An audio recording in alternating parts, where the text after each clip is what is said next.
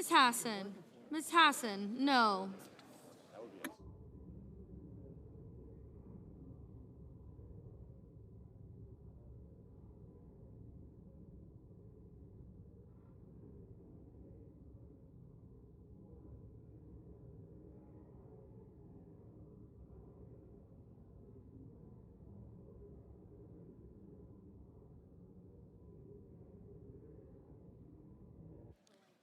Ms. Murkowski. Ms. Murkowski, aye.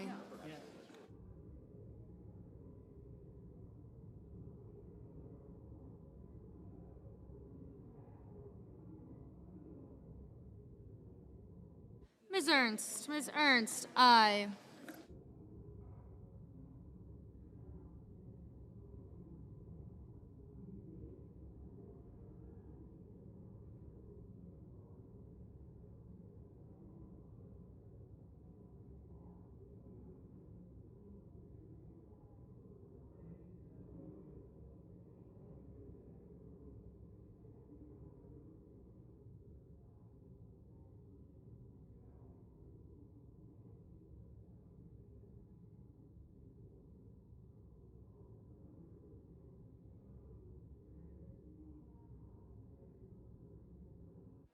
Ms. Hirono.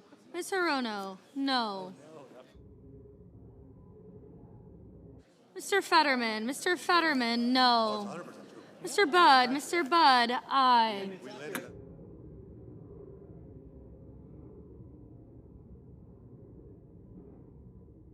Mr. Risch. Mr. Risch, aye. Mr. Banks. Mr. Banks, aye.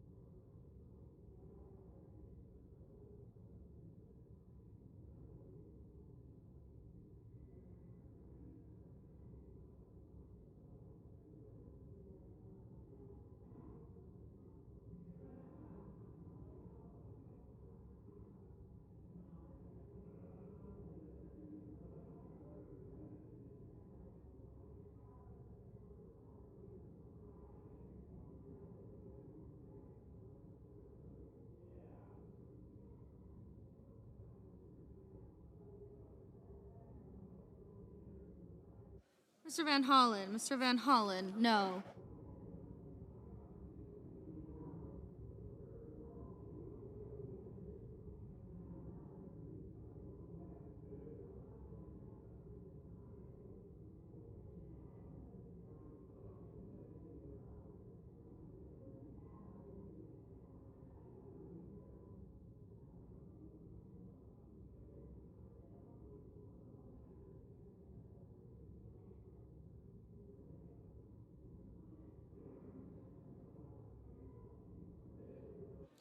Mr. Sullivan. Mr. Sullivan, aye.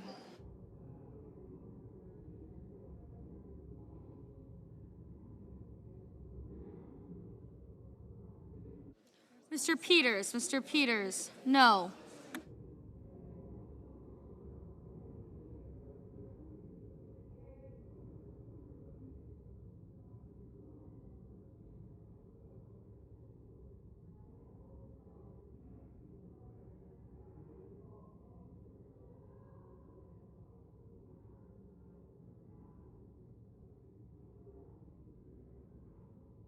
Mr. Hawley. Mr. Hawley, aye.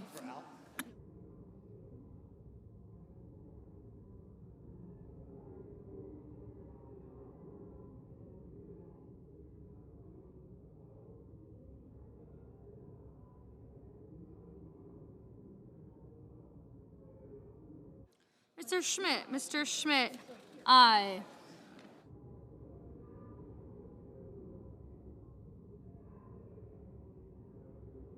Mr. Sanders. Mr. Sanders, no. Mr. Scott. Mr. Scott of South Carolina, aye. Mr. King. Mr. King, no.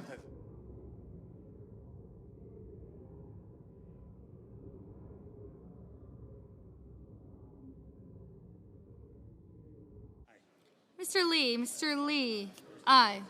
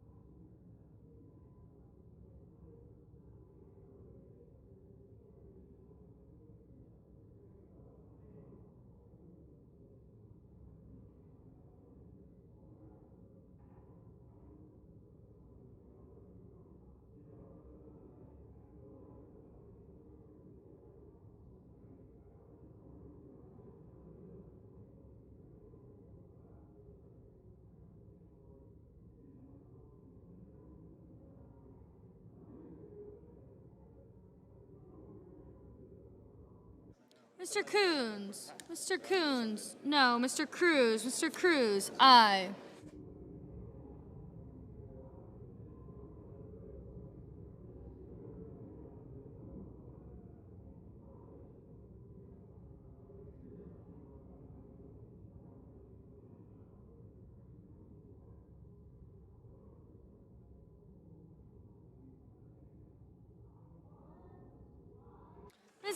Ms. Lummis, aye.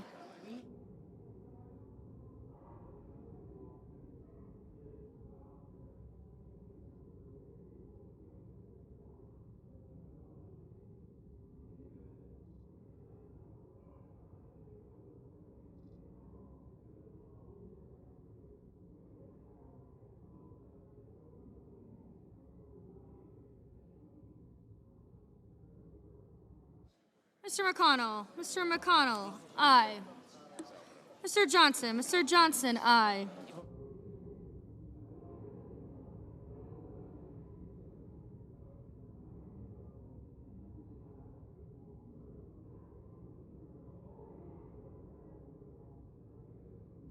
Mr. Justice, aye. Mr. Tuberville, aye.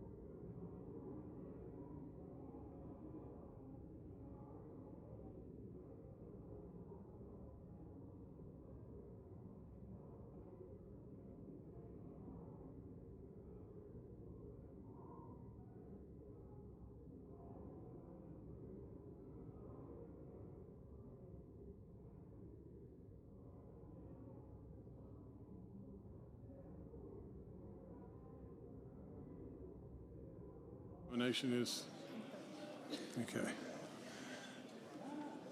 On this vote, the yeas are 52, the nays 44. The nomination is confirmed. Under the previous order, the motion to reconsider is considered made and laid upon the table, and the President will be immediately notified of the Senate's actions. The clerk will report the motion to invoke cloture. Cloture motion. We, the undersigned senators, in accordance with the provisions of Rule 22 of the Standing Rules of the Senate, do hereby move to bring to a close debate on the nomination of Tyler Clarkson of Virginia to be General Counsel of the Department of Agriculture, signed by 17 senators. Under the previous order, the mandatory quorum call under Rule 22 has been waived. Okay, go to this one. Read this. The question is it the sense of the Senate that debate on the nomination of Tyler Clarkson of Virginia to be general counsel of the Department of Agriculture shall be brought to a close. You don't need them. The nays are required under the rule. The clerk will call the roll. Ms. Alsterbrooks. Thank you. Gotcha. Ms. Baldwin. Mr. Banks. Young. Phyllis. Duckworth. I got you.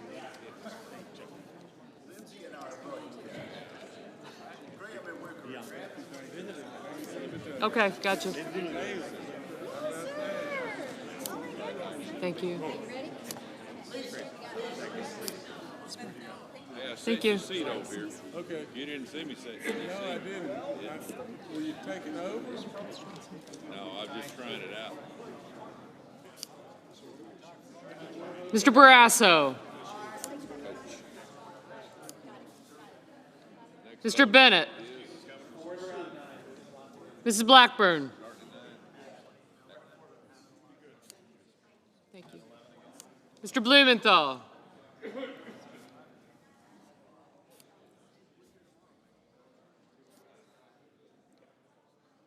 Ms. Blunt Rochester. Mr. Booker. Mr. Bozeman. Mrs. Britt.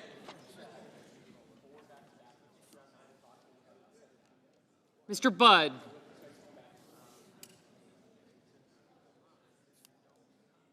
Ms. Cantwell. Mrs. Capito. Mr. Cassidy. Ms. Collins.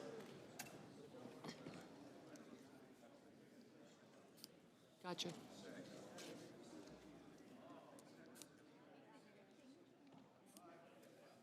Mr. Coons. Thank you. Mr. Cornyn. Ms. Cortez Masto. Mr. Cotton. Mr. Kramer. Mr. Crapo. Mr. Cruz.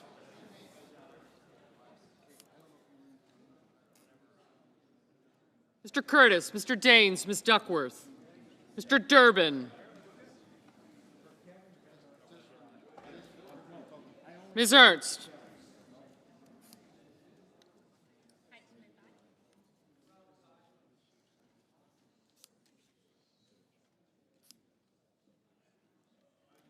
Mr. Fetterman, Mrs. Fisher, Mr. Gallego, Mrs. Gillibrand, Mr. Graham, Mr. Grassley, Mr. Haggerty, Ms. Hassan, Mr. Hawley, Mr. Heinrich, Mr. Hickenlooper. Thank you. Thank you. Ms. Hirono.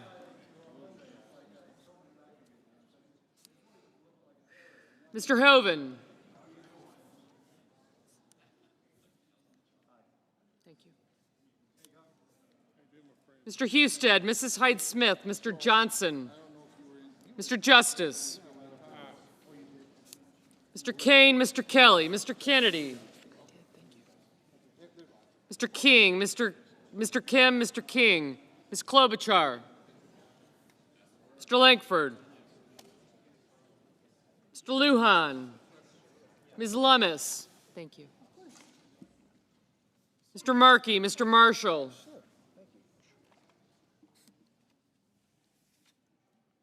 Mr. McConnell, Mr. McCormick, Mr. Merkley, Mrs. Moody, Mr. Moran, Mr. Marino, Mr. Mullen, Ms. Murkowski, Mr. Murphy, Mrs. Murray, Mr. Ossoff,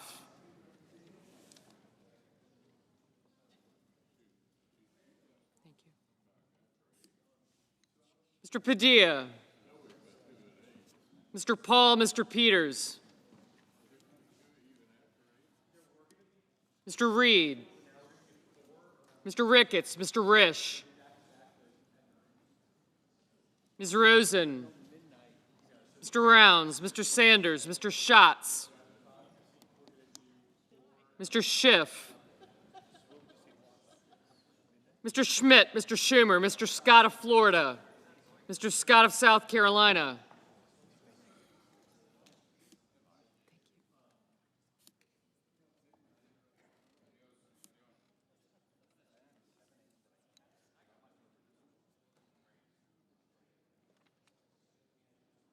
thank you.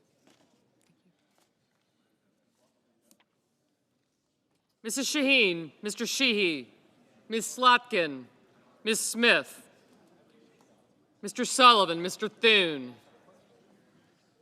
Mr. Tillis, whoa.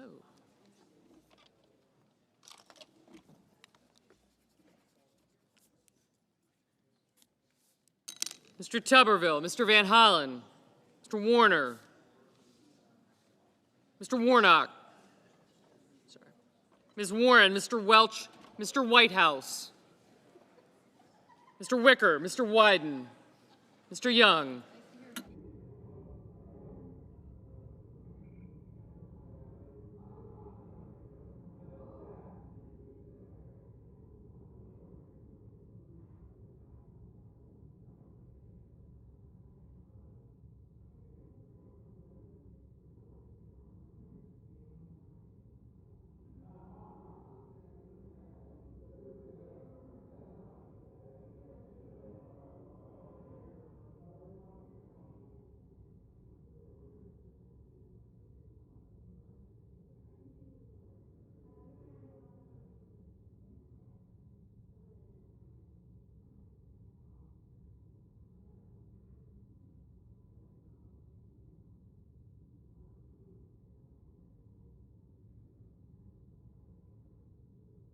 Senators voting in the affirmative: Banks, Barrasso, Blackburn, Bozeman, Budd, Capito, Cassidy, Cotton, Kramer, Crapo, Curtis, Daines, Graham, Grassley, Haggerty, Hawley, Husted, Hyde-Smith, Johnson, Justice, Lankford, Lee, McConnell, McCormick, Moody, Marino, Murkowski, Paul, Ricketts, Rounds, Schmidt, Scott of South Carolina, Sheehy, Sullivan, Tillis, Tuberville, Wicker, and Young.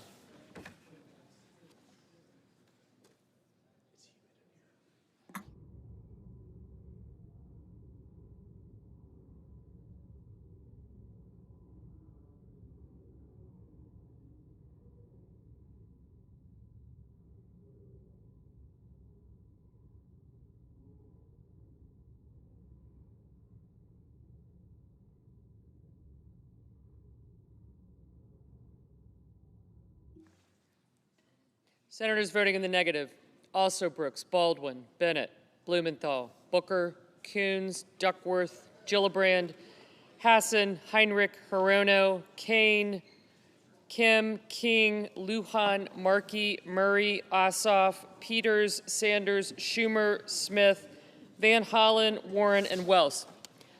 Mr. Schiff? No. Mr. Fetterman? No. Mr. Warnock? No. Mr. Cruz, aye. Mr. Wyden? No.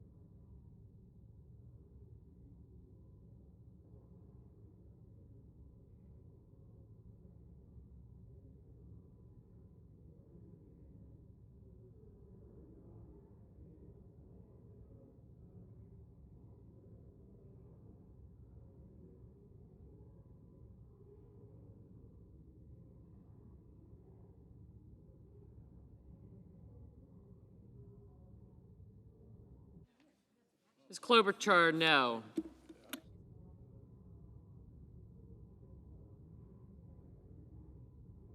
Mr. Mullen, aye.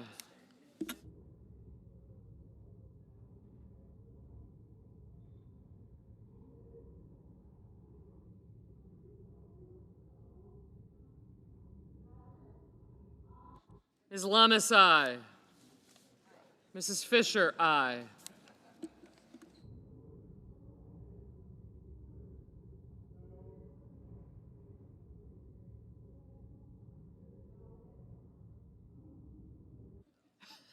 Mr. Schatz, no. They're really nice. Click your heels.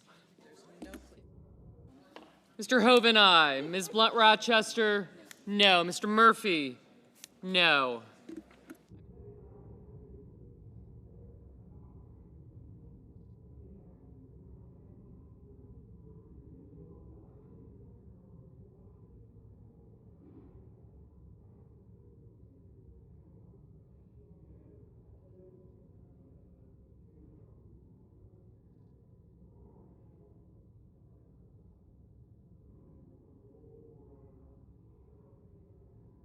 Mr. Thune, aye.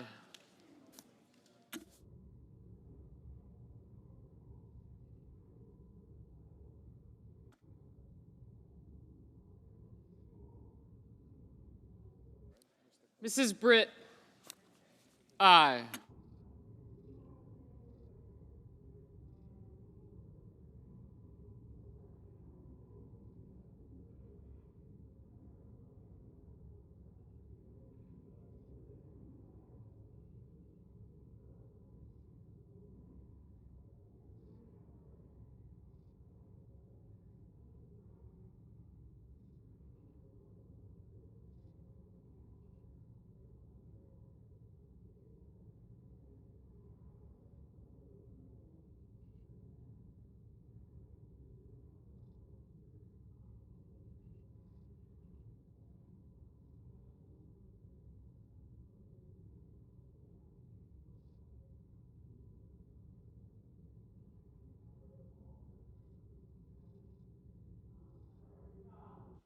Ms. Collins, aye.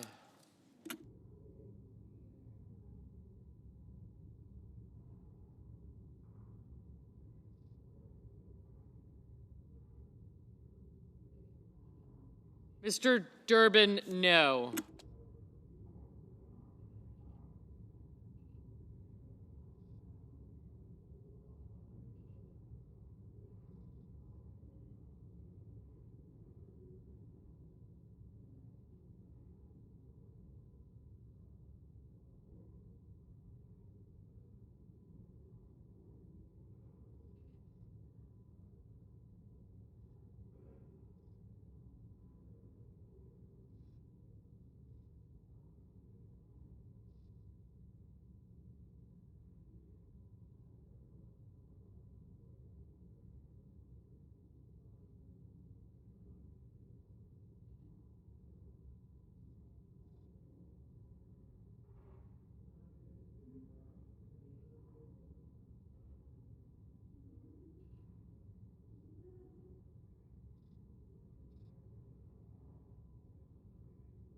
Mr. Risch, aye.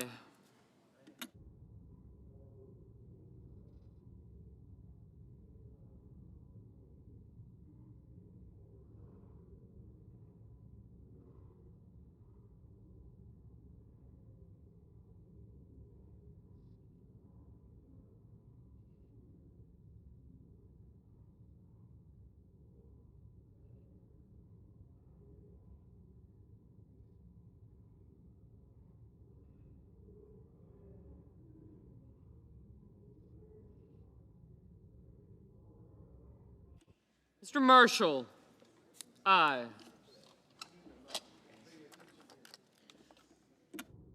Mr. Moran, aye. Mr. Merkley, no.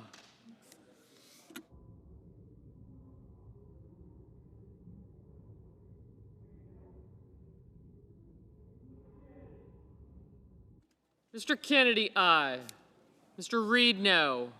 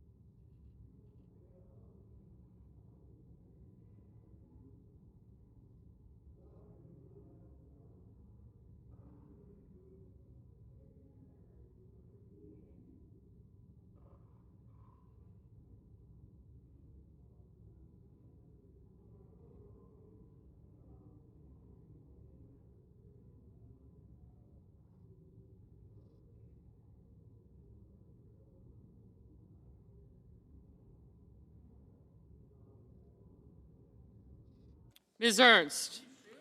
Aye.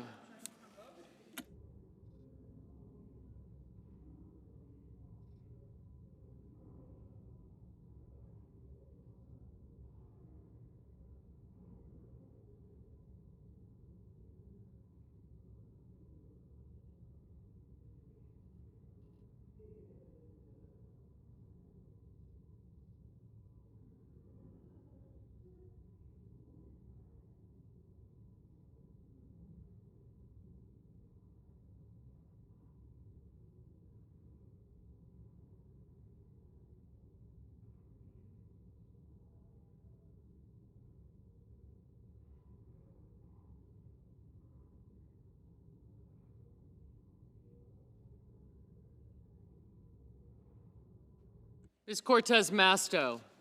No.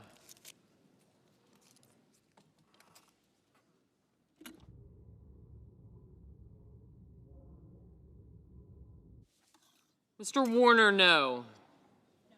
Mrs. Shaheen, no.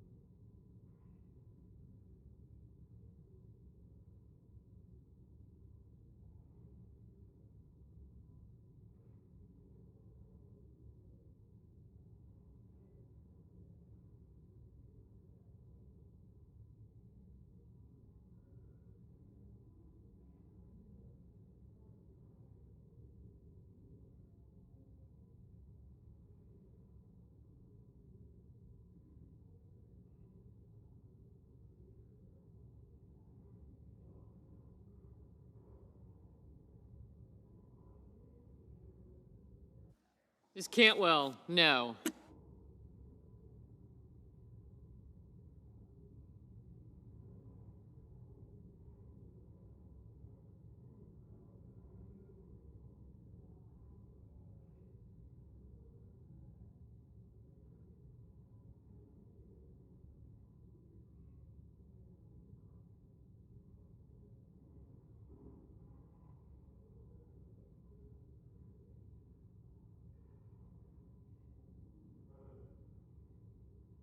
Mr. Padilla, no.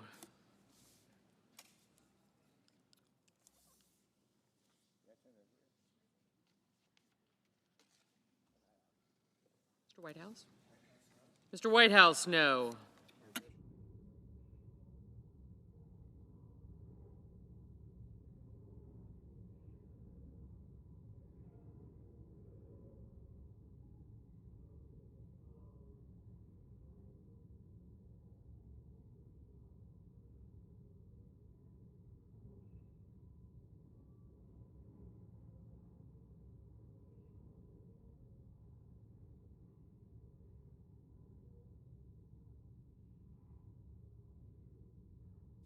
Mr. Scott of Florida, aye.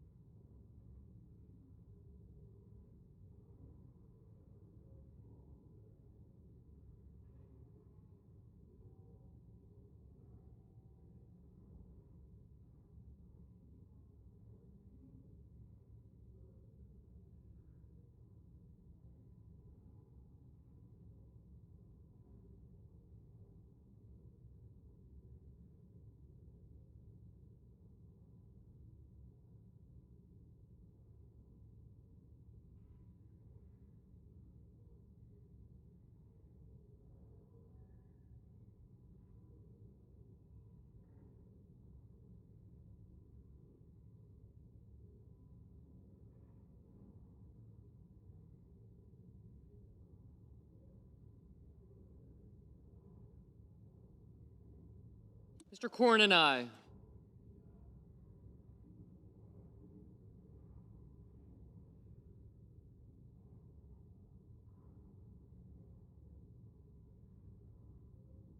Ms. Rosen, no.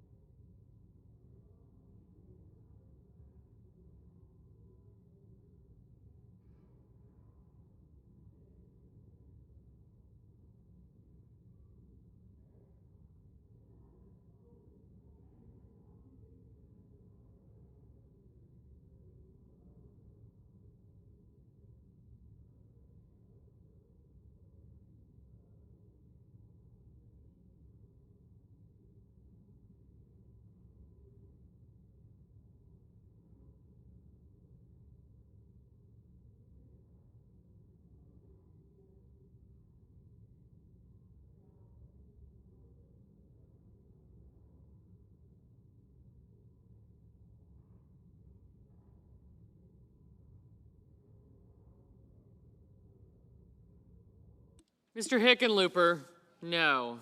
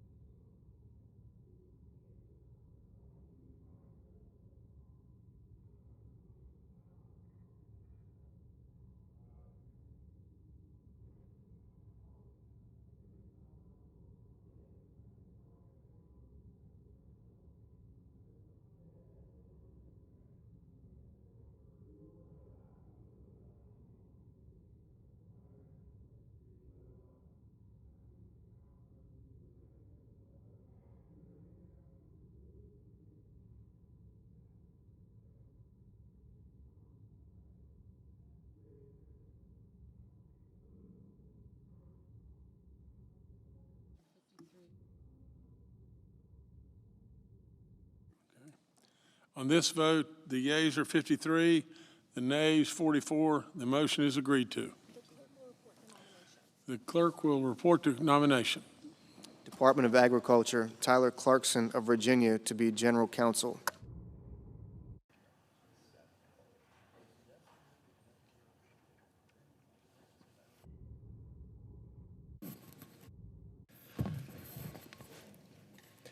Mr. President. Senator from Idaho. Thank you, Mr. President. I ask unanimous consent that notwithstanding Rule 22, and as if in legislative session, it be in order for Senator Sanders to make motions to discharge S.J. Res. 41 and S.J. Res. 34, and if made, the Senate vote on the motions to discharge in the order listed at 9 p.m. today. Further, following the disposition of the motions to discharge the joint resolutions, the Senate vote on the motions to invoke cloture on executive calendar numbers 172 and 282, and that the mandatory quorum calls be waived. Finally, if cloture is invoked on any of the nominations individually, all post-cloture time be expired, and the Senate vote on confirmation of the nominations at a time to be determined by the majority leader in consultation with the Democratic leader no earlier than Thursday, July 31st. And if confirmed, the motions to reconsider be considered made and laid upon the table, and the President be immediately notified of the Senate's action. Without objection. Thank you. And Mr. President, I also ask unanimous consent that all votes after the first vote tonight be strictly 10 minutes in length. Without objection.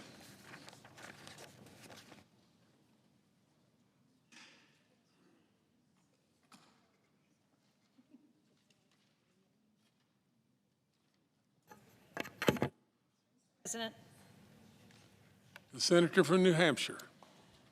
Mr. President, I'm going to ask for a unanimous consent motion and reserve my remarks until after we've had a chance to address that motion, recognizing that we're dealing with some scheduling issues this evening. But I want to make sure that I reserve the right to actually make a statement about my unanimous consent request after we've had our exchange. So, as if in legislative session and notwithstanding Rule 22, I ask unanimous consent that the Committee on Banking, Housing, and Urban Affairs be discharged from further consideration of S-151 and the Senate proceed to its immediate consideration, that the bill be considered read a third time and passed, and the motion to reconsider be considered made and laid upon the table. This is legislation that would address the tariffs that the President is considering. Is there objections? Mr. President, I object. The objection is heard. Senator from Vermont. Thank you, Mr. President. Like my colleague from New Hampshire, I want to make a statement after, but I want to, at the moment, accommodate the scheduling requirements of some of my other colleagues. So I want to make a unanimous consent motion, as if in legislative session, and notwithstanding Rule 22, I ask unanimous consent that the Committee on Finance be discharged and the Senate proceed to the immediate consideration of S-2383, that the bill be considered read a third time and passed, and the motion to reconsider be considered made and laid upon the table. Is there objection? Mr. President. The Senator from Idaho. Mr. President, reserving the right to object, I rise in opposition to S-2383, the Creating Access to Necessary American-Canadian Duty Adjustments Act, and S-151, the Protecting Americans from Tax Hikes on Imported Goods Act of 2025. I agree with my colleagues, who will speak in just a moment, that tariffs should be more targeted to avoid harm to small businesses. I made precisely that point at a hearing in the Finance Committee in May. Similarly, with less than 2 days to go to the August 1 reciprocal negotiation deadline, I appreciate that my colleagues, as well as our constituents, may be nervous about what comes next. However, at this juncture, these two bills are counterproductive to helping American families and businesses of all sizes. The President's historic trade negotiations are bearing fruit. President Trump already announced new trade deals with major trading partners, including the United Kingdom, Indonesia, Japan, and the European Union. I urge other trading partners to reach a deal by August 1st. Consequently, S-151 and S-2383 are counterproductive to the progress that President Trump has achieved and is poised to continue achieving in ongoing negotiations with our trading partners. On April 30, the Senate rejected the IEEPA disapproval resolution on reciprocal tariffs for the same reasons. For these reasons, I again object. The objection is heard. The senator from New Hampshire. On Friday, we may be facing the next escalation in the president's trade war. The tariffs that the president announced in April on virtually every country in the world are set to go into full effect tomorrow night at 12:01 a.m. Those tariffs are expected to add about $2,400 in costs for the average household per year. That's why I introduced the Protecting Americans from Tax Hikes on Imported Goods Act. This bill states clearly that the International Emergency Economic Powers Act cannot be used to place taxes on imports. If the president needs to block a dangerous product, he still can under my legislation. But if there is a real threat, I think we'd want to stop it, not just tax it. That's what my bill does. It makes clear what the federal court has already found, that IEEPA, the International Emergency Economic Powers Act, does not authorize tariffs. Passing my bill would give businesses and families more certainty to plan for the future and to keep more of their hard-earned dollars in their pockets. Virtually every business in New Hampshire that I've visited since the president announced his proposed tariffs has said that in addition to the tariffs, the uncertainty is as difficult for them as the tariffs.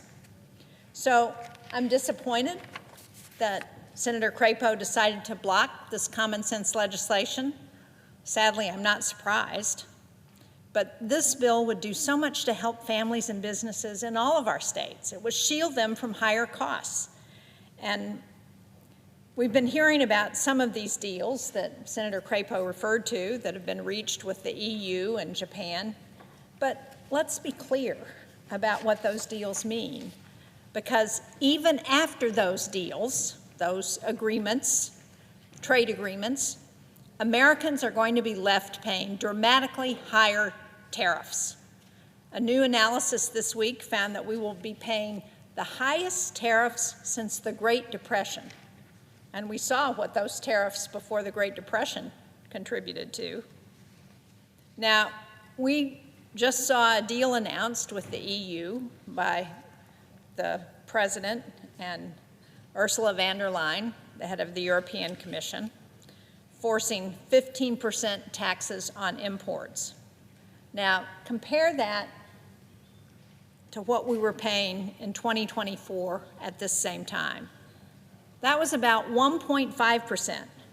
So under this great deal that the president negotiated with the EU, Americans are going to be paying 10 times what we paid last year. And with Japan, President Trump agreed to a 15% tax. That's also 10 times what we were paying last year. So let's don't pretend that these are some big wins. The president can announce that, but they're only a slight improvement on a crisis that the president created himself. At a time when people are rightly worried about the rising cost of living, Trump's tariffs amount to a tax to make everything from clothes to housing to food even more expensive. For example, last month, home prices hit a record high, and these tariffs could add more than $10,000 to the cost of a home. Coffee prices hit a record high earlier this year, And now President Trump wants to put a 50% tariff on Brazil, our largest source of coffee. As families do their back-to-school shopping, they're going to see higher prices for clothing and shoes. Those prices could go up by 35% by the end of the year. And for new parents, just for example, the price of one stroller at Walmart went up 50% in 2 months. And there are countless more products that are facing higher prices. So let's be clear. These tariffs do nothing to bring down costs. And in fact, they could add, as I said earlier in this statement, about $2,400 to the average household's yearly expenses. That's money that most families don't have just lying around. We have all of those costs from these tariffs, and yet at this moment, 30 hours from when the tariffs are going to go into effect, we still have seen no official notice implementing any of these deals, and that includes, by the way, no clarity on whether prescription drugs coming from Europe will face a 15% tariff starting in 2 days. I had a chance to meet with a pharmaceutical company this week, and they were lamenting what the impact was going to be on prescription drug prices because of the tariffs from the EU. Last Friday, I visited the Bruckner Group in New Hampshire. They supply equipment to domestic manufacturers and import some of their specialized machines, which they make, in Europe. The machines they bring in are sold to manufacturers here in the U.S. to make everything from IV bags to toothpaste containers. They have 80 employees in the U.S. and far more work on their machines at other companies across the country. They saw orders put on hold in April, and further investments in the U.S. are delayed because they can't be certain what the tariffs are going to be that they might face. So they told me that even worse than the tariffs in some way is the uncertainty that's been created, the chaos that's been created by President Trump's announcements, because people don't know how to plan. Businesses don't know what to invest in. I believe in supporting domestic manufacturing. It's New Hampshire's third largest industry. But half of all imports are raw materials and intermediate goods, the very things that domestic manufacturers rely on. Instead of supporting domestic manufacturing, these trade policies are making future American manufacturing more expensive. And furthermore, they're threatening jobs. You know, my husband and I started out our married life owning and operating a small business. I know the hardest part of small businesses is growing and sustaining those businesses when you're uncertain about what's going to happen. And that's what these tariffs create, as I heard at Bruckner Group USA, as I've heard at every business I've visited.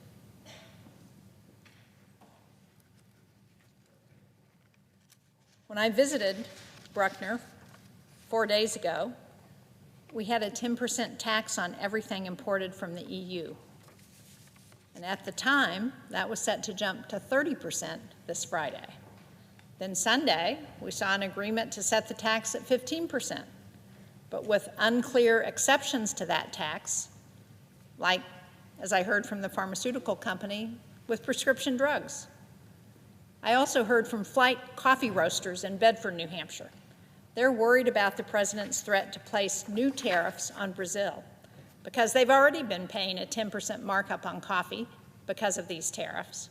Now they're facing a 50% tax on Brazilian coffee starting on Friday. And they have no choice but to charge consumers more. Their most popular product comes from Brazil. So this is a big hit to their business, and they can't be sure how this is going to impact their sales. And we should be clear, the U.S. has a trade surplus with Brazil. This threat is just because the president wants Brazil's independent judiciary to stop the prosecution of Brazil's former president. How is any business supposed to plan for that kind of rationale and for those kinds of swings. They need to secure financing, they need to place orders, they need to invest in order to grow in the months and years ahead. But building a new plant and moving production takes time. In some cases, it takes years. So how can companies plan when they don't even know whether the Trump tax, his tariff, is going to be 10% or 30% or something in between or something higher? New Hampshire's in a housing crisis. How can builders plan their costs when no one can tell them if there's going to be a new 30 or even 50% tax on their materials come Friday? And how can a family already struggling with high costs continue to pay the rent and put food on the table if their household expenses are going up $2,400 this year? And now on Friday, the administration is planning to make the goods businesses and families need 10 or 30 or 40 or 50% more expensive overnight. This president promised to lower the price of everything: groceries, rent, energy. What these tariffs do is just the opposite. And we're hearing a lot of positive spin from the administration about the deals that they're striking. But let me end by making 2 points. First, we heard a lot of talk about 90 deals in 90 days. Well, we're way past that deadline, and we've seen 6, count them, 6 announcements. And it's not even clear that Vietnam has actually agreed to what the president announced. Second, I want to remind all of us that these deals all force Americans and American businesses to pay a tax rate that is far higher than what we saw before the president engaged in this trade war. I talked earlier about how for both Europe and Japan, Americans will face a tax that's 10 times higher than we paid last year. That same trend holds across every deal he's announced. With Indonesia, he agreed to a 19% tax, 4 times what we paid last year. With the Philippines, a 20% tax, up from 1.3%, so 15 times what we paid last year. And for the UK, where we have a trade surplus, again, a trade surplus, he agreed to a 10% tariff, again, 10 times what we paid in 2024.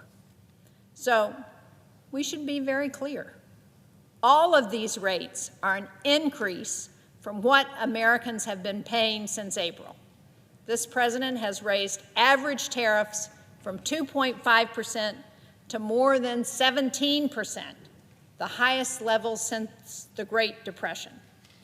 Again and again, he is adding costs to American families and businesses.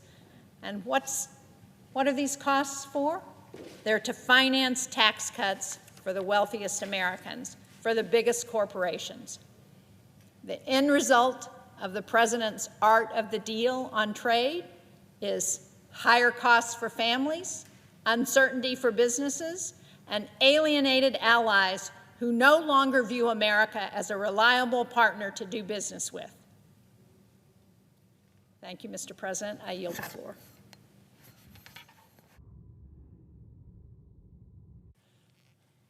Mr. President, The senator from Vermont. these tariffs are terrible. Number one, let's be clear, they're a tax. So every tariff is going to be paid for by every consumer in this country, and it's going to be an expense for every business in this country. That's number one. Number two, these tariffs are totally chaotic and creating an immense amount of uncertainty so that businesses don't know what is the tariff from one day to the next. And the least desirable situation for any of our businesses is when there is total uncertainty about what governmental policy is. Mr. President, the challenges to our consumers and to our businesses are universal. Every consumer in every state, every business in every state faces the threat of these higher expenses that go to consumers in this incredible uncertainty that's inflicted on businesses. But my legislation, the Creating Access to Necessary American-Canadian Duty Adjustments Act, the Canada Act, co-sponsored by Leader Schumer, by my colleague Senator Shaheen, Senator Murkowski of Alaska, Senator Kaine, Senator Collins, Senator Markey, and Senator Wyden, focuses special attention on our small businesses. And the reason for that is, as challenging as this is for every business, it's especially so for small businesses. They do not have the margin to deal with these price swings. They don't have the margin to adjust to the Monday, Tuesday, Wednesday policy changes. They don't have the margin to be able to absorb a huge hit in their expenses on the basis of whether a shipment that they were awaiting from another country was delivered on Monday or Friday. And that literally is what is happening. Our small businesses are so profoundly important to us in Vermont, and I know that's true in West Virginia. I know it's true in New Hampshire. And we have got to be doing things that help them, and we should not be doing something that really hurts them, and that's these tariffs. The impact to us on Vermont is especially acute in our proximity to Canada. Mr. President, Canada is Vermont's major trading partner, but Vermont is hardly unique. 34 states in our country have as their major trading partner Canada. So we've got to level with the American people, the people we represent. The president is suggesting that these tariffs are nothing but pure revenue for our country. You know what? It is revenue for our country, but it's revenue that is paid for by our consumers and by our businesses. And as Senator Shaheen has so eloquently stated, we have got a serious affordability crisis in this country. People who work hard, who work full-time, cannot afford to pay their bills at the end of the month. Our businesses that are operating with enormous efficiency and who are super concerned about the price consciousness of consumers and are doing everything they can to keep their prices down, but have enough of a profit to keep the lights on and keep people employed. They are overwhelmed by what is happening with these tariffs and how it is inflicting uncertainty and causing them to have layoffs. And you know what? Those small businesses do not have the pricing power that our major businesses have. They can deal with it. They've got market power. And I'm actually on their side because I don't think they should be subject to these horrible tariffs.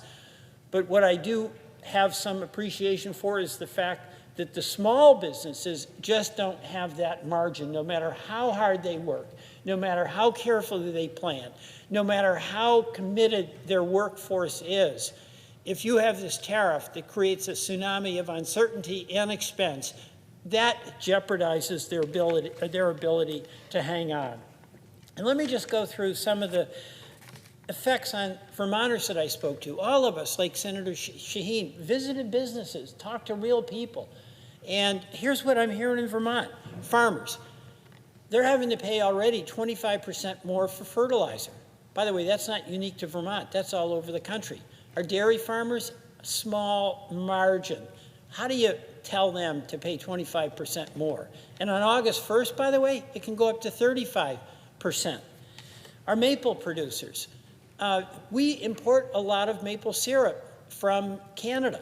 We produce the most maple syrup in the United States of any state, but we cooperate with them, and it's going to create a distortion of the market and put a lot of pressure on our maple producers. Housing, as Senator Shaheen said, we get lumber from Canada. Housing is incredibly expensive. We all know that. It's true in your state, and it's true in mine.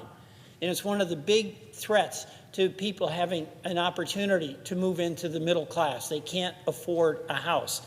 These tariffs are sticking it to our folks in housing. And the National Association of Home Builders is absolutely opposed to these tariffs, and rightly so, because an already expensive house now is going to have a 25 or 35% increase in the cost of lumber. I mean, where is that coming from? How is that fair? How does that make any sense for everyday hardworking people in Vermont and in every state? We're losing jobs from these. Steel and car manufacturers are having layoffs. They're in Michigan, they're in Indiana, they're in Alabama, they're in Minnesota.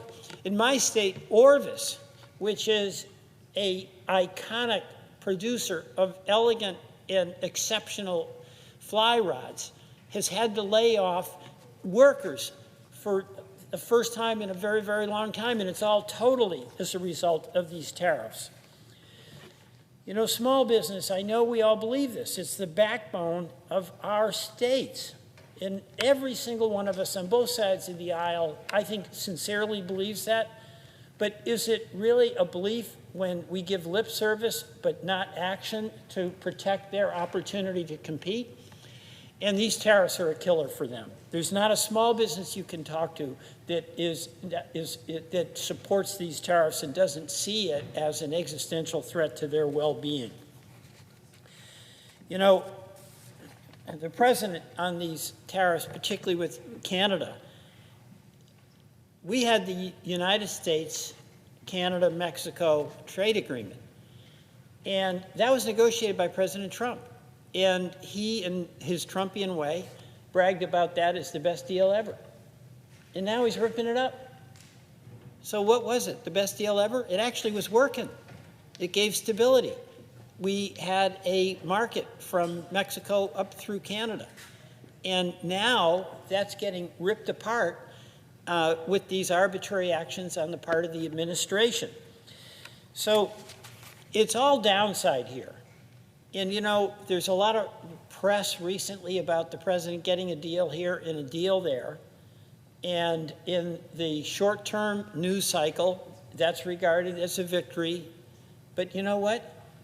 When you step back and look at what the deals are, it's a deal to raise the cost to folks in West Virginia, is to raise the cost of folks in Vermont, raise the cost for folks in Oregon, raise the cost for folks in New Hampshire. So, you know, I asked the obvious question, how is that a good deal? Maybe it's a good deal politically for the president, but it's a really bad deal for our small businesses and for our consumers. You know, the other part of this, particularly with Canada, huge tourism industry. About 20 million Canadians come to the U.S., about $20 billion. The folks from Canada, we in Vermont, in New Hampshire, feel very close to them. We feel a social, economic, political connection to them. We really value them. And there's been such an insult to them. I mean, aside from the tariff, the talk about the 51st state, the governor of Canada, that is all really uncalled for and very hurtful and very harmful. And Senator Shaheen and Senator Wyden both led delegations to Canada, where I think they were, on behalf of all of us, expressing the appreciation and respect we have for our Canadian neighbors. And we should not be doing something with these tariffs that shows massive disrespect to them. I just want to end with a few quotes from the Vermonters I spoke to. And by the way, these are Republicans, these are Democrats, they're independents. This is not a deal that relates to whose side you're on in the presidential contest. This is folks who are committed to the community they live in, committed to the employees who work for them, and care about a strong economy and a strong social life for us in Vermont. Our treasurer said, small local businesses will be hit very hard. They don't have the ability to find a different supplier and different vendors with the limited flexibility they already have. We had another, a vegetable farmer, small scale. It feels like death by 1,000 cuts. Person in healthcare, adding a tariff will either lead to drug shortages in the short term or long-term significant price increases. So there's a common sense element here that just seems to escape the United States Senate at times. We're actually pretending that this tariff is not a tax. It is a tax. We're pretending that the constant changing and whimsical nature, the arbitrary nature with which the rate is one thing today and a different thing tomorrow, doesn't have a really disastrous impact on folks who have to make real-world decisions about their ability to produce a product, to meet the obligations of a contract they've entered into, to maintain the stability of their workforce and their supply chain. It's all downside with these tariffs, and these are not targeted. You know, it's a separate question to use a tariff when you've got unfair labor or trade practices as we have from China. And I think all of us here are quite open to the proper and limited use of tariff as a tool. But this notion that tariff is a revenue source and pretending that revenue is not being paid for by our businesses and by our consumers is wrong. It's just flat out wrong. And as this policy gets implemented, we're going to lock in these price increases and further aggravate the affordability challenges that everyday hardworking Americans are feeling more acutely than ever. Mr. President, I yield back. Mr. President. The senator from Oregon. Thank you very much, Mr. President. I want to thank my colleague from New Hampshire, my colleague from Vermont, both giving extraordinarily thoughtful, comments. The reality is, when you talk about these deals, what you're really talking about, the Trump agreements, is essentially giving our country a few lines scratched on a napkin. There is very little there. And I so appreciate my colleagues seeking to free our citizens from crushing new trade taxes, courtesy of Donald Trump's tariffs. He slapped tariffs on things people buy from scores of countries. So he's hit cars and car parts, aluminum, beer, food, and clothing. The list goes on and on. What that means is that Americans are going to pay more to buy the things they need because Trump taxes jack up the price. This month, Donald Trump has been announcing these so-called trade deals with a handful of countries. So as I indicated, these aren't really much. The USMCA, which was something that Donald Trump participated in, was a real trade deal. It was the result of intense negotiations, a transparent process, a bipartisan vote in the Congress. I was honored to be the ranking Democrat on the Finance Committee as we worked together to get this passed. That deal produced real wins for the American people, like Oregon potato growers who were able to ship U.S. potatoes in Mexico for the first time in decades. Donald Trump's latest deals mostly consist of a tariff number, 20% on products from Vietnam, for example, with some sort of fake or vague promise that the rest will be figured out later. Instead of having an enforceable, binding agreement that opens markets to U.S. farmers and manufacturers and small businesses now, as I say, we get a little bit of verbiage put on a napkin or a piece of paper. Not surprisingly, when Trump describes the deals, his story is often enormously different from what these countries say they agreed to. For example, Japan says it will provide up to $550 billion of financing in the United States. That's fine. Donald Trump claims Japan promised to create a $550 billion fund that will be spent at his direction, essentially a personal slush fund. Meanwhile, Vietnam has not even confirmed that it's agreed to the deal that Donald Trump announced. What does our country get in exchange for these higher tariffs that are paid by our people? Significant economic pain. U.S. workers and employers are already getting battered by the trade chaos of Donald Trump. The big three U.S. automakers all announced plunging profits. General Motors lost more than $1 billion due to tariffs. Instead of making U.S. automakers better off, his new tariff scheme is going to make cars and trucks, our cars and trucks, more expensive compared to Japanese competitors. It's going to get worse. Because of Donald Trump's endless flip-flops on tariffs, the real cost of his trade taxes are going to go fully into effect in coming months. Donald Trump can do all this because he basically goes off, does his own thing, and is claiming emergency powers to pursue the tariffs. My colleagues and I are proposing straightforward legislation to clarify the president's emergency powers.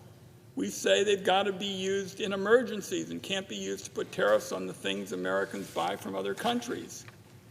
A number of our Republican colleagues have supported Senator Shaheen's proposal in the past. Putting a check on the president's power to land us in trade wars didn't used to be a partisan effort.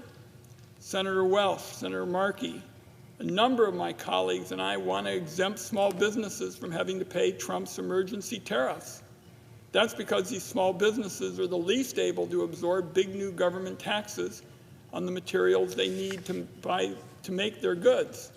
The bill my colleague Senator Shaheen and I are trying to pass today would rein in some of Donald Trump's worst impulses.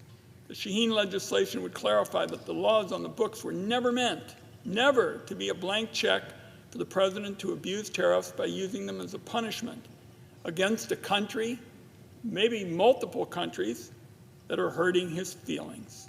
At the same time, my home state of Oregon is fighting these tariffs in court with arguments that will happen tomorrow. Donald Trump and his billionaire allies aren't going to feel the impact of higher tariffs. So I guess that may be why they don't care about the millions of Americans who do care deeply and can't afford higher costs. Congress and the courts have to make clear that the tariff roller coaster in America has got to be stopped. I thank my colleagues for their leadership on this issue. I yield the floor.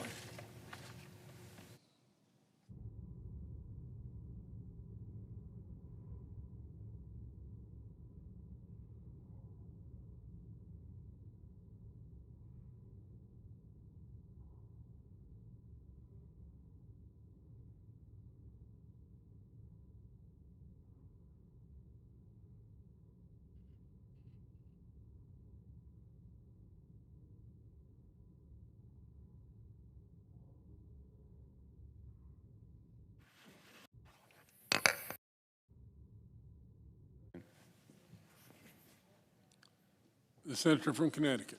Thank you, Mr. President.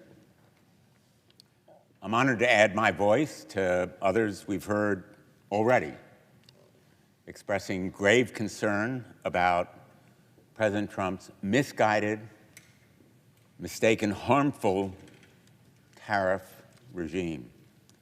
Actually, it dignifies what the president's doing on tariffs to call it a regime, which implies that there's a strategy and a conceptual consistency and constancy to it. Actually, it seems to be a flurry of announcements, some contradictory and inconsistent about so-called trade deals. They vary from week to week, even day to day with different countries or the same country.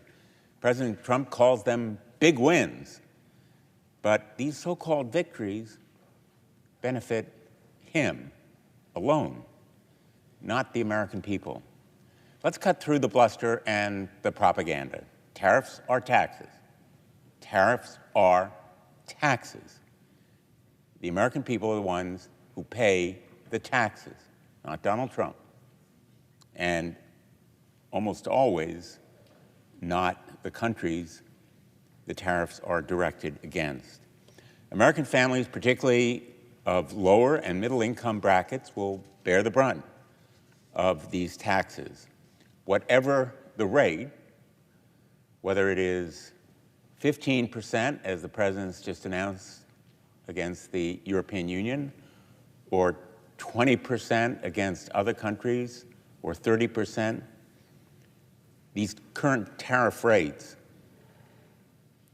cause the American people to lose. In fact, as a result of these tariffs, the average U.S. household is set to lose $2,400 in annual income. That's not Richard Blumenthal giving you that figure. It's the Yale Budget Lab, the scientists and the economists there who have no axe to grind, Republican or Democrat. They're just doing their work economically. The costs of many consumer goods that Americans rely on are also set to rise. Here are just a few. Clothing prices, 37%. Leather goods will rise by 39%. Food prices will increase 3.4%, with fresh produce specifically rising by 6.9%. Motor vehicles will rise by 12.3%, adding $6,000 to the price of the average new car. With these increases, Trump's tariff plan will burden the lowest earners in our economy more than 3 times the highest earners. Let me repeat that. Lower earners, 3 times the burden compared to higher earners.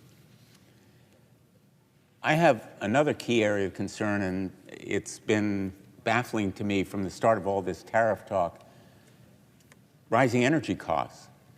Why would the president support a set of tariffs that raises our energy prices? So basic, especially in the highest use times in the year. Summer actually involves a higher use time than winter. My home state of Connecticut already has some of the highest electricity costs in the nation, 39% above the national average, or an extra $1,000 a year. But President's tariffs will exacerbate this situation by driving up the cost of fuel and critical grid equipment, transformers and circuit breakers. The recent projections have shown the tariffs could raise natural gas by 6.1%, oil by 2.3%, electricity prices by 0.7%. Those percentage points are real dollars in real people's pockets, actually dollars that will be taken from real people's pockets as a result of a senseless, reckless collection of taxes paid by American consumers. The cost of those utility increases will be paid by consumers. They will strain households in my state and across the nation. As a ranking member of the Veterans Affairs Committee, I have a particular interest in how these tariffs will affect our nation's veterans. The president's reckless and destabilizing tariff regime will place incredible stress on our nation's largest integrated health system, the Department of Veterans Affairs. Yes, it is our largest health care system. It serves 9 million veterans at more than 1,300 facilities across the country.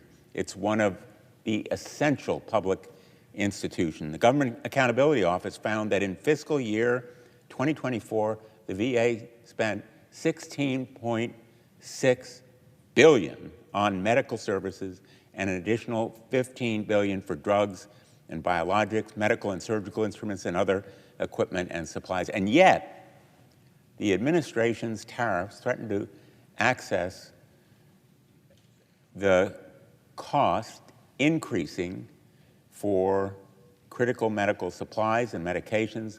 Many of them are imported. The VA will pay more for them. The recent deal with the EU levies a 15% tariff on all imports, including medicines, including pharmaceuticals. They represent the EU's largest single category of exports to the United States, and many go to our VA, where veterans ultimately will suffer the consequences of higher costs to the healthcare facilities that serve them. European drug makers have already warned that these tariffs will disrupt supply chains, delay research, and limit access to medicine. Forcing price increases into the VA system undermines the care we owe to all who have served. Tariffs are already eroding job growth and reducing income. They're already felt in the supply chain. American business, especially our essential small businesses and those in the manufacturing sector, are already facing supply chain chaos. These businesses simply cannot easily absorb or offset the increased costs from tariffs on imported materials. I visited a grocery in Connecticut just a week ago, and the owner said to me he was absorbing the increased costs of tariffs, the percentages on tomatoes, on other produce, but he can't do it for weeks on end. Eventually, he will have to pass them on to consumers. He made very clear to me that he's now stuck between two bad choices: either eat the tariff taxes or risk going under, or pass along these costs to consumers. President Trump has repeatedly stated that he wants to restore American manufacturing, but his tariffs are actually making it harder, not easier, to build things in America. The cost to manufacturing here is rising, not declining. If he wants to reshore manufacturing, exactly the wrong way to do it is to disrupt the supply chain and increase the costs of what's necessary to build and make things in America. In short, this tariff disaster is a self-inflicted economic wound that is the product of a mindset placing a priority on vanity and vengeance. Donald Trump's vanity, because he thinks tariffs are the best thing in the world. He said he loves tariffs. And vengeance against countries that don't follow his preferences, like Brazil. Consumers are paying more, workers are losing jobs and salary, veterans are at risk, small businesses are getting squeezed. I call on my colleagues on both sides of the aisle to stand up to these deeply harmful tariffs. It's in the national interest that you do it. In fact, it affects our national security in a deeply harmful way. And I hope we can have bipartisan opposition to this kind of disastrous regime, which doesn't deserve the name regime. I yield the floor.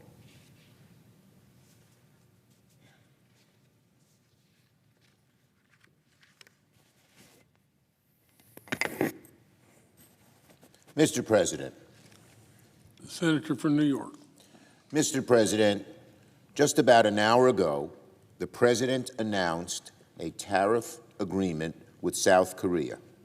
But if passed as prologue, this so-called deal with South Korea is one where U.S. families will pay more, it will increase their costs with the rise in tariffs of 15%. It is one where bold promises are made that billions investments will come our way, but with no substance to back it up. It seems to be just another one of these so-called deals that hurts the American people. Earlier this morning, we got more warning signs that Donald Trump's foolish trade war is taking its toll on the U.S. economy. According to the New York Times, the U.S. economy slowed in the first half of 2025 as tariffs scrambled data. Scrambled is precisely the right word, or you might call it chaos.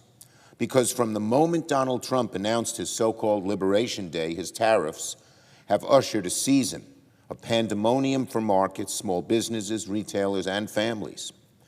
Just today, Ford, one of the biggest American car manufacturers, announced these tariffs will end up costing the company $2 billion a year.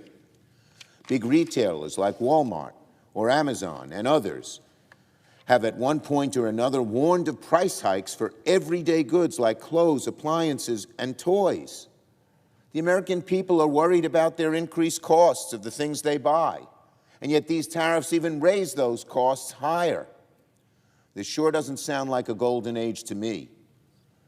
and nor does the $2,400 that households will pay extra on average under this tariff scheme by the president. Instead, you know what this sounds like? It sounds like a national sales tax on the American people, plain and simple. That's what Donald Trump's tariffs are, a national sales tax on families and small businesses.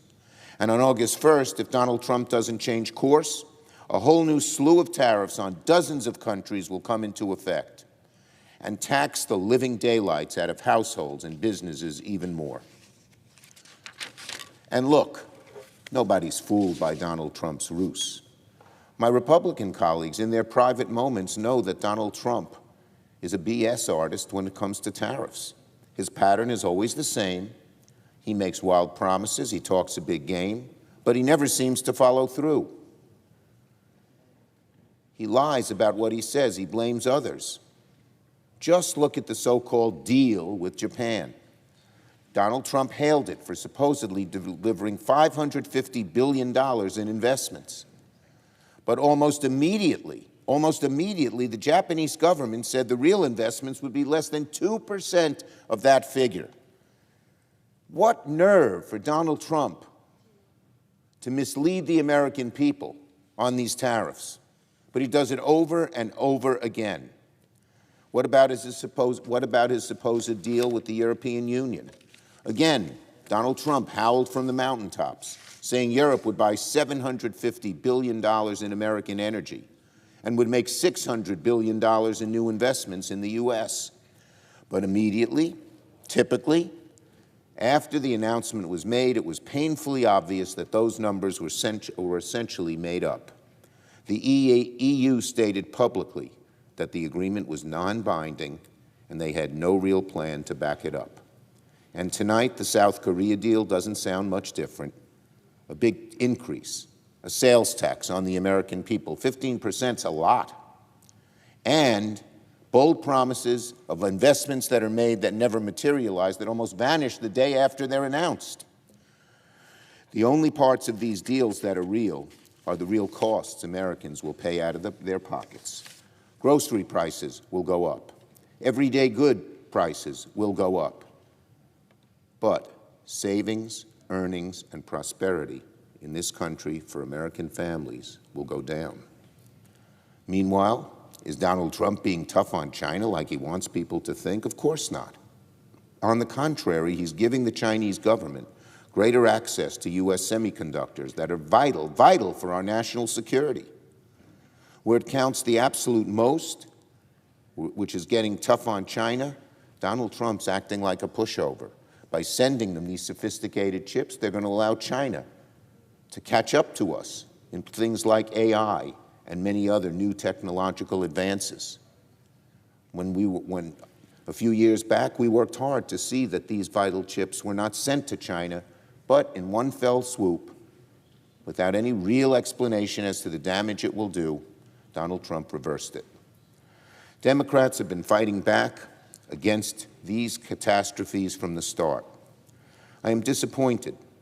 Just a few minutes ago, our Republican colleagues chose fealty to Trump over relief to the American people by blocking Senator Shaheen's bill and also Senator Welch's bill that would have halted many of Donald Trump's tariffs and would have protected so many American small businesses. The right answer here was so glaringly obvious, but Republicans elected to worship at Donald Trump's altar yet again, even though they know these tariffs are terrible for people back home. Republicans are going to have to explain to the people back home why they are so okay with increasing their costs and abandoning them to Donald Trump's endless tariff chaos. I yield the floor.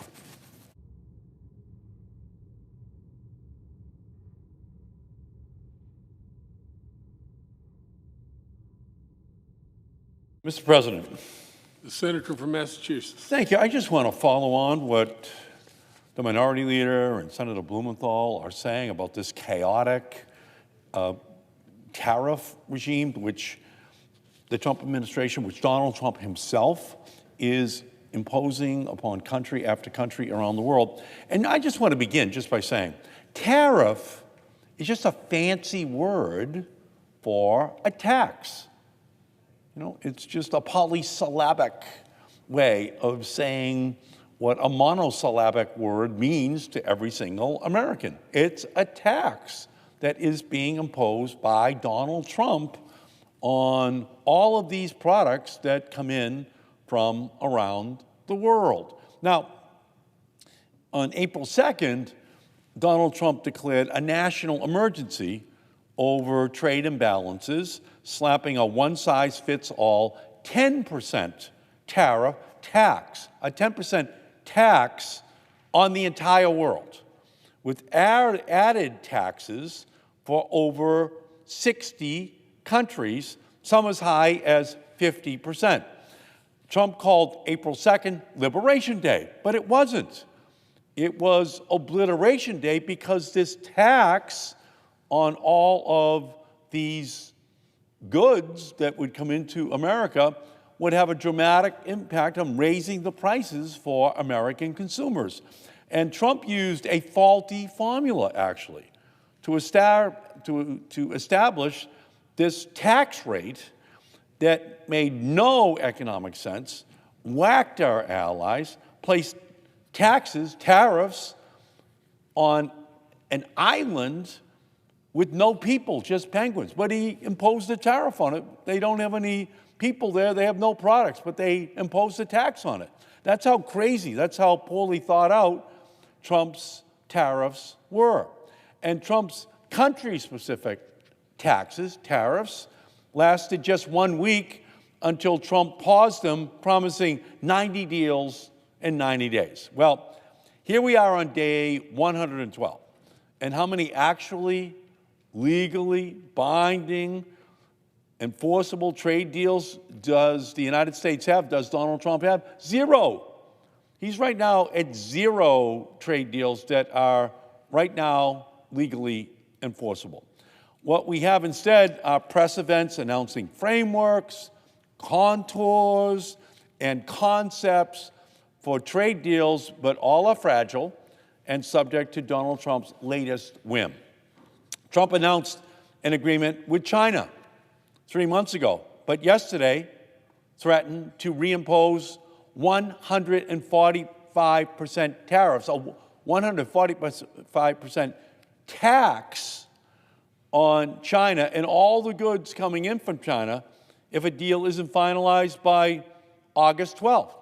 So he announces his big victory 3 months ago, and he still doesn't have it on paper, and he's threatening to go up to 145% tax on all goods if there isn't a final deal on paper by August 12th. And that chaos by Trump and Republicans have left small businesses in our country twisting in the wind because our American companies are importing goods from all across the world. And under this current tax regime, mid-sized businesses, those with 50 to 500 employees, they're expected to cough up more than $80 billion in taxes. Let me say that again. There's going to be an $80 billion tax that American small businesses with 50 to 100, 500 employees, rather, are expected to pay this year, according to J.P. Morgan. And those are just the direct costs. Let's talk about the indirect costs. Trump's tax chaos and threats have caused the Federal Reserve to delay interest rate cuts. Today, once again, Jerome Powell, the Fed, stood pat on rates, citing elevated uncertainty from Trump's tariff threats, because it's very uncertain, the political environment, the economic environment that America is going to be living through over the next several months. And higher rates mean higher borrowing costs for anyone trying to buy a home, buy a car, start a business, pay off credit card debt. And at his press conference today, Fed Chair Powell said increased tariffs are pushing up prices. That's inflationary in our country. Inflation is running hotter than expected this year at nearly 3%, instead of 2.2%. And that's the concern which Powell has, which the Fed has, about the impact which these tariffs, these taxes are going to have upon the prices for goods sold everywhere in our country that are imported. And Powell warned that things could get worse on inflation. Tariffs haven't fully shown up in consumer prices, but those costs are beginning to be passed on to consumers all across the country, and that is a great concern which the Fed has. Trump may be angry that the Fed is keeping rates steady, but at his own policies, his own chaos is to blame. It's just a highly uncertain cloud which is hanging over the economy in our country because of Trump's tax policy on goods coming into the country. There's a hidden cost to this uncertainty. Trump's chaos, his ever-changing deadlines, leave businesses unable to plan. And small businesses, and that's 97% of all businesses in our country, they told me that they have an inability to plan, and that can be worse than the tariffs themselves, these sales taxes that Trump is imposing upon these goods. Small toy companies, mom and pop game stores in my state and across the country are begging for certainty now so they can place orders for the holiday season. These companies need to know what their shipments will cost them, and they don't know. Even today, Trump said he's going to impose a 50% tariff on Brazil, a 25% tariff on India. Well, how can small businesses plan for what the cost of those goods are going to be if they try to put them on their shelves this coming fall into the winter? Many companies are simply not placing orders because they don't know what Trump's tariffs will be in just a few weeks. Trump thinks tariffs on toys will just mean Americans buy fewer dolls. That's what the President of the United States said. Well, that's just not how it's going to work. A small independent toy and game store won't just sell fewer dolls, they're going to go out of business. A constituent small business in the toy industry in Massachusetts told me that that industry shows in June and July that it's been painting a bleak picture for this holiday season. These shows were poorly attended with significantly fewer orders than expected, and this business is expecting rising prices, reduced new product innovation, and diminished consumer buying. In other words, Trump's tariff sales tax on toys will be the Grinch that stole Christmas this year from small businesses all across our country. And to give small businesses relief and certainty, I came to the Senate floor 70 days ago to offer my Small Business Liberation Act. I did it with Senator Klobuchar, with Senator Schumer. And the bill would have provided small businesses relief from Trump's disastrous, destructive, small business killing tariffs that have been turning Main Street into Pain Street for the last 4 months in this year. The bill would have provided certainty to the constant whiplash and chaos that is President Trump's tariff policies by exempting small businesses from the baseline 10% tariffs and the country-specific tariffs that have been on pause since April 9th. Trump should exempt small businesses from his tariff games so they aren't collateral damage in Trump's trade war. In the Civil War, at the height of the Civil War, there was a saying that it was a rich man's war and a poor man's fight. Because if a rich man put up money, he could buy his way out of the war. So all that were left were poor men to fight the Civil War. And that was North and South. The plantation owners in the South, the big manufacturers and textile industry in the North, they just bought their way out of the war. Well, in 2025, this is a big business war, but it's small businesses on Main Street who are paying the price. Those least able to defend themselves are the casualties in Trump's tariff war. And it's not just small businesses being put in harm's way. Studies have found that the burden of tariffs fall most heavily on working families, single parents, and women. According to the Yale Budget Lab, Trump's tariffs will cost the bottom 10% of households $1,300 this year. That's money they don't have in their pockets. So to my Republican colleagues, if you say you're for small business, prove it. If you say you support Main Street, protect it. Join me in passing the Small Business Liberation Act. Let's give small businesses the certainty which they deserve, and let's stop letting Trump turn trade policy into a demolition derby for small businesses on Main Street all across this country. That's what the Fed is warning. That is what small businesses are feeling. We just need to protect small businesses, and Donald Trump right now is absolutely creating a wrecking ball for those small businesses in our nation. Mr. President, with that, I yield back. The senator from Minnesota.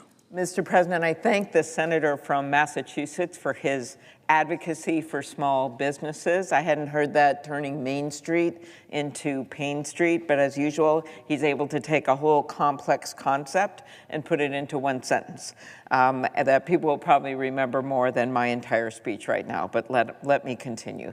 So I rise today just hours before yet another self-imposed tariff deadline set by the president. He threatened our allies and trading partners with an August 1st deadline to make deals or see a dramatic increase in reciprocal tariffs. And while a few of these agreements have been announced, the result for the American people has been chaos, costs, and corruption, all up. Let's start with the chaos. The president promised 90 deals in 90 days. Instead, we've gotten more than 100 tariff changes. This way, that way, up and down, and barely a handful of vague trade frameworks, most of them announced without any details. Only one of the 6 agreements the president has announced this month has actually been signed, but even these newly announced frameworks are very thin on details and still amount to a historically high 15% across-the-board tariff on American consumers and businesses, the highest effective tariff rate in modern U.S. history. There is no way that that's a smart way to treat friends and allies, and it's certainly no way to run trade policy and strengthen our economy. Manufacturers and farmers in my state and across the country are being asked to make business decisions when the rules have been changing by the week or the day. I've spoken with small business owners who are holding back investments because they don't know what tariffs they'll be paying next month or even next week. And it isn't just chaos, it's also corruption. The administration slapped a 50% tariff on the country of Brazil, even when we have a trade surplus with them. Remember at the beginning when he was talking about, well, some countries, if we have these big deficits, it's different than the surpluses. Why would you slap a 50% tariff on a country that we have a trade surplus with? Why? Because the president didn't like the political headlines coming out of the country. That's not a trade strategy. That's weaponizing economic policy. Meanwhile, American families are paying the price. When the administration boasts about collecting over $100 billion in tariffs this year, that's $100 billion in new taxes. It's not China paying for Trump's tariff taxes. It's the people of our country. Trump's tariff taxes are the largest tax increase on the American middle class in over half a century. The president's new tariff taxes are already raising costs for American families by $2,400 a year, $300 of that in food costs alone. And according to one estimate, fresh produce could rise nearly 7% under the new tariffs that are set to take effect Friday. It's American manufacturers who are absorbing the cost when they have parts that are coming from other countries. It's American exporters like farmers who are losing markets. The markets will dry up, and it's American consumers who are feeling it at the checkout aisle. That might not mean much to the wealthy who just got those giant tax breaks, but it means a lot to seniors who are already struggling with higher grocery and prescription drug costs. It means a lot to people struggling with high costs. And I just read about how the Treasury Secretary is now talking blatantly about privatizing Social Security. In Minnesota, the Small Business Person of the Year, busy baby owner Beth Beneke, fears her business can't survive under these policies. I've heard from Mark, the CEO of a flower company in our state, who told me his business is being undercut by foreign competition that's exempt from the very tariffs that his company is forced to pay. And I've heard from Minnesota soybean farmers concerned about losing markets that they have spent generations developing. In my state, we export over $7 billion in goods to Canada every year. Canada is not just our top trading partner, it's our trusted ally. Yet under Trump's policy, we're slapping tariffs on them too. Border crossings are down, tourism is down, and it's taking a toll on our economy. That's why Senator Kaine and I got a vote on his resolution that I was proud to be the lead co-sponsor on, to say, unleash us from this. Congress, take back its power over tariffs and the power of the purse. And yes, we actually passed that bill. And it's sitting over there waiting in the House as prices go up, as chaos goes up, as corruption goes up. You know, these are real people, real businesses, real farmers, and they're trying to survive in the uncertainty while the president treats our economy like a game show. Let's be clear, I support strong trade enforcement. I backed targeted tariffs to combat unfair dumping of steel and market manipulation, especially by China. I actually went over and met with the trade enforcers in the Commerce Department a few years back and thanked them for their work and spent hours with them. But this isn't a targeted approach. What President Trump is doing is a blanket approach that punishes our allies and our own workers more than our adversaries. He's using emergency powers to bypass Congress, and they're just letting it happen, our colleagues on the other side of the aisle, and enacting sweeping trade taxes with little regard for the economic consequences. That's not leadership, that's abuse of authority. That's why, as I noted, I co-led the Bipartisan Trade Review Act with Senator Kaine and Senator Warner. When the U.S. Chamber of Commerce and the AFL-CIO agree like they did on that bill, you know we're doing something right. So I'll keep working to restore common sense and responsible governance to our trade policy on behalf of American families, business, and farmers. I supported the USMCA, which was a Trump trade agreement, which the president was so proud of at the time. And I would ask, why not negotiate these issues, dairy, some of the issues I know we have? Why not negotiate that within the framework of that agreement? Because it's up for review. Instead, we have this chaos. Right now, more than half of our major trading partners, accounting for 56% of U.S. imports, still don't have finalized deals. We've got 24 hours to go. The clock is ticking. But here's what we do know. This is not how you grow American manufacturing. This is not how you give farmers certainty that they can export to markets. And this is certainly not how you lower costs for the middle class. Minnesotans have had enough of these tariff taxes. They want solutions, not showmanship. They want a trade policy that works for farmers and workers and their families, and they want leaders who tell the truth about what these tariffs are. They are a tax on the people of America. Thank you, Mr. President. I yield the floor. Mr. President. The senator from Oregon, please. Mr. President, nobody in our country should be above the law. Not a politician, not a celebrity, not a billionaire, no one. The principle of equal justice under the law is so powerful that if you walk outside these doors and you look across to the Supreme Court, you will see them carved into the facade above the pillars. Equal justice under law. No matter how powerful someone is, if they commit a crime, then they need to be prosecuted. And the American people have a right to know if information is being held related to the conduct of crime. So, in regard to the Epstein files, There's only one right answer: complete and total disclosure of everything, all the details, while protecting the names of the victims. Whatever a person's political party shouldn't matter. Level of power shouldn't matter. Their net worth shouldn't matter. Equal justice under law is the vision of our nation. And if an individual is a pedophile, if an individual has raped a young girl, then they need to be held accountable. Let the chips fall where they may. Jeffrey Epstein was a monster. He groomed and abused, raped, and coordinated the rape by others of underage girls. He trafficked these girls to rich and powerful men. And as I speak here tonight, the Department of Justice has files detailing a tremendous amount of information about his operation.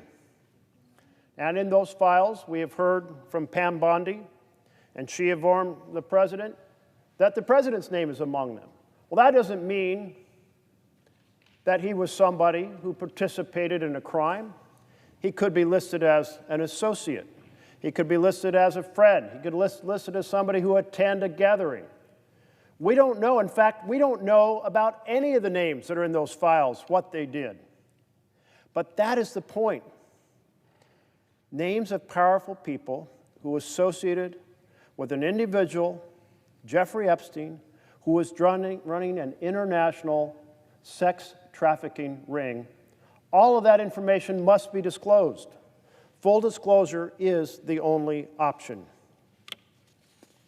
Every detail should be brought to light, and anyone who committed egregious crimes should be held accountable no matter who they are.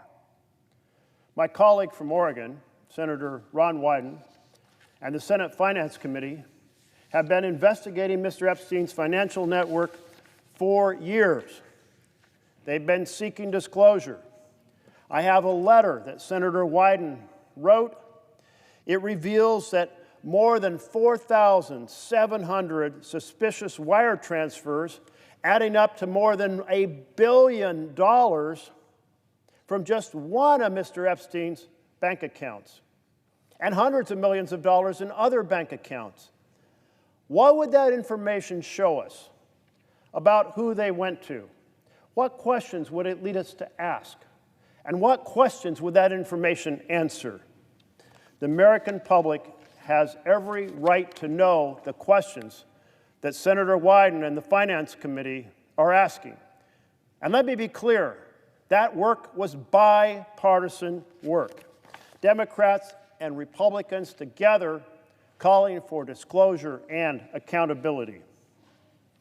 In this letter, Senator Wyden notes, and I quote, Epstein clearly had access to enormous financing to operate his sex trafficking network, and the details on how he got the cash to pay for it are sitting in a Treasury Department filing cabinet.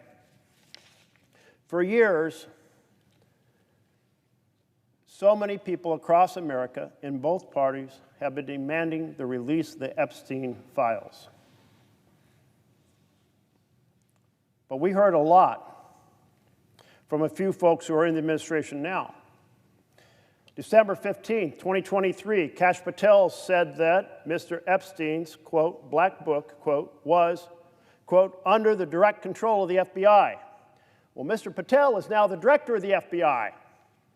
On October 22nd, 2024, he wasn't vice president yet, but now he's vice president, J.D. Vance said in a podcast, quote, seriously, we need to release the Epstein list. That's an important thing. On February 25th, 2025, Attorney General Pam Bondi, who was in office, said, Mr. Epstein's client list was, quote, sitting on my desk right now to review. But suddenly, we're hearing a different tune from people in the administration. We're hearing, there's nothing to see here, they're saying. Go look somewhere else, they're saying. This is not important, they're saying. But not everyone agrees with that. Let's take the Speaker of the House. July 15th, House Speaker Mike Johnson told CNN, quote, "We should put everything out there and let the people decide." On July 16th, Senate Majority Leader John Thune told Fox News, quote, "I'm always a believer in transparency. I think more is better." Well, I agree with the Speaker, Mike Johnson. I agree with the Majority Leader, John Thune. I agree that the right principle about this information is to put everything out there. Let us not forget that as the Senate Finance Committee is pursuing those information about the file transfers and what they show, that ultimately it's not about money itself, but about what money tells us and the case it builds for who did what. Because what really matters here is this: the victimization of young girls. That's what this is about. The abuse of young girls. The rape of young girls. That's what this is about. That's what transparency is about. So whether the information in the Department of Justice files are about flight and travel records, names of people who were involved in various ways, names of businesses or nonprofits, other organizations, about meetings held or communications made, whether it was by email, whether it was by text, whether it was by phone call, any immunity deals, any non-prosecution agreements, any plea bargains, any settlements, whatever it is, the American people demand transparency. Just as the Speaker of the House demanded transparency, just as the Majority Leader of the Senate has demanded transparency. This bill requires, and I quote, "No record shall be withheld, delayed, or redacted on the basis of any of the following: embarrassment, reputational harm, or political sensitivity, including any government official, public figure, or foreign dignitary, regardless of who they are, regardless of where they live." But what the law also says, the bill also says, is the information release must protect the victims and the underage witnesses. Protect those who were victims or who were underage witnesses to crimes. So information can be redacted about those victims and underage witnesses, personally identifiable information, depictions of abuse, or information that would jeopardize a federal investigation or national security. Colleagues, the question before us is simple. Will this body follow the lead of the Speaker of the House and the Majority Leader of the Senate and call for full transparency? The administration has said law doesn't allow us to do it. So I'm proposing a law that gives them the power to do what they have said they'd like to do: transparency. Will we instead object to this law to protect perpetrators of crimes against girls? That's the question tonight. Will we protect our children? Or will the information be withheld? Will we fail to demand it, fail to adopt this law to ensure that it's delivered in order to protect the powerful? That's the choice. Protect the victims, be on their side, pursue justice, or protect the powerful. So, Mr. President,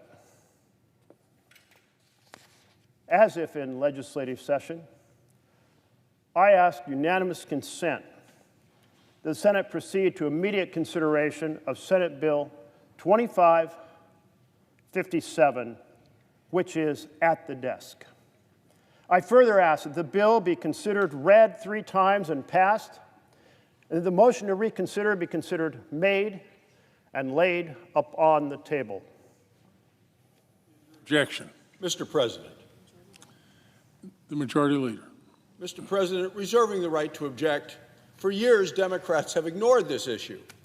Now they can't stop talking about it.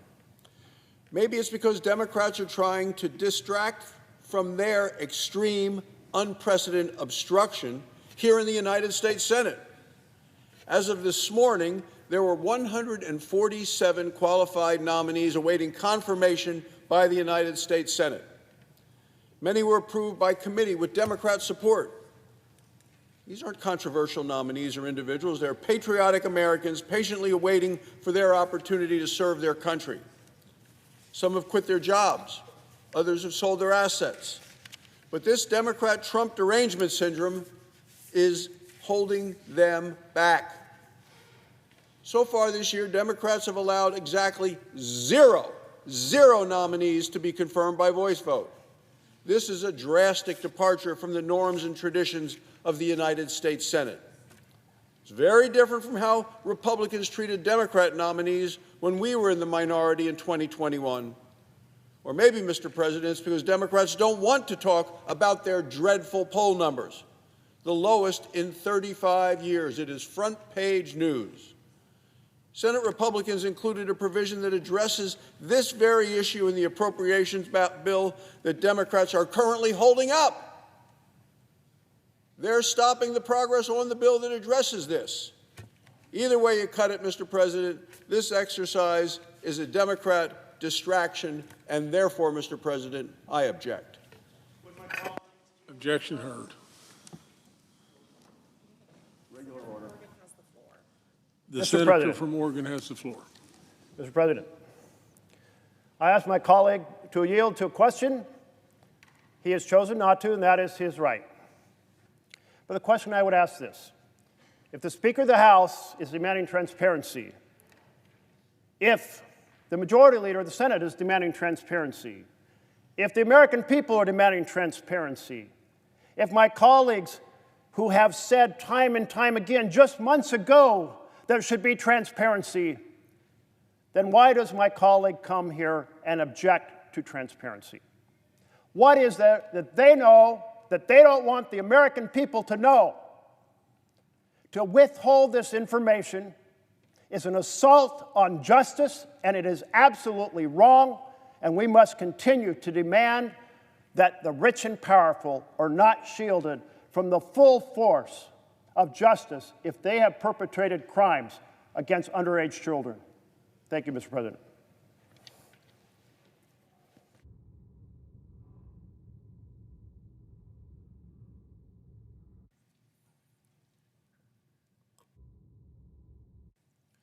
Mr. President. The Senator from California. Thank you, Mr. President.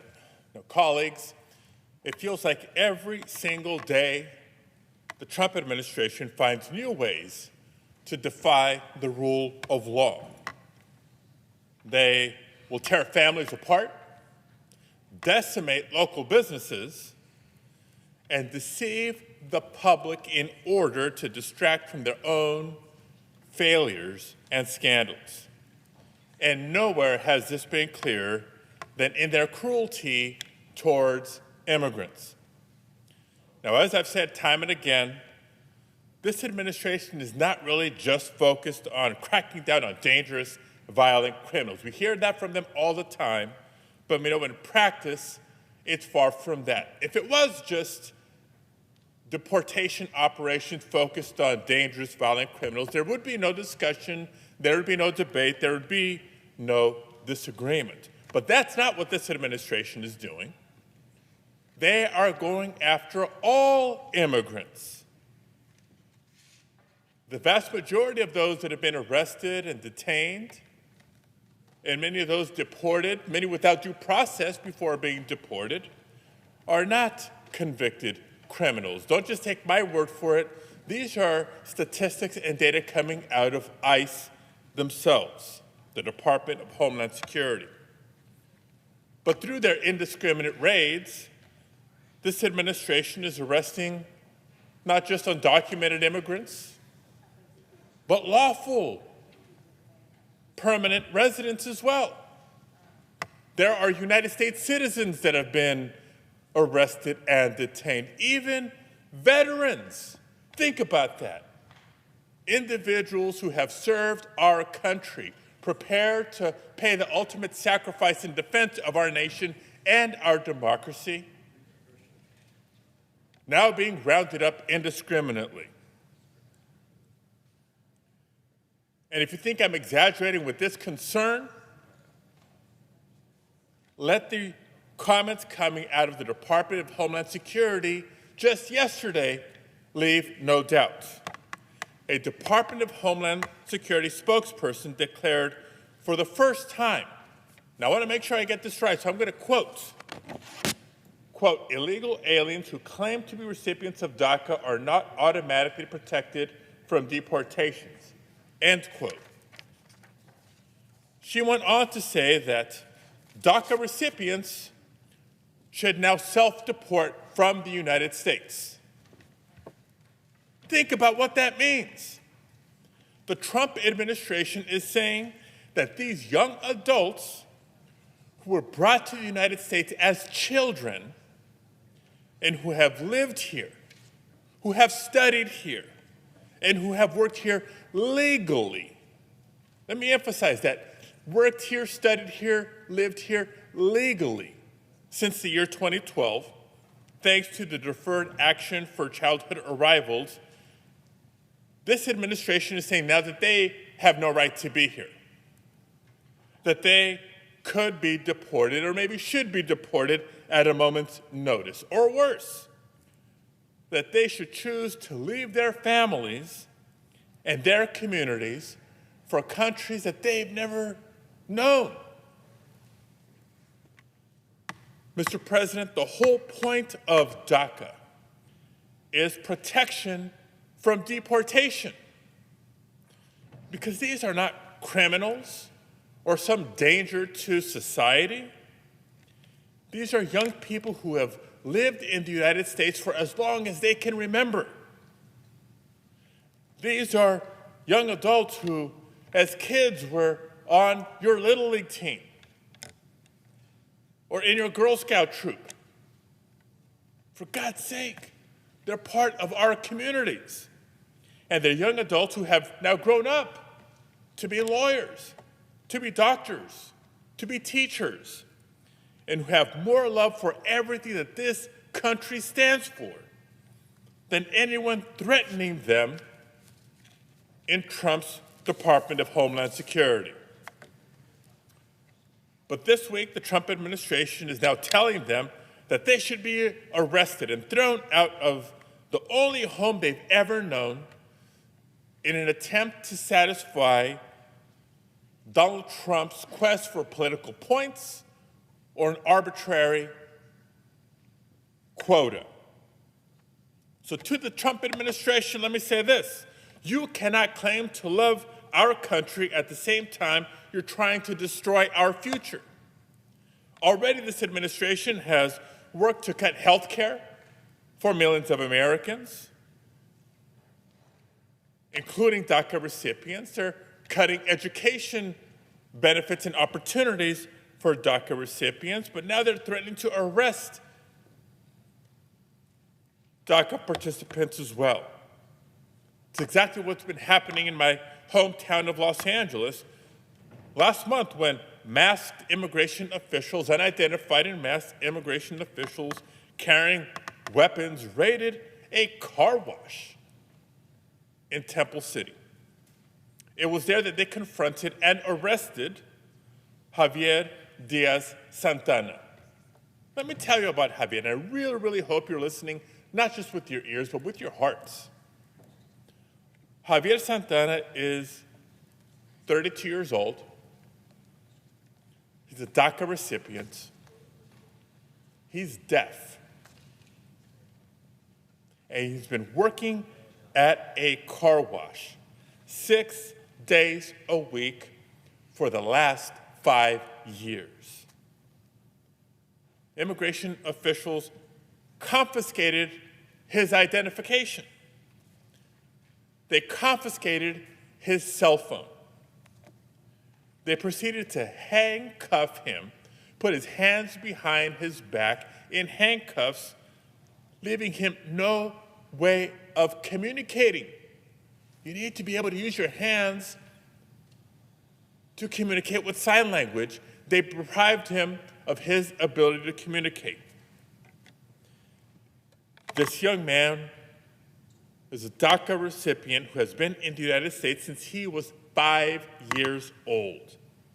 He has no criminal record. His immigration removal case has been closed, and he was issued a work permit by USCIS. He is a son. He is a brother. He is a friend. Colleagues, he is a human being. Just one of many cases. So don't tell me the Trump administration is following the law when we hear cases like this. And don't tell me that the administration is only targeting dangerous, violent criminals, because the data proves otherwise. As Jose's family was scrambling to find details about where he was, where he had been taken, DHS quickly whisked Javier out of Los Angeles all the way to El Paso, Texas. His family feared that he could be deported, or he had been deported, not only to a country he doesn't know, but to a country whose language he doesn't speak. But for as tragic and as heartbreaking as Javier's story is, he's not alone. There have been more and more stories of DACA recipients being arrested and detained. And the fear is just growing across communities. One thing is certain: this mass detention and deportation operation will go down in our history as a stain, a dark chapter in our nation's history, an outrageous moral failure intentionally caused by this administration. Because for all the tough talk, this is not just politics as usual. In fact, when the DREAM Act was first introduced over 20 years ago, it was bipartisan, and it enjoyed bipartisan support for most of the last 20 years. And even today, polling shows an overwhelming majority of the American public supports DACA recipients. Yes, both Republicans and Democrats across the country. Now, Democrats and Republicans in Congress have supported the DREAM Act for most of the last 20 years. And I think in our private conversations, I sense that bipartisan support is still there. And I can't wait for it to resurface. Let the public statements on both sides of the aisle, the political will on both sides of the aisle, reflect what we are saying behind closed doors. Because the only thing that we're seeing publicly is the Trump administration going out of their way to enact a policy of cruelty. But it's exactly what we've come to expect 6 months into this administration, using immigrants as scapegoats for the administration's failures. The administration creating a spectacle in their attempt to distract and deflect. But make no mistake, Americans will not soon forget what this administration is doing to their neighbors, to their coworkers, to their friends. Now, this story doesn't end the way you think it might, because we will continue fighting not just to stop these outrageous arrests, but we will not rest until we enact real and permanent protections for DACA recipients who contribute so much to our country. Thank you, Mr. President. I yield the floor.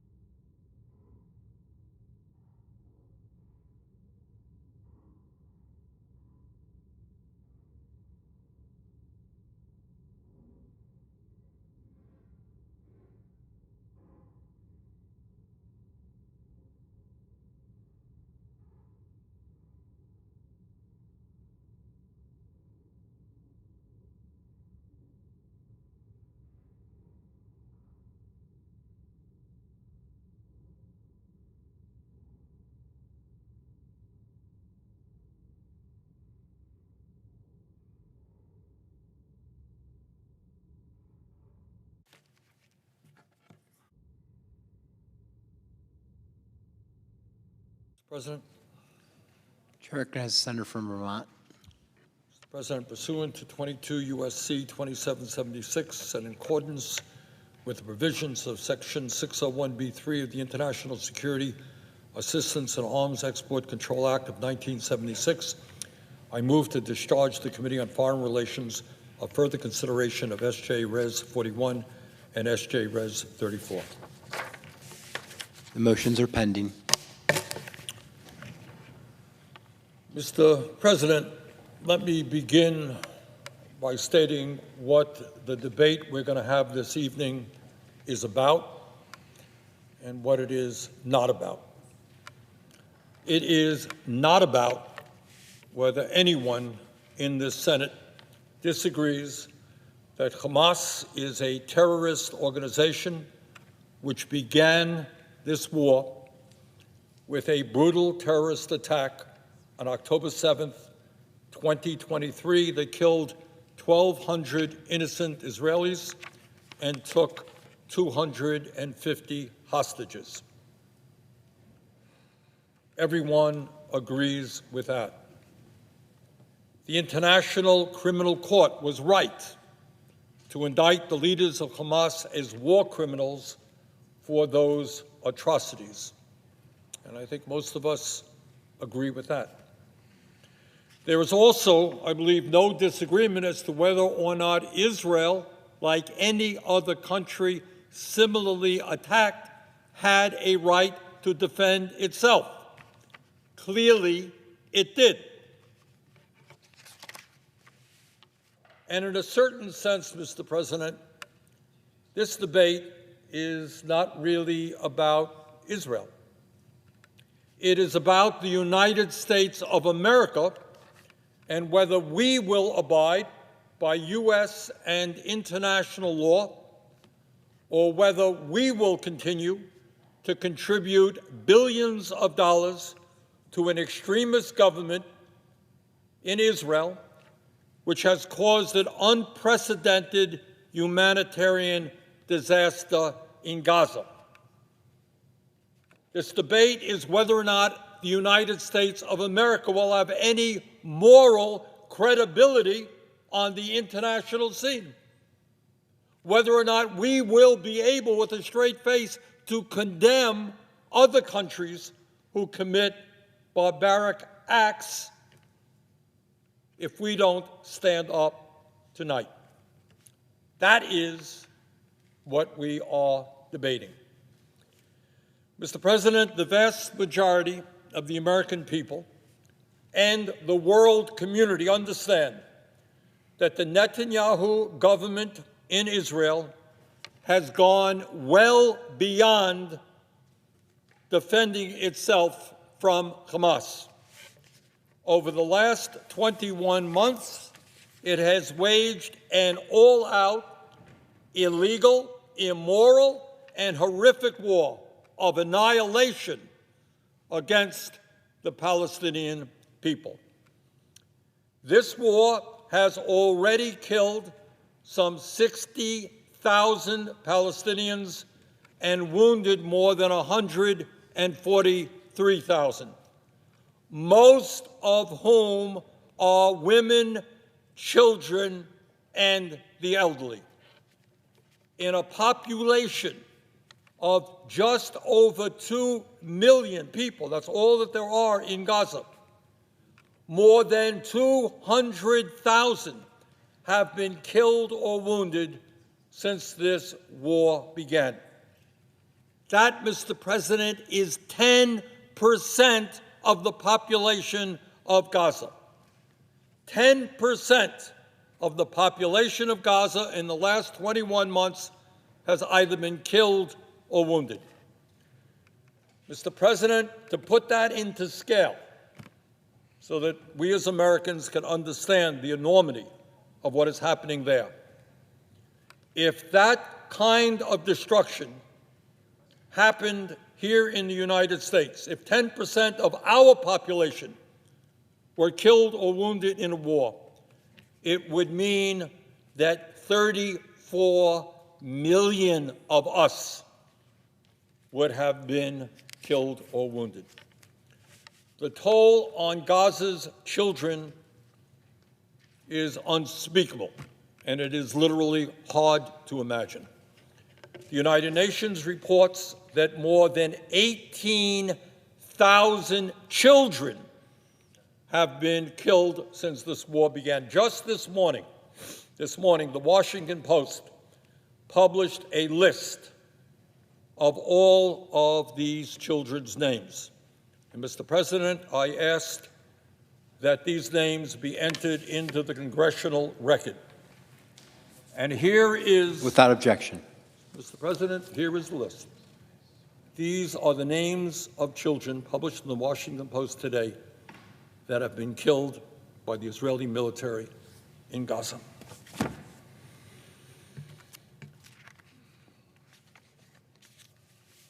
And I should mention that more than 12,000 of these children were under the age of 12, and more than 3,000 children in Gaza have had one or more limbs amputated.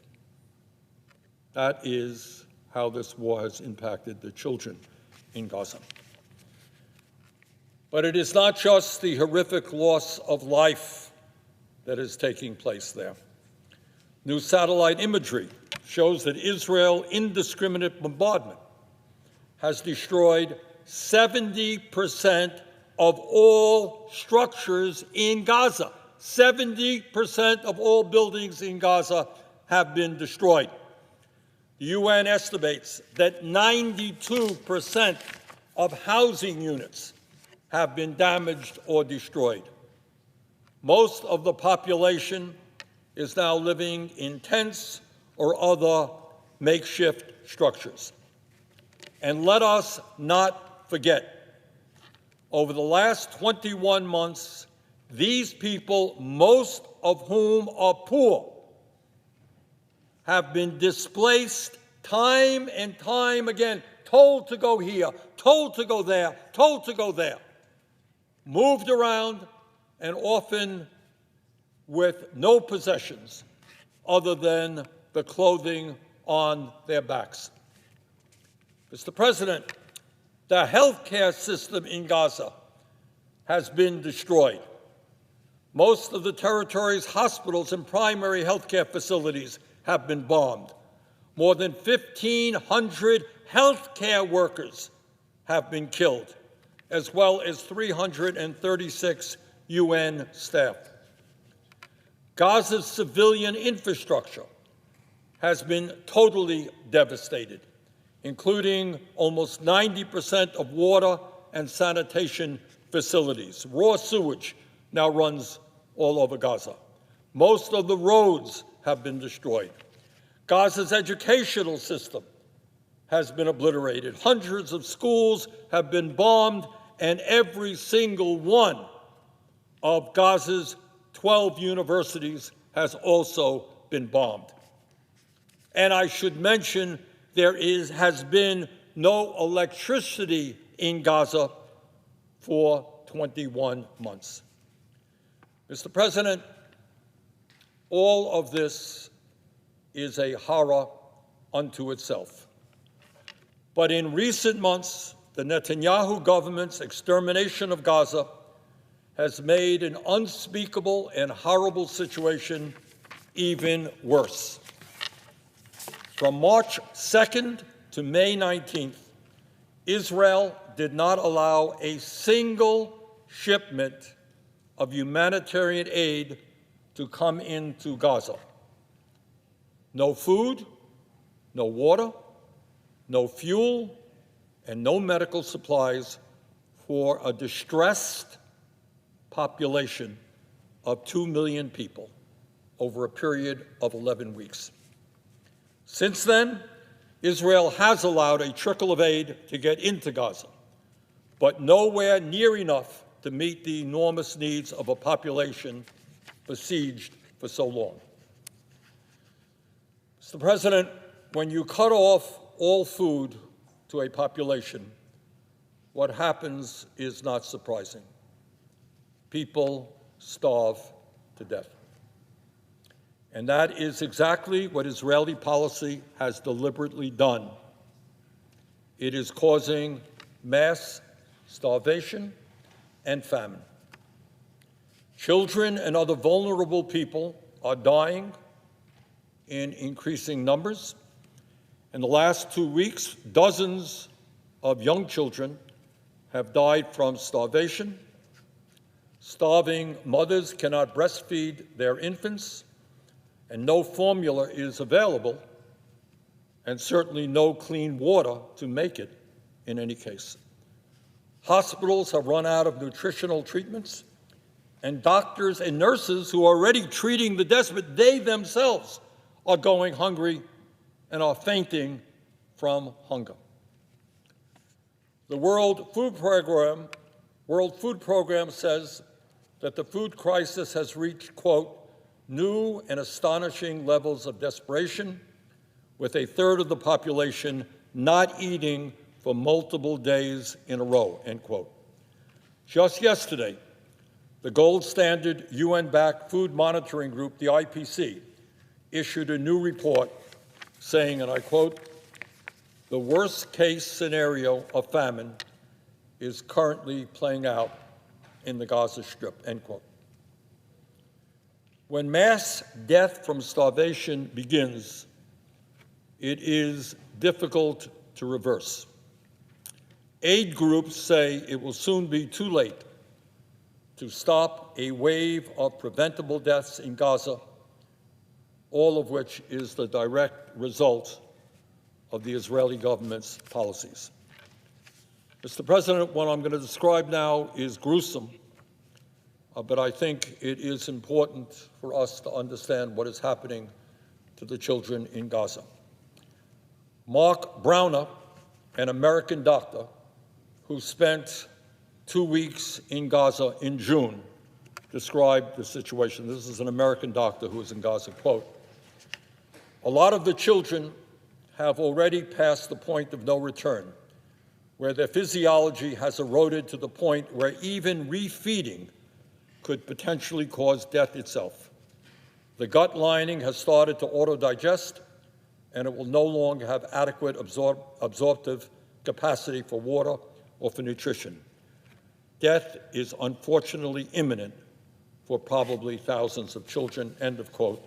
That's an American physician who was in Gaza in June.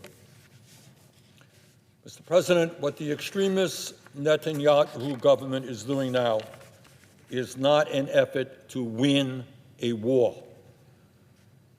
There is no military purpose in starving thousands and thousands of children.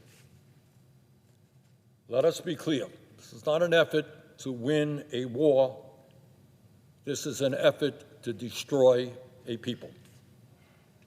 Having already killed or wounded more than 200,000 Palestinians, mostly women and children, the extremist Israeli government is using mass starvation to engineer the ethnic cleansing of Gaza. They are trying to drive a desperate people out of their homeland to God knows where. This is not my speculation. This is what Israeli ministers and officials are saying themselves. A few months ago, the finance minister vowed that, quote, Gaza will be entirely destroyed, end quote. Just last week, another current Israeli minister said, quote, all Gaza will be Jewish. The government is pushing for Gaza being wiped out. Thank God we are wiping out this evil, end quote. Another Likud member of the Knesset and former minister called for, quote, erasing all of Gaza from the face of the earth, end quote. And in the West Bank, not Gaza, in the West Bank, we see this agenda being carried out clearly and methodically, with more than 500,000 Israeli settlers now illegally occupying land integral to any future Palestinian state. Earlier this month, the Knesset even approved a non-binding motion in favor of formally annexing the West Bank. This slow-moving annexation is backed by violence. Israeli security forces and settler extremists have killed thousands of Palestinians in recent years. Israeli settlers brutally beat a young American to death earlier this month. Just this month, an American citizen was beaten to death. The 7th American killed in the West Bank since 2022.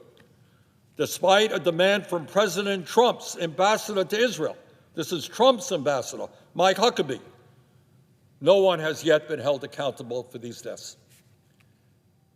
Mr. President, people around the world, all over the world, are outraged by what is going on in Gaza right now, and countries are increasingly demanding that Netanyahu's government stop what they are doing.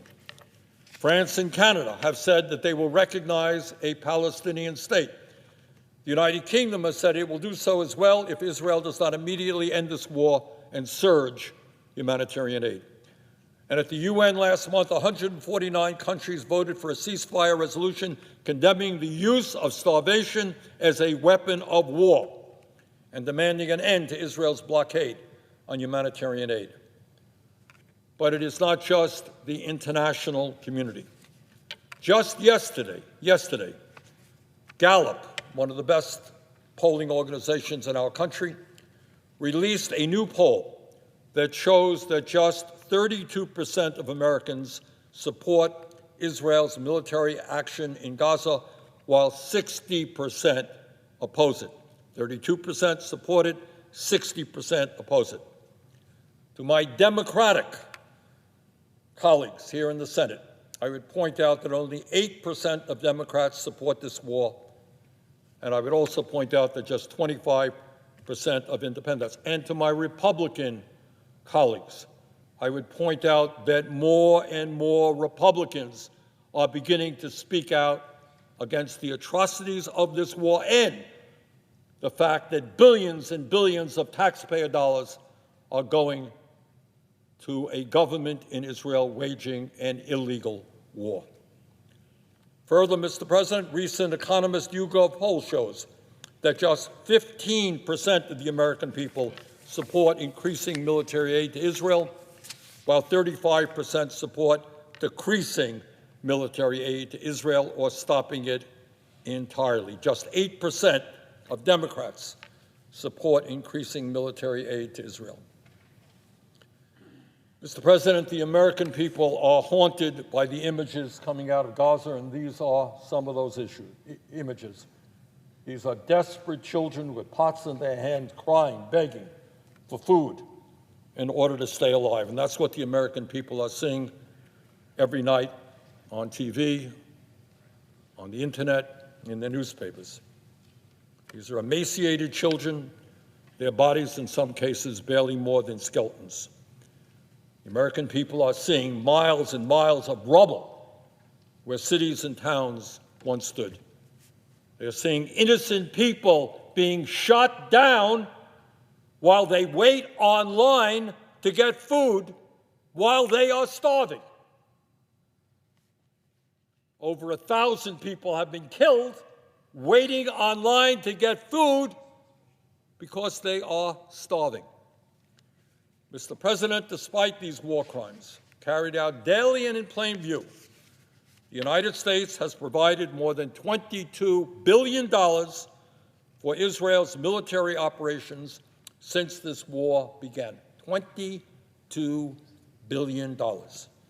One estimate based on Brown University research calculates that the United States has paid for 70% of the Gaza war. In other words, American taxpayer dollars are being used to starve children, bomb schools, kill civilians, and support the cruelty of Netanyahu and his criminal ministers. And that, Mr. President, is why I have brought these two resolutions of disapproval to block offensive arms sales to Israel.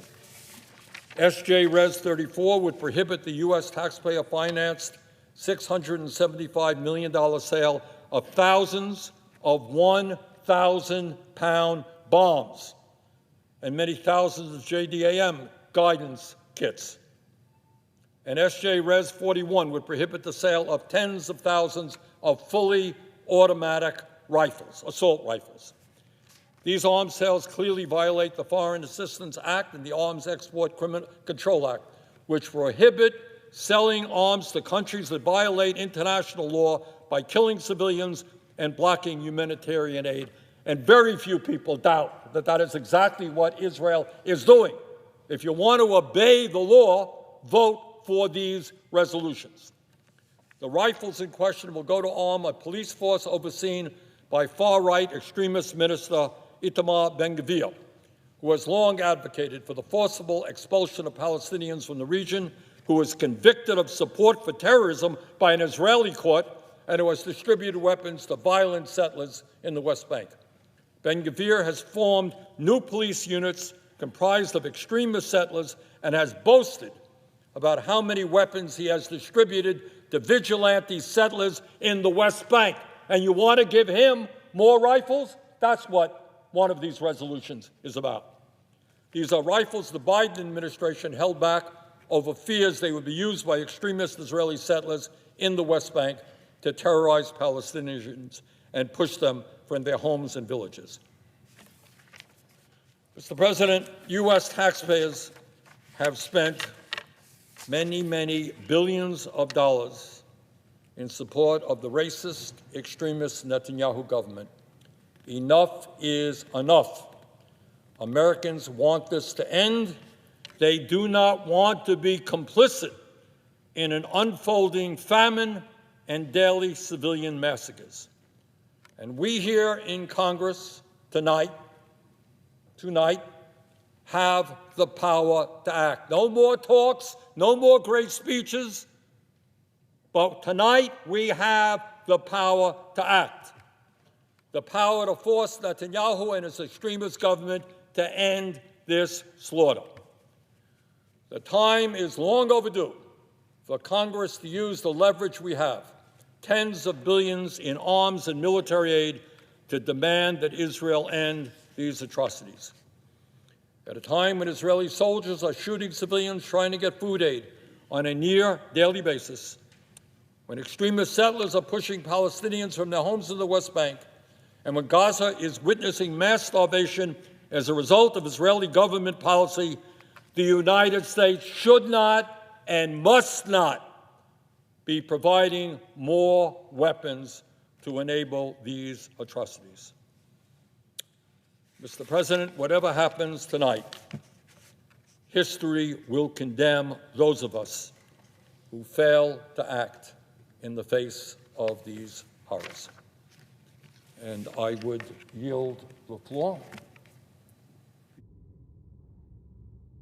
Senator Welch from Vermont.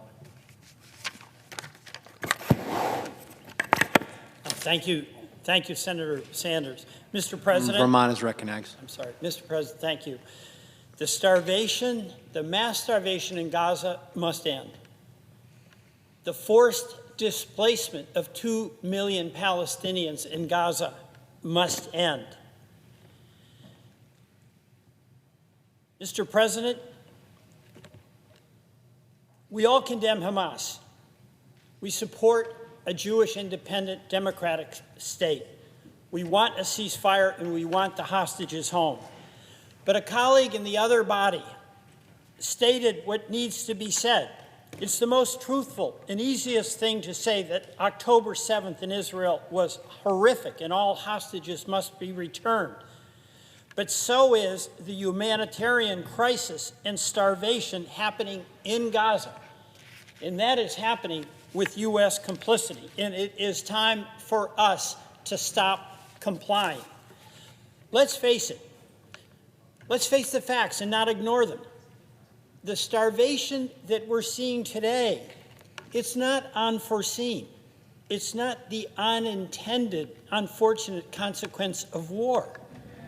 The starvation we're witnessing today is the self-conscious result of a military policy to concentrate the Palestinian population into an ever smaller slice of land. The starvation that we're witnessing today is an advanced and accelerating stage of a military strategy that's being executed by the Netanyahu government to force Palestinians out of northern Gaza and to induce them to leave the territory altogether. And Palestinians, compelled by hunger and thirst, are being forced to make their way to a handful of sites, which our closest allies uniformly condemn as a drip feeding of aid. And in fact, aid was totally cut off by Israel for over 2 months. How in the world did they justify doing that? And from the earliest days after October 7th, we witnessed this plan of systemic and wanton destruction that included destruction of homes, destruction of mosques, hospitals, and schools. This was done. This is fact. We may not want to face it, but it was done with bombs that were provided by American taxpayers and approved by this Congress. Israel unleashed the most deadly and destructive aerial bombardment campaign since Vietnam. More than 200,000 buildings were destroyed. Thousands of children were killed and injured. Thousands are amputees. And in just the last 3 months, May, June, and July, the Netanyahu government campaign has continued, and thousands more homes have been flattened by controlled demolitions. That literally means that military folks go up to a home, wire it, and blow it up. It's a home. Thousands more have been demolished by bulldozers. Israeli forces have bulldozers and they flatten the home. You know, it's too late. It's too late for the 60,000 plus people that have been killed in Gaza. But it is absolutely not too late for the United States Senate to act. We are at an absolute catastrophic inflection point.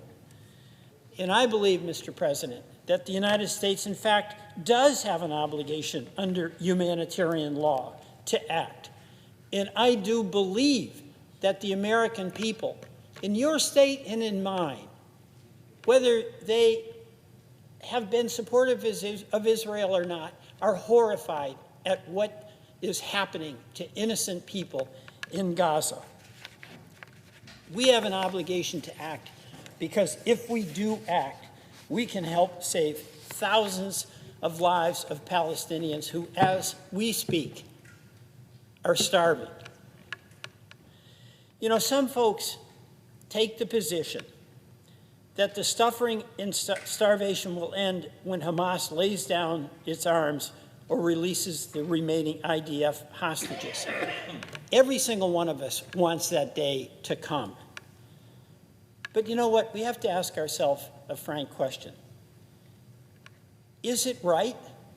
Is it just to use as a tool of warfare the starvation of an innocent population? And I believe it doesn't. International law says that's not allowed. It's a crime to starve a population to get what you want from your enemy. It's illegal and cruel to starve children to obtain a battlefield advantage. Yet the Israeli government under Prime Minister Netanyahu has said it, that it's doing that. That's what it's doing. It is so long past time for us to say enough. It's long past time to say no. The United States will not stand by while hunger is being used as a weapon of war. And Mr. President, we cannot separate the current starvation in Gaza from the Netanyahu government's strategy of forcibly displacing Palestinians from their land. You know, the leaders of Israel have explicitly stated their vision for Gaza. So this is not like a discussion or a debate trying to figure out what's the story.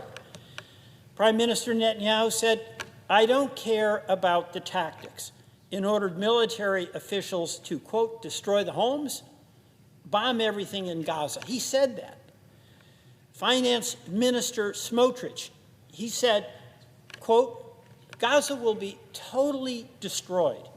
Civilians will be sent to the south to a humanitarian zone, and from there they will start to leave in great numbers to third countries.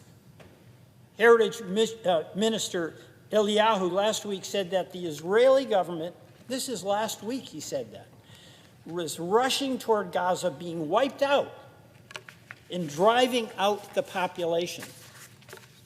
There's no mystery about what the agenda here is under the Netanyahu government. So, Mr. President, you know, we're here to debate the continuation of American military weapons that are being used to implement the Israeli Netanyahu government policy. But we're doing it at a time when the horror of starvation has become apparent to everyone. And I applaud President Trump for saying it like it was. There is starvation in Gaza, and then being in conflict with Prime Minister Netanyahu, who still denies it. But America's closest allies are calling for an end to the war. America's closest allies are wanting to cut off the shipment of weapons that sends a green light to Netanyahu's extremist government. And yet, we're here today where just 2 weeks ago, President Trump, in fact, indicated that he intends to ship another $500 million worth of 2,000-pound bombs and 1,000-pound bombs to the Netanyahu government.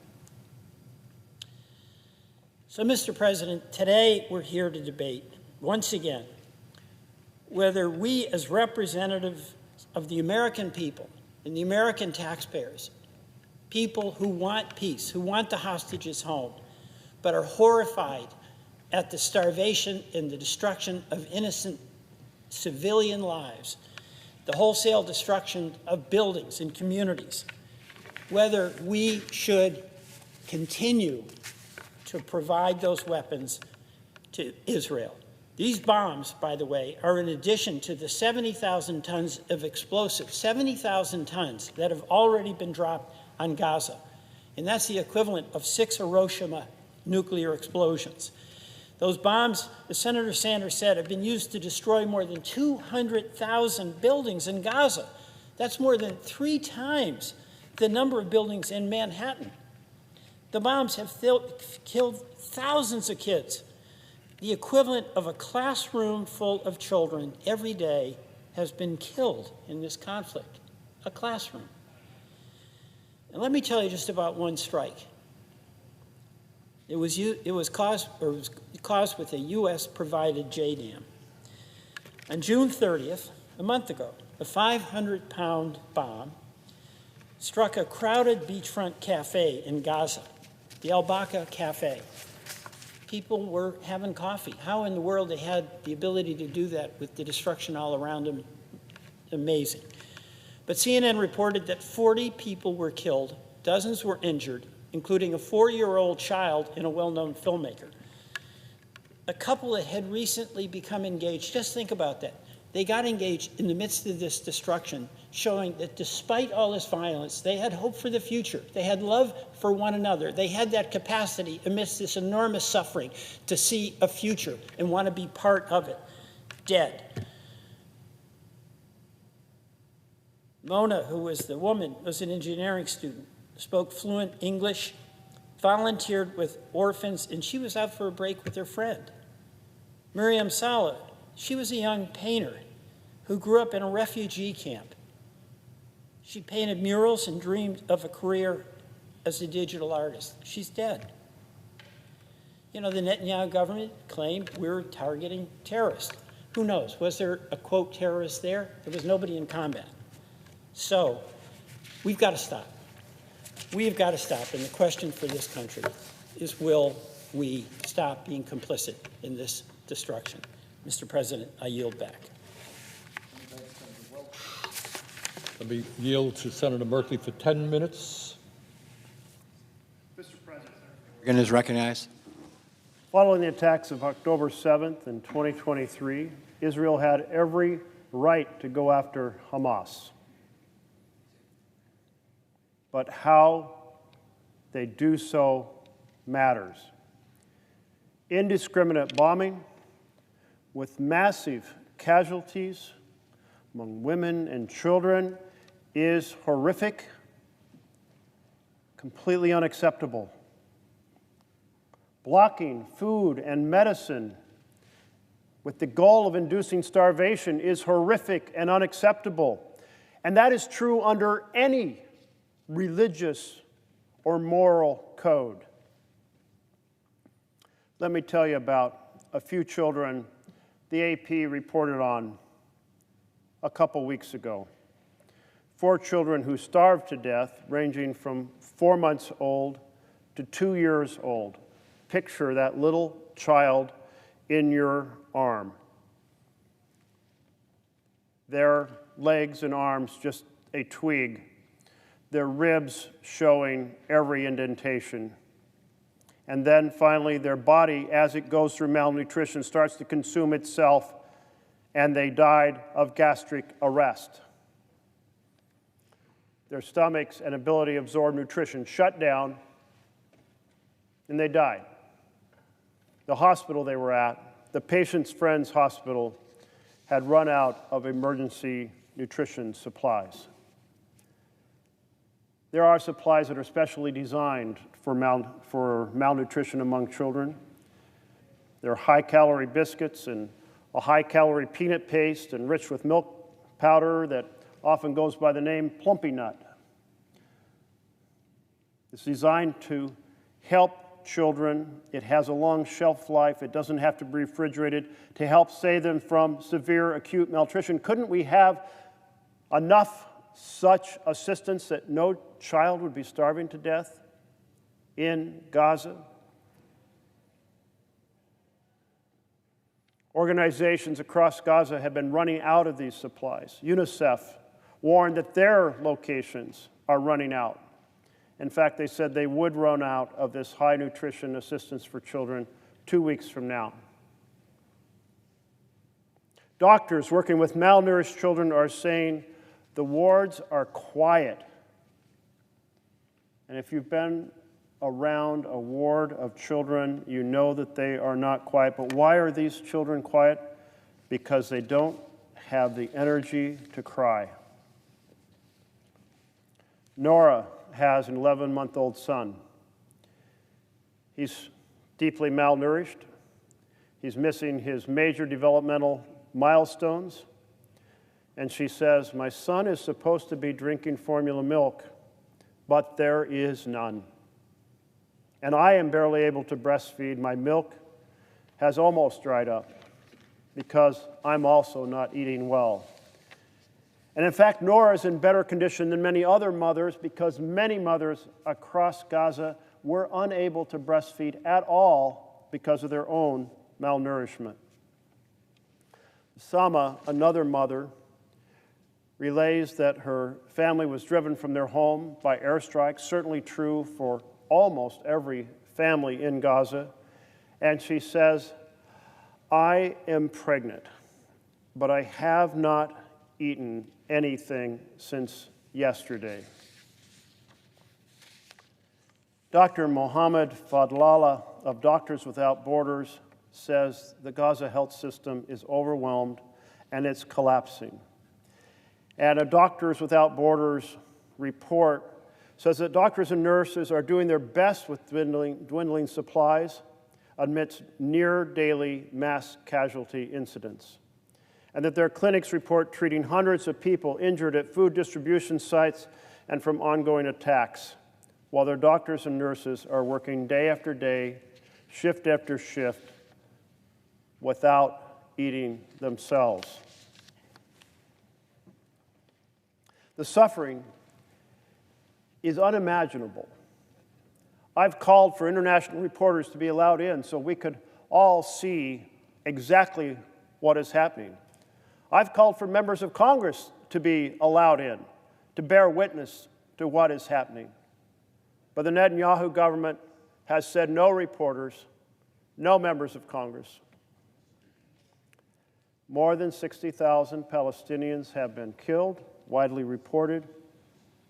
But understand this, 18,500 of them were children. According to reporting by Associated Press, more than 80 children have died from malnutrition-related causes. And for every child who dies of malnutrition, there are thousands more in deep trouble.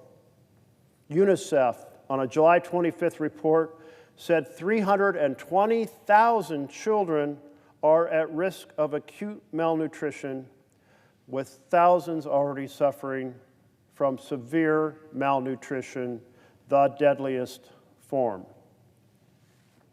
This headline from the Washington Post, 60,000 Gazans have been killed, 18,500 were children. These are their names. That was in today's paper. Take a look at it, colleagues. Take a look at the pages of microscopic names, all children, and every name here on this poster, a child who is less than a year old. These are not just numbers. These are individuals beloved by their family, children who are dying, children who are deeply malnourished. Let me read you a couple names to remind us all of the fact that these are individuals just like you are an individual, just like I am an individual, my friends, my colleagues. Anissa Ali, Dia Saleh Musa, Basel Abu Jasser, Malik Abu Saif, Wael Asaf, Sama Darwish. All these children, almost 1,000 of them under the age of 1. They never got a chance to pursue their dreams. They were cut down by bombing and by malnutrition. The IPC, the world's leading hunger monitor, published a report on Tuesday. And I have that report here. Let me hold it up. This report, it says, and I quote, "The worst case scenario of famine is playing out in the Gaza Strip." The worst case. The World Food Program reports that hunger in Gaza has reached, quote, "astonishing levels of desperation, and a third of the population is not eating for multiple days in a row." But what do we hear from the head man, the leader in Israel, Netanyahu? He says on Sunday, this past Sunday, quote, "There is no starvation in Gaza." Let me be clear, that is a lie. The world knows it is a lie. We know that it is a lie. Donald Trump knows that it is a lie. President Trump said on Monday, quote, "Some of those kids, that's real starvation stuff. I see it, and you can't fake that." The use of food and water and medicine as a weapon of war against civilians, including against the children, the ill, the elderly, the women, it's unacceptable. It's unacceptable under international law. It's unacceptable under any religious or moral code. I have much more to share on this topic. Many more facts I'd like to present. But I want to make sure that my colleague from Maryland, Senator Chris Van Hollen, gets an opportunity to share his thoughts. Now, we have called on addressing starvation, the lack of food, going way back to January of last year, 19 months ago. We called on the Biden administration, we've called on the Trump administration. He has been a leader understanding and reporting so many facts to help the rest of us understand what is going on. I will be voting against any weapon of war provided to Israel until every child and every woman has adequate nutrition in Gaza. My colleague, I yield to my colleague. Mr. President. Chair recognizes the senator from Maryland. And I thank the senator from Oregon, and I rise. Mr. President, I ask unanimous consent that the following senators be permitted to speak prior to the scheduled roll call vote. Senator Van Hollen for up to 10 minutes, Senator Durbin for up to 2 minutes, Senator Risch for up to 5 minutes, and Senator Sanders for up to 5 minutes. Without objection. Thank you, Mr. President. I rise to oppose the transfer of over $675 million of U.S. taxpayer money to finance 1,000-pound bombs and 20,000 fully automatic rifles and other offensive weapons to the Netanyahu government. The humanitarian situation in Gaza has gone from horrible to hell on earth. Yesterday, we reached the grisly marker of over 60,000 people killed in Gaza, over half of them women and children, and the number could be much higher. More than 133 people have died of starvation, over 80 of them children, most of them this month. Experts have been warning about the threat of famine in Gaza for months, ever since the Netanyahu government imposed a total blockade on all humanitarian assistance going into Gaza on March 2nd. This is a man-made, preventable crisis, and the solution is clear. The Netanyahu government must immediately allow the UN-led distribution system to resume delivery of aid into Gaza to avert a full-blown famine. I have long said that Israel is completely justified in its war against Hamas, which murdered over 1,200 people and seized over 250 hostages on October 7th. And we must not rest until every remaining hostage comes home, and there must be no more October 7th. But the Netanyahu government is not justified in imposing collective punishment against all of the people of Gaza to pay for the sins of Hamas. And yet that is what is going on as it uses food and humanitarian aid as a weapon of war. There are now 500,000 people facing famine-like conditions in Gaza, but they're not just numbers. Colleagues, this is an awful, awful picture. But we have to look at what's happening in Gaza. This is baby Zanab. She weighed 6.6 pounds when she was born 5 months ago. She was 4.4 pounds when she died a few days ago.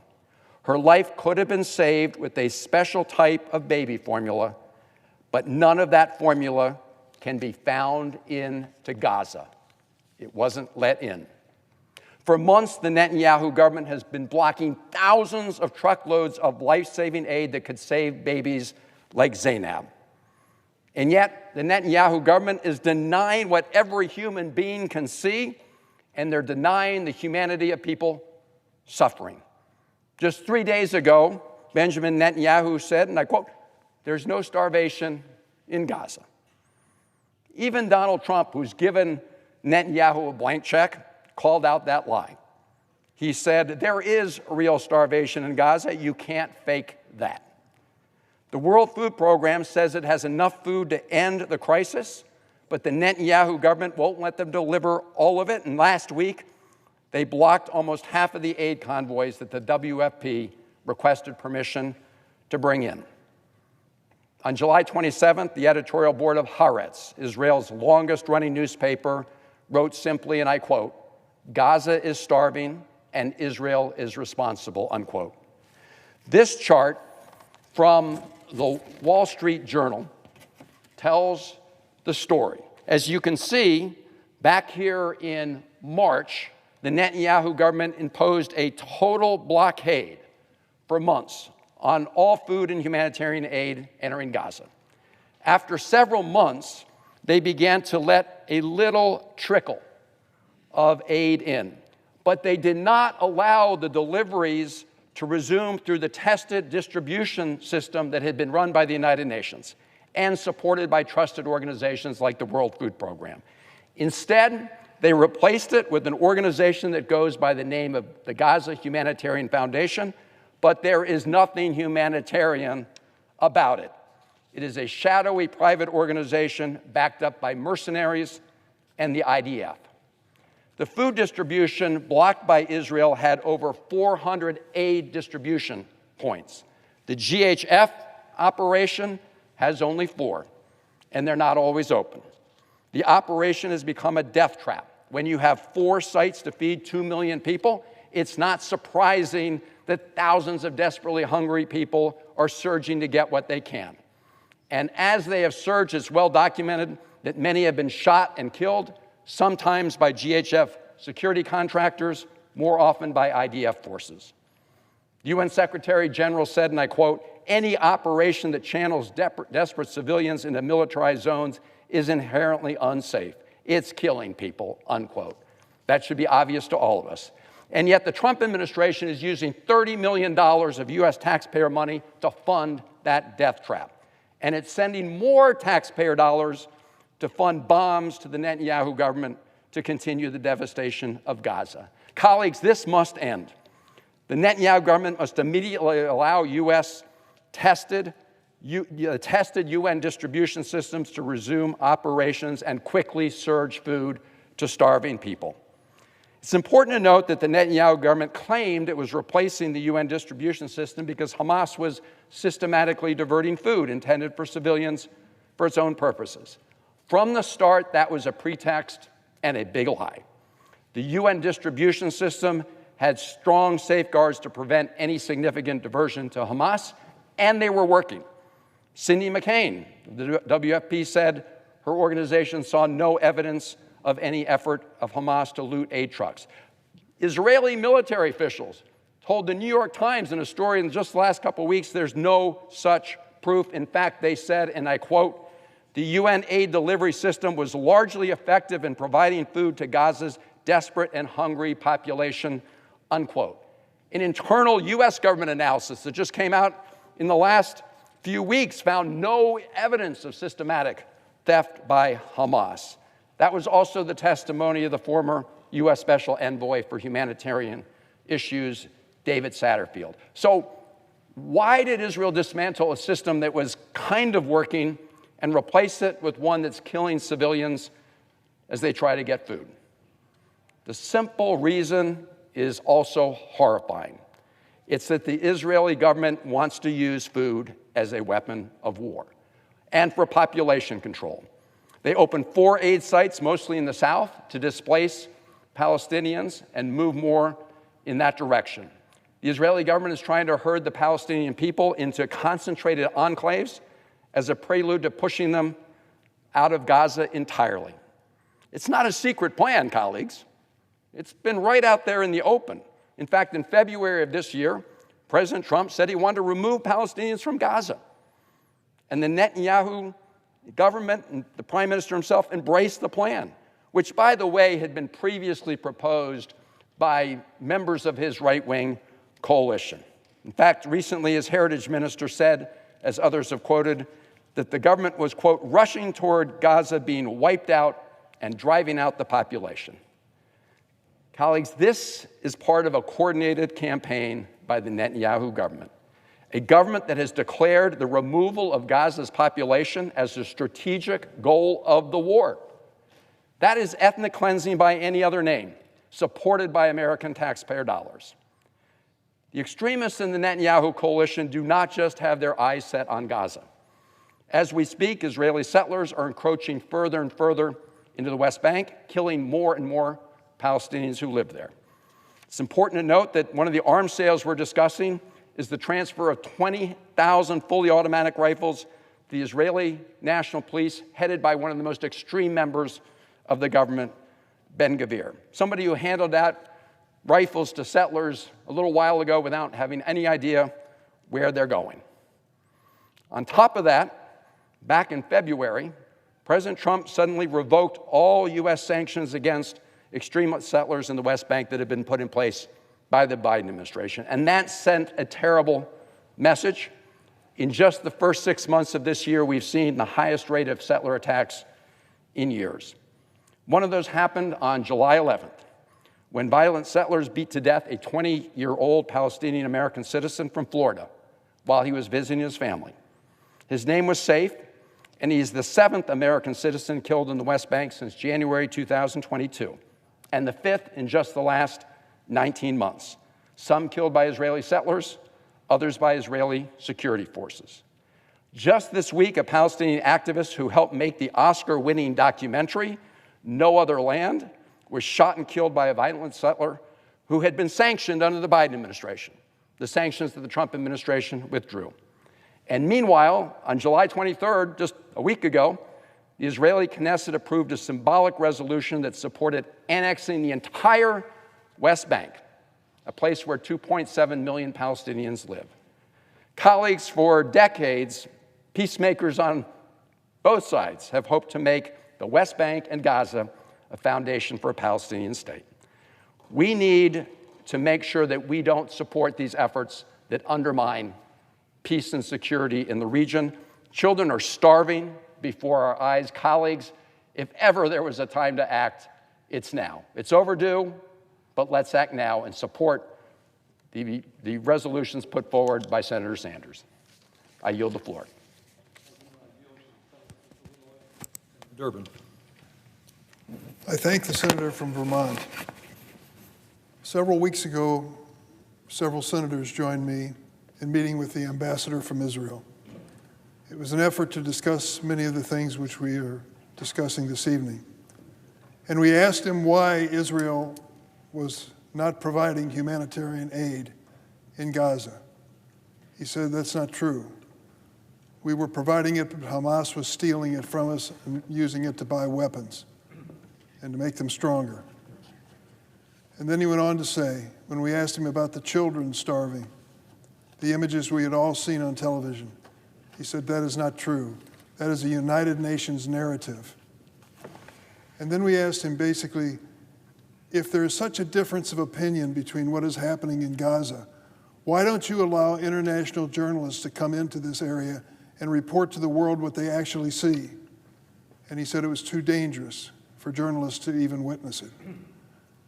Mr. President, I want to tell you that was an incredible statement, and I believe totally wrong. At the outset, Cindy McCain and others have told us there is no diversion by Hamas of the humanitarian aid. It just isn't coming into Gaza. And went on to say that these children, of course we see them on television, you can't avoid it. That's the reality of the situation. And furthermore, when it came down to it, that we had to stand up and acknowledge the obvious, that Israel is part of this. The children of Gaza are starving and dying. The question is, what will the United States do about it? I thank the senator from Vermont for offering these resolutions this evening. It's painful for many of us who've devoted our congressional careers to supporting Israel and standing by them through difficult times. It is impossible to really explain or defend what is going on today. Gaza is starving and dying because of the policies of Bibi Netanyahu. It is time for us as a nation to say that our taxpayers are not going to support this effort. I will be joining Senator this evening. I'll be joining Senator this evening in supporting this effort. Mr. President. Senator from Idaho. Mr. President, I rise today to oppose the two resolutions that are in front of the body right now. These are two resolutions which attempt to stop munition sales to Israel that have been approved by the administration and are designed to provide Israel with defensive weapons that they need. These are misguided resolutions, and if adopted, would reinstate the failed policies of the Biden administration and would abandon America's closest ally in the Middle East. Let's remember, the conflict between Israel and Hamas and the need for the military assistance for Israel is the fault of Hamas. It is not Israel's fault. It is not America's fault. It is the fault of Hamas. It is a result of the Hamas grotesque action on October 7th, the threat Hamas poses to American national security, and of course, Hamas's treatment of the people of Gaza. They set up their military facilities in hospitals, in schools, and in mosques. They use the people of Gaza as human shields, and they steal the food that the people of Gaza need. It is despicable behavior. These are not good people. And it is in the interest of America and the world to see this terrorist group destroyed. And I couldn't agree more with my colleagues who want an end to this war. We all want to see an end to this war, an immediate ceasefire, and for the hunger crisis in Gaza to end. But the solution to all of this isn't to deprive Israel of the weapons it needs. The solution is in the hands of Hamas. This could end in a moment. Hamas could release the hostages, lay down their arms and surrender, and one more bullet would be fired. But until this happens, we can't let up on these terrorists who have committed the atrocities against Israel, have caused this chaos in the Middle East, and endangered American national security again and again. I hope my colleagues will join me in opposing this resolution. Thank you, Mr. President. Mr. President, I yield 2 minutes to the senator from Virginia, Senator Kaine. Mr. President, I'll only take 1 minute. A little over a year ago, the Senate voted for $18 billion in defense aid to Israel. On the Democratic side, the vote was 47-4. On the Republican side, the vote was 22-27. Democrats support defense aid to Israel. This is not a vote to retract a single dollar of that $18 billion in aid. It is a vote to say that defense aid to Israel, which Democrats overwhelmingly supported, should be defensive in nature, not offensive weapons that are likely to lead to unnecessary civilian suffering and destabilization in the region. I support defensive aid to Israel. I will support Senator Sanders' resolutions to not allow the transfer of these offensive weapons. I yield back. Mr. President, let me just conclude by saying this. Senator Risch was right. Hamas is a terrorist organization. They began this war. They are war criminals. But Hamas is not responsible for the starvation of children today. Hamas is not responsible for the fact that 90% of the housing units in Gaza have been destroyed, that their entire healthcare system has been destroyed, that every university in Gaza has been bombed. So today it is not about Hamas and it's not about Israel. It is about the United States of America and whether we will continue to be complicit in war crimes and in the destruction of women and children in Gaza. I ask for strong support for both of our resolutions.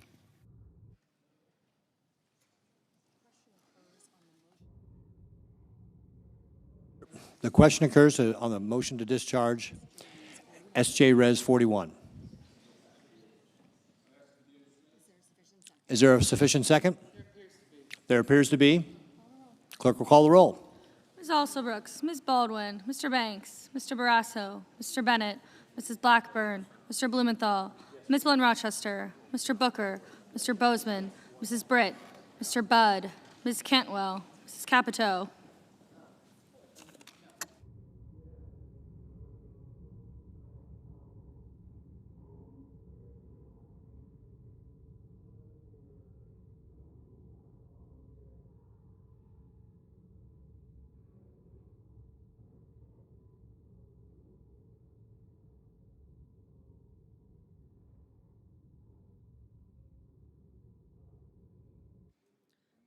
Mr. Cassidy, Ms. Collins.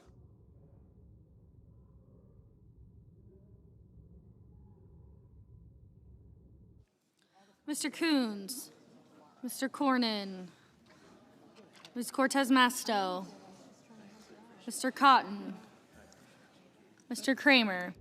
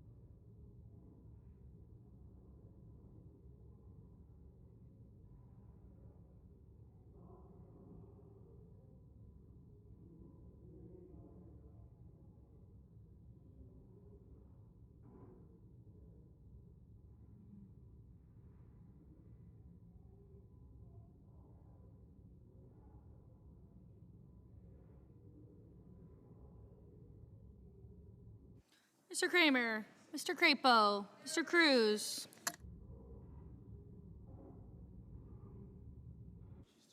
Mr. Curtis, Mr. Daines, Ms. Duckworth, Mr. Durbin.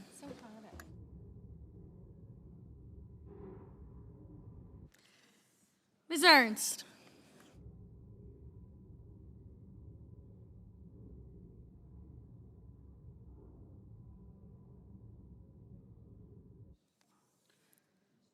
Mr. Fetterman, Mrs. Fisher, Mr. Gallego.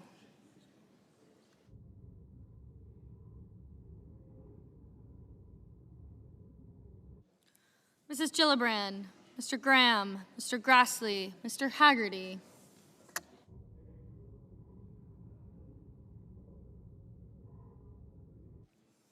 Ms. Hassan, Mr. Hawley, Mr. Heinrich, Mr. Hickenlooper, Ms. Hirono.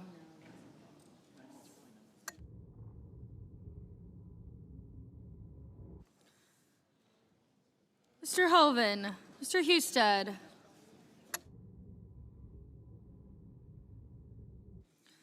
Mrs. Hyde-Smith, Mr. Johnson, Mr. Justice, Mr. Kane, Mr. Kelly, Mr. Kennedy, Mr. Kim, Mr. King.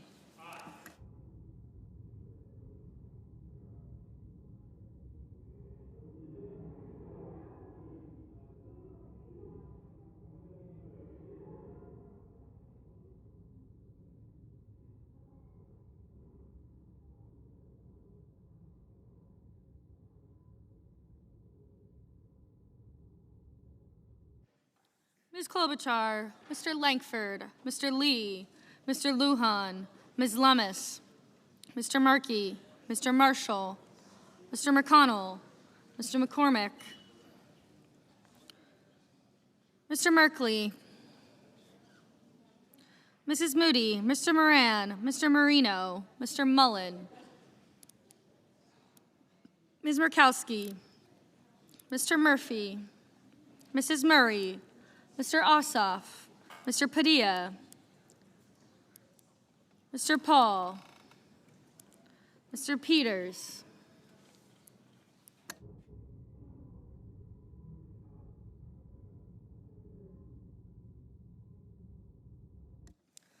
Mr. Reed, Mr. Ricketts.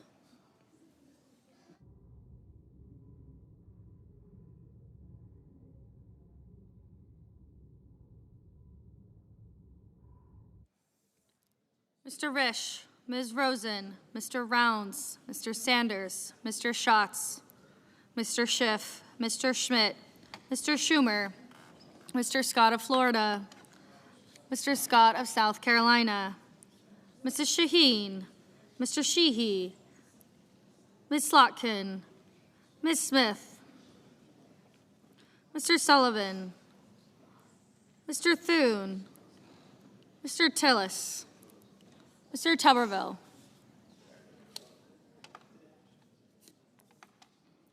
Mr. Van Hollen, Mr. Warner, Mr. Warnock, Ms. Warren, Mr. Welch, Mr. Whitehouse, Mr. Wicker, Mr. Wyden, Mr. Young.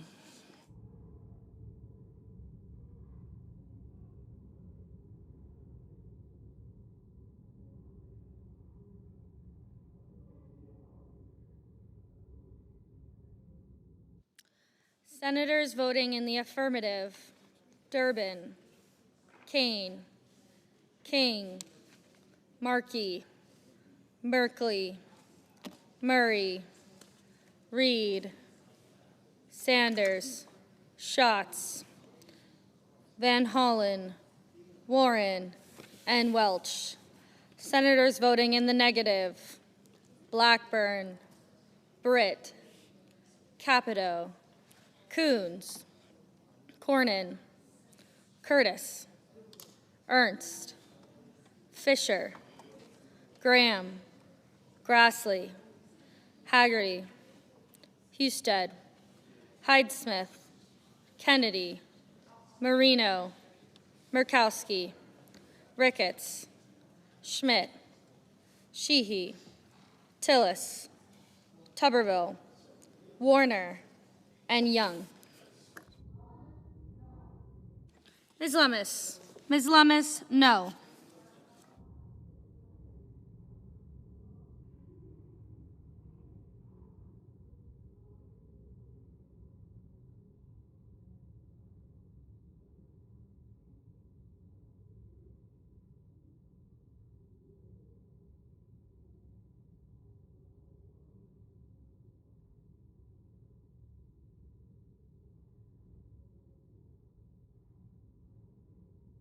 Ms. Collins. Ms. Collins, aye.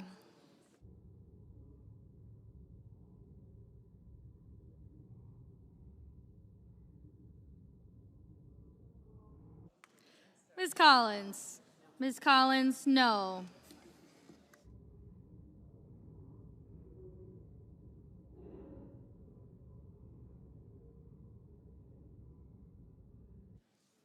Mr. Hoven. Mr. Hoven, no.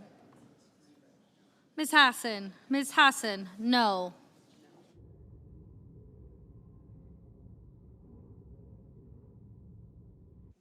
Ms. Blunt Rochester. Ms. Blunt Rochester, aye. Ms. Baldwin. Ms. Baldwin, aye.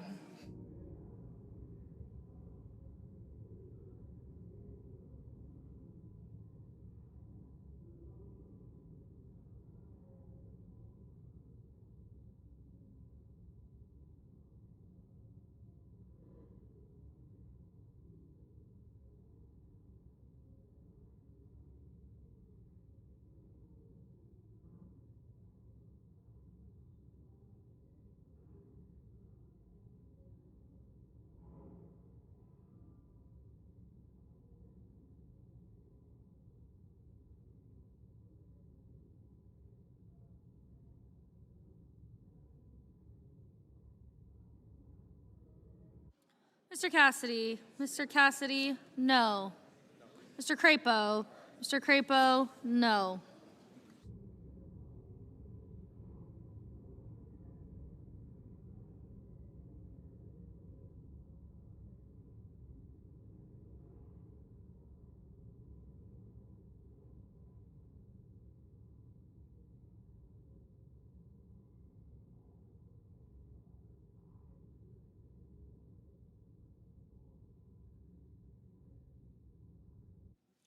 Mr. Schiff. Mr. Schiff, no. Ms. Klobuchar. Ms. Klobuchar, aye. Mrs. Moody. Mrs. Moody, no.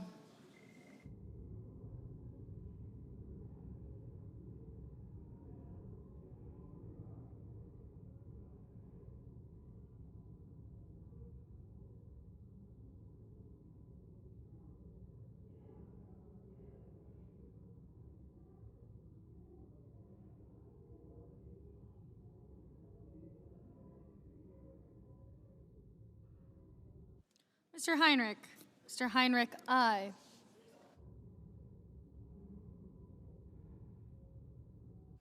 Mr. Padilla. Mr. Padilla, no. Mr.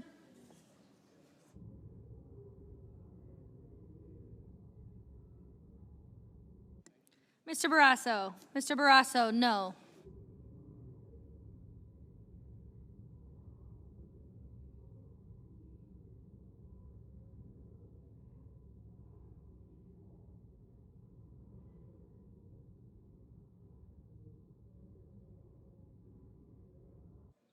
Mr. Mullen. Mr. Mullen, no.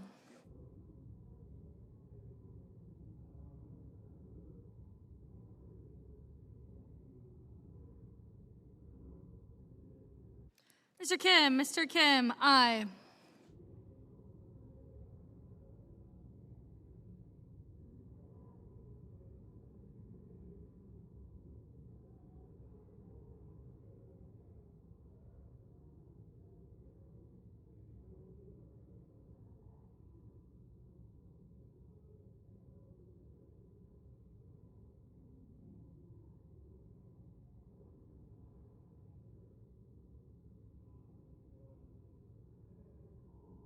Mr. Budd. Mr. Budd, no. Mr. Murphy. Mr. Murphy, aye. Mr. Peters. Mr. Peters, no.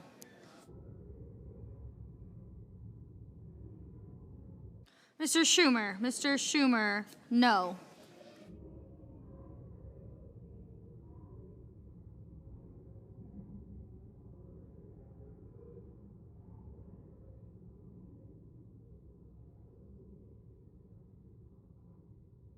Mr. Cotton. Mr. Cotton, no.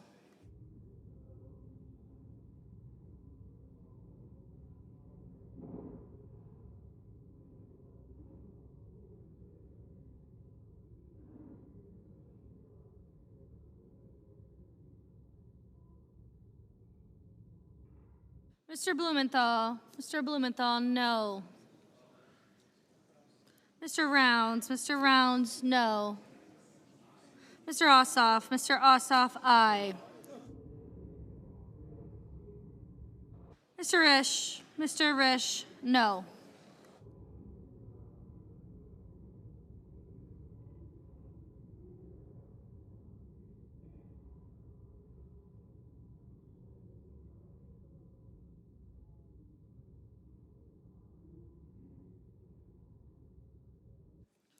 Mr. Paul. Mr. Paul, no.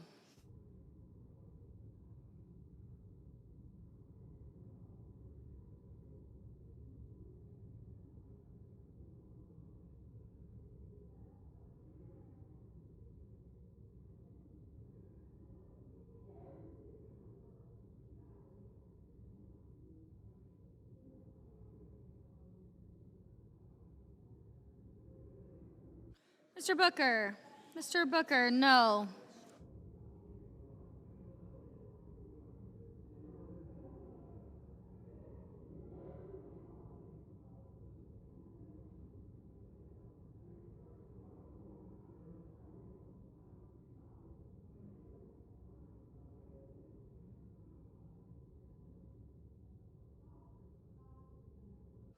Mr. Marshall. Mr. Marshall, no. Ms. Smith. Ms. Smith, aye. Mr. Kramer. Mr. Kramer, no.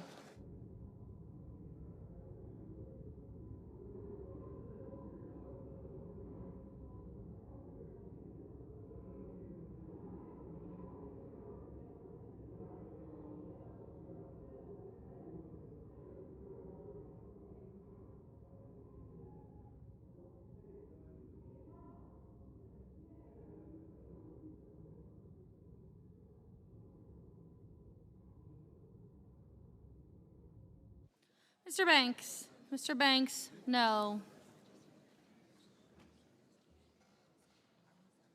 Mr. Hickenlooper. Mr. Hickenlooper, no.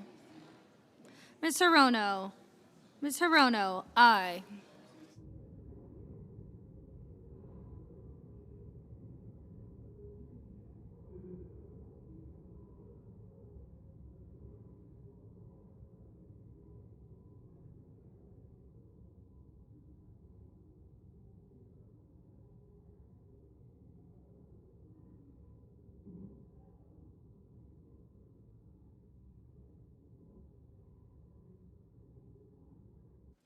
Ms. Duckworth. Ms. Duckworth, aye.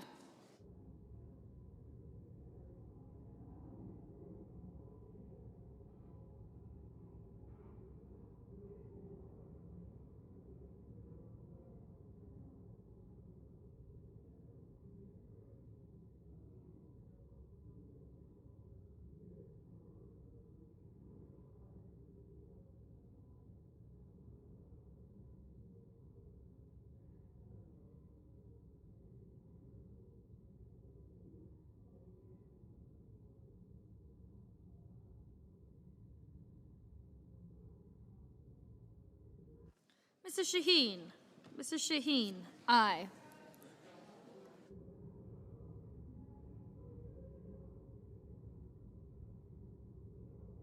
Mr. Scott. Mr. Scott of South Carolina, no.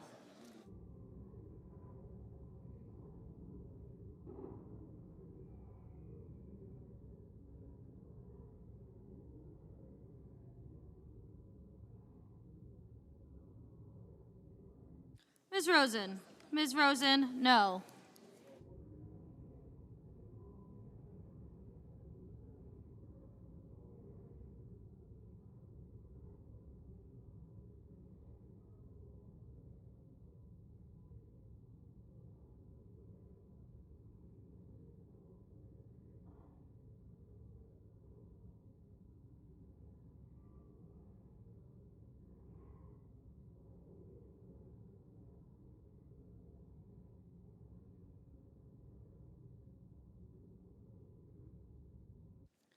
Mr. Thune. Mr. Thune, no.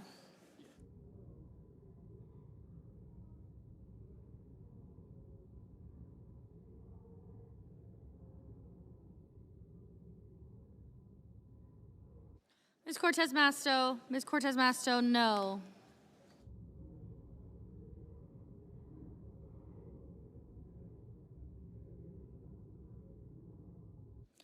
Mr. Warnock. Mr. Warnock, aye.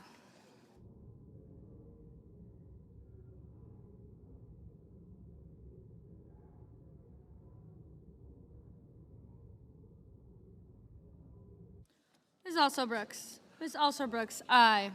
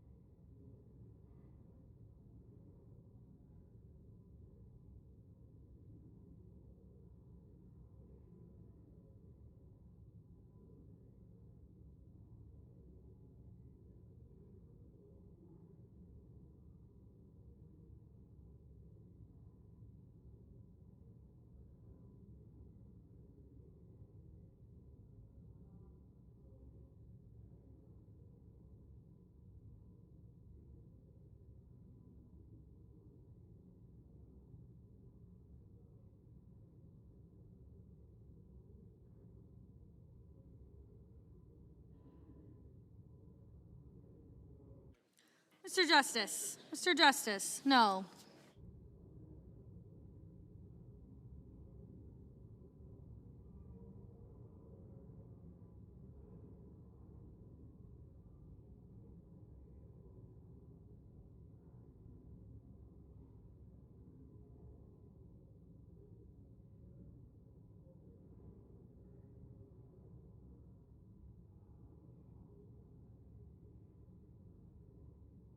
Mr. Bozeman. Mr. Bozeman, no. Mr. Scott. Mr. Scott of Florida, no.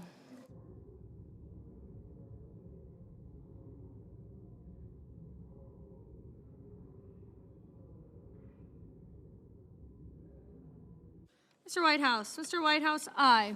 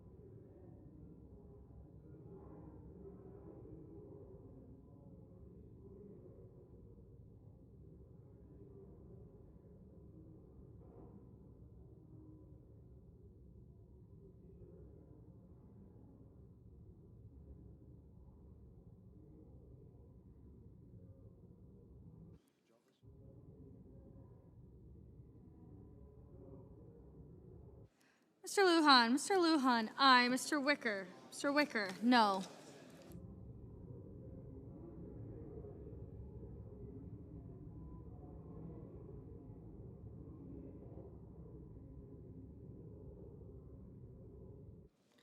Mr. McCormick. Mr. McCormick, no. Mrs. Gillibrand. Mrs. Gillibrand, no.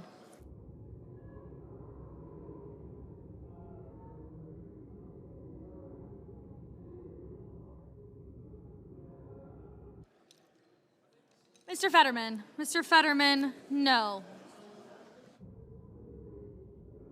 Mr. Lee. Mr. Lee, no.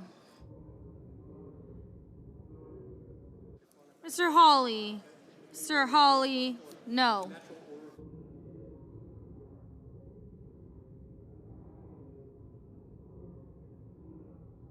Mr. Bennett. Mr. Bennett, no.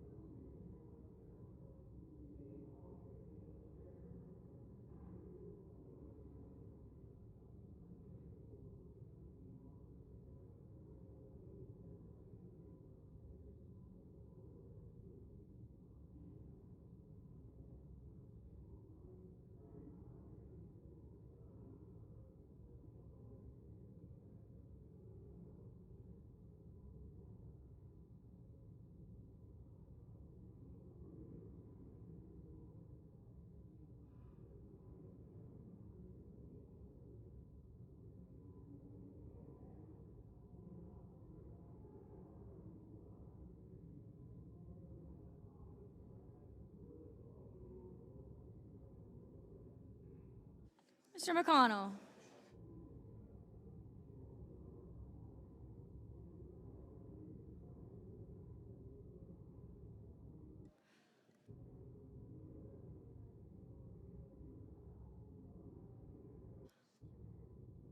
Mr. Wyden. Mr. Wyden, no. Mr. Johnson. Mr. Johnson, no. Mr. McConnell. Mr. McConnell, no.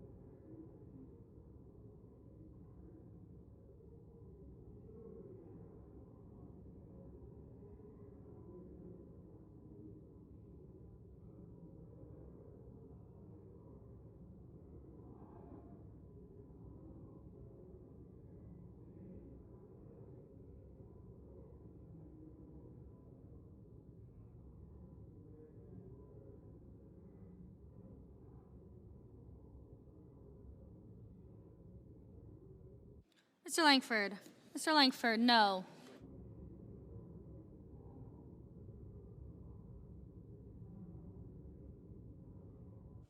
Mr. Sullivan. Mr. Sullivan, no.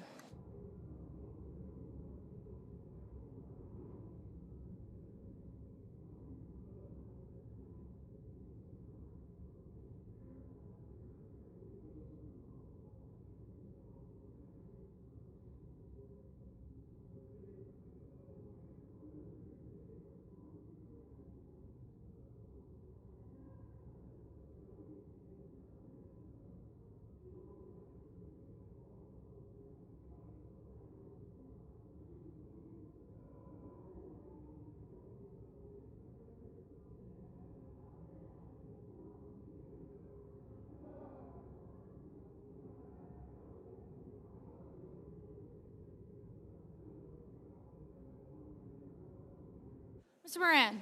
Mr. Moran, no.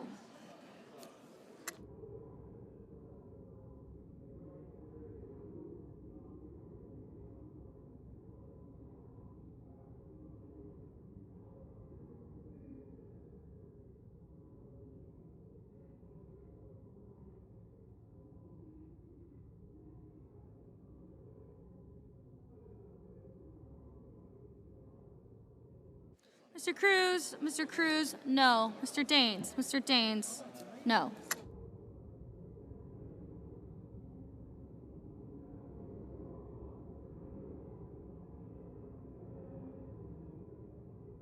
Ms. Cantwell, no.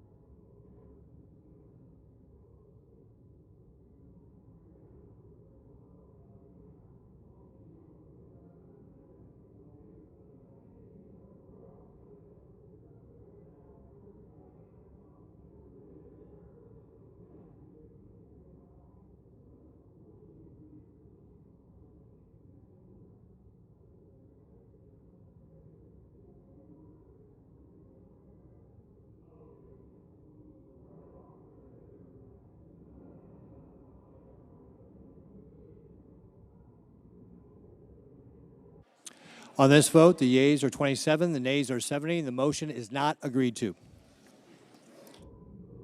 So under the previous order, the question is on the motion to discharge SJ Res 34. I ask for the yeas and nays. Is there a sufficient second? There appears to be. Clerk will call the roll. Ms. Alsobrooks. Ms. Baldwin. Mr. Banks. Mr. Barrasso.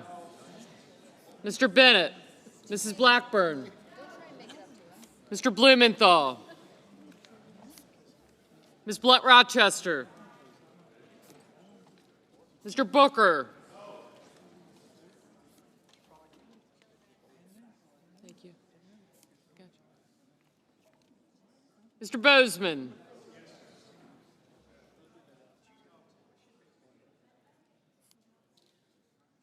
I got you.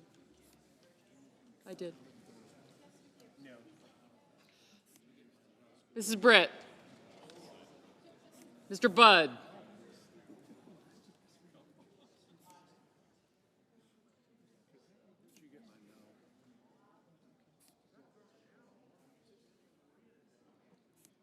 I did, thank you. Marino.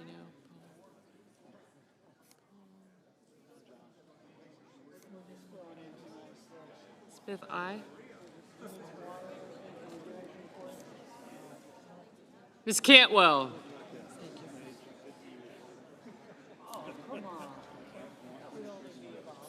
I got you. Thank you.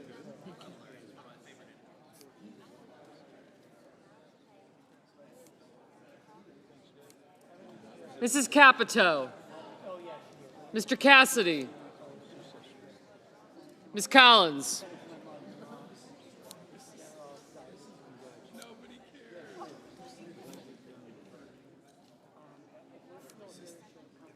Mr. Coons, Mr. Cornyn, Ms. Cortez Masto, Mr. Cotton,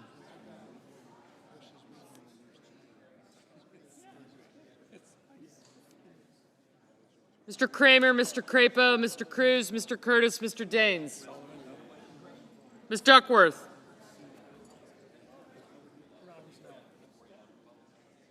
Mr. Durbin,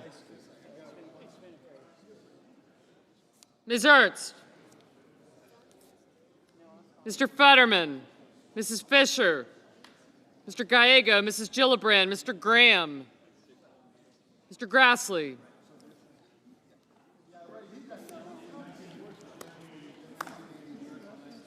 Mr. Haggerty, Ms. Hassan, Mr. Hawley, Mr. Heinrich, Mr. Hickenlooper,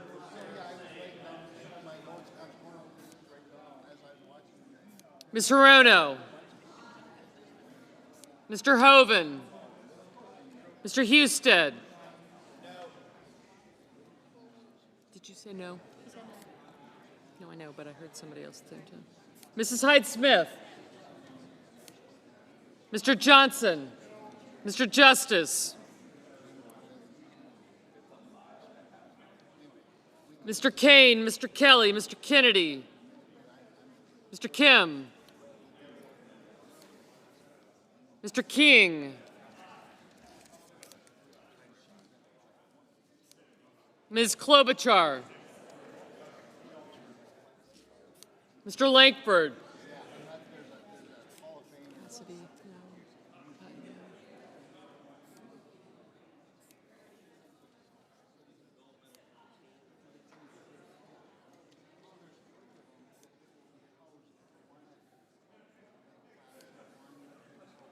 Mr. Lee, Mr. Lujan, Ms. Lummis, Mr. Markey,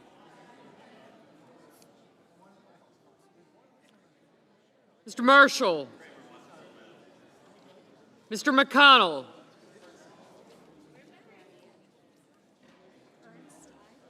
Oh, no. Excuse me. Ernst, no. Thank you. Thank you.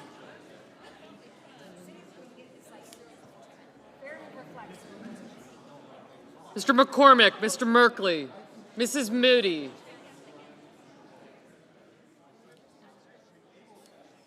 Mr. Moran, Mr. Marino, Mr. Mullen, Ms. Murkowski, Mr. Murphy, Mrs. Murray, Mr. Ossoff, Mr. Padilla, Mr. Paul, Mr. Peters, Mr. Reed, Mr. Ricketts, Mr. Risch, Ms. Rosen, Mr. Rounds, Mr. Sanders, Mr. Schatz, Mr. Schiff, Mr. Schmidt, Mr. Schumer, Mr. Scott of Florida, Mr. Scott of South Carolina, Mrs. Shaheen. That's okay. Thank you. Mr. Sheehy, Ms. Slotkin, Ms. Smith, Mr. Sullivan, Mr. Thune, Mr. Tillis, Mr. Tuberville, Mr. Van Hollen, Mr. Warner, Mr. Warnock,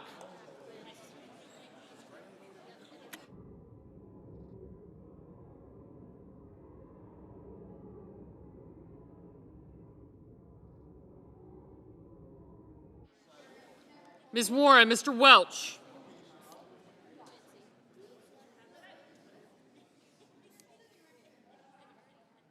Mr. Whitehouse, Mr. Wicker, Mr. Wyden, Mr. Young,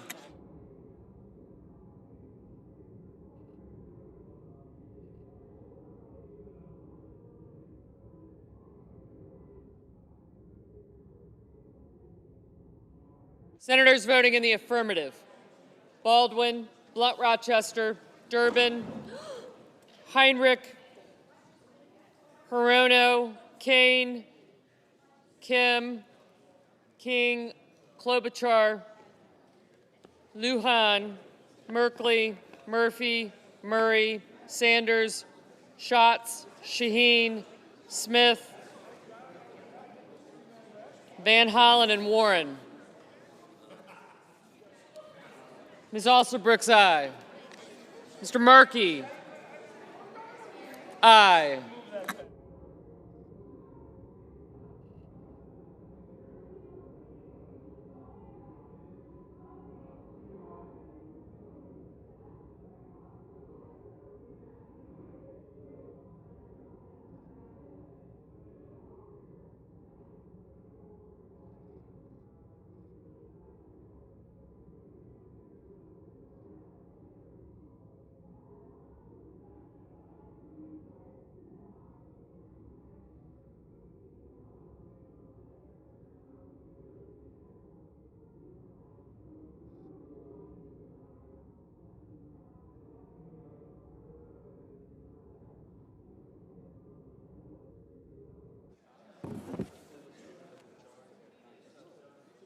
Senators voting in the negative: Banks, Barrasso, Blackburn, Blumenthal, Booker, Bozeman, Britt, Budd, Capito, Cassidy, Collins, Cornyn, Cortez Masto, Cotton, Kramer, Crapo, Cruz, Curtis, Daines, Ernst, Fetterman, Fisher, Gillibrand, Graham, Haggerty, Hassan, Hawley, Hickenlooper, Hoven, Husted, Hyde-Smith, Johnson, Kennedy, Lankford, Lee, Lummis, McConnell, McCormick, Moody, Marino, Mullen, Padilla, Paul, Peters, Reed, Ricketts, Risch, Rosen, Rounds, Schiff, Schmidt, Schumer, Scott of South Carolina, Sheehy, Sullivan, Thune, Tillis, Tuberville,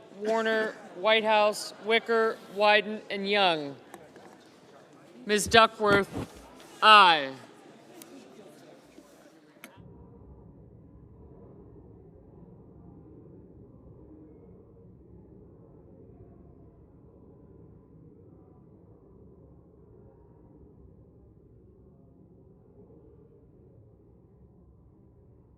Mr. Justice, no.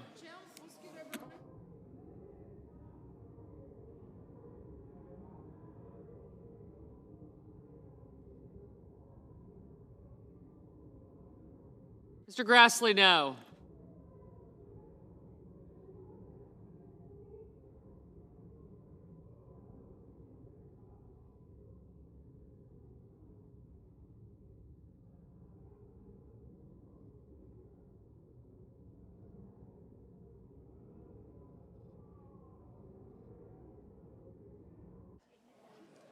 Mr. Warnock, aye.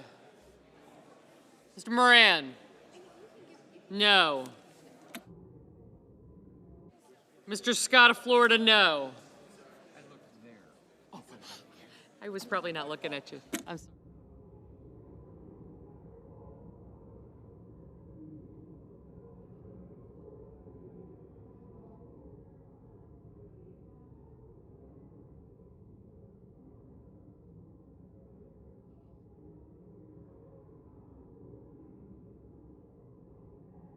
Mr. Marshall, no. Ms. Cantwell, no.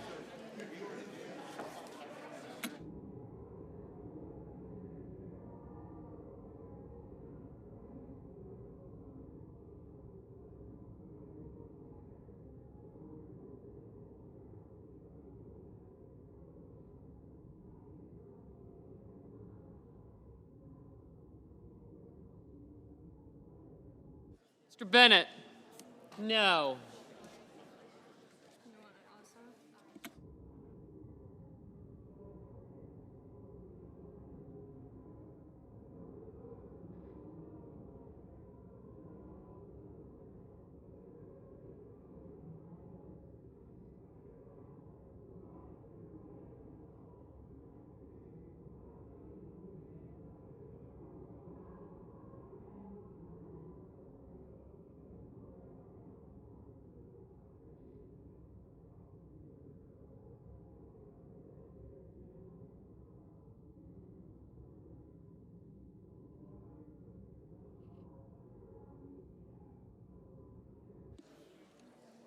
Mr. Ossoff?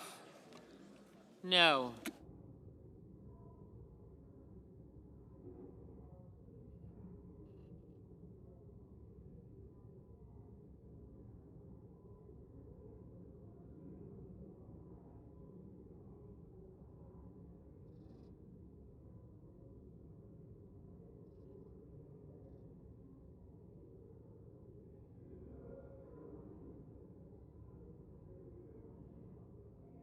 Mr. Coons? No.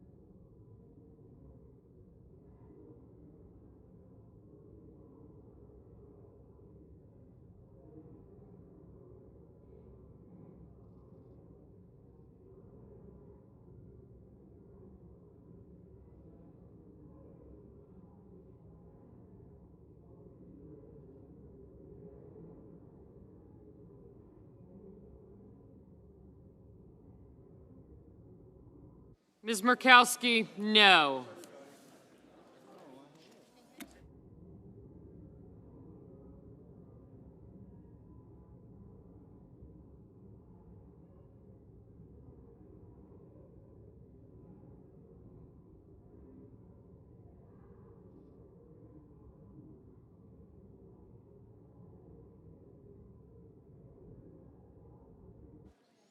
On this vote, the yeas are 24 and the nays are 73, and the motion is not agreed to. The clerk will report the motion to invoke cloture. Under the previous Cloture motion, we, the undersigned senators, in accordance with the provisions of Rule 22 of the Standing Rules of the Senate, do hereby move to bring to a closed debate on the nomination of Gadiakis Saralta of Florida to be Director of the United States Marshal Service, signed by 17 senators. Gadiakis. Okay. Under the previous order, the mandatory quorum call under Rule 22 has been waived. The question is it the sense of the Senate the debate on the nomination of Gadiakis Saralta of Florida to be Director of the United States Marshal Service shall be brought to a close? The yeas and nays are mandatory under the rule. The clerk will call the roll. Ms. Alsop Brooks, Ms. Baldwin, Mr. Banks, Mr. Barrasso, Mr. Bennett,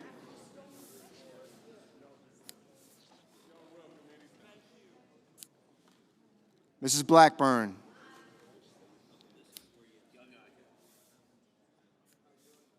Mr. Blumenthal. I got you. Ms. Blunt Rochester. Mr. Booker.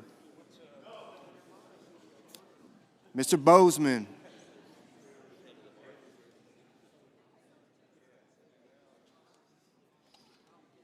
Mrs. Britt.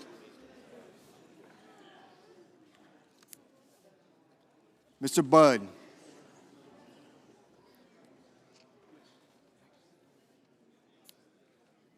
Ms. Cantwell.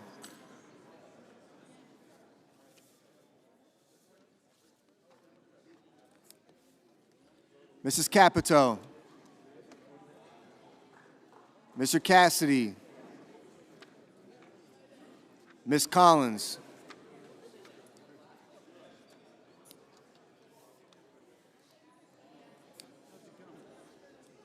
Mr. Coons.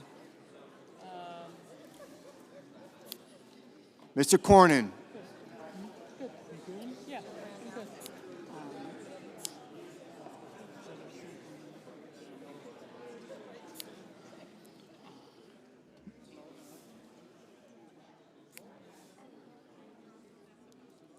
Mr. Cotton.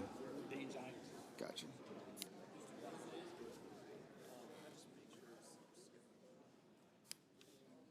Mr. Kramer.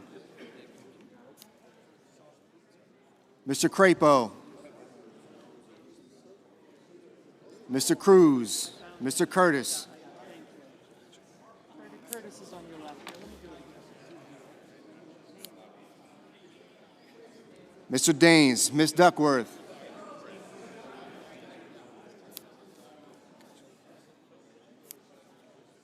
Mr. Durbin,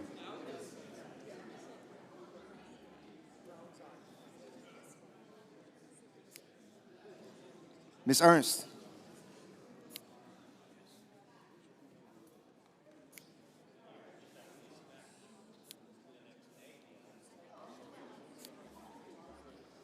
Mr. Fetterman,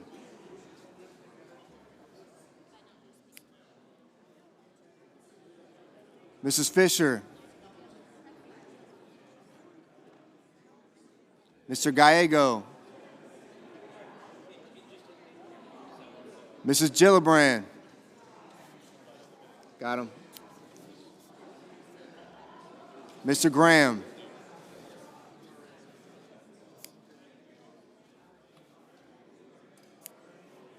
Mr. Grassley.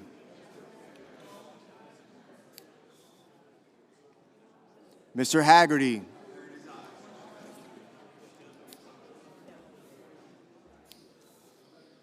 Ms. Hassan.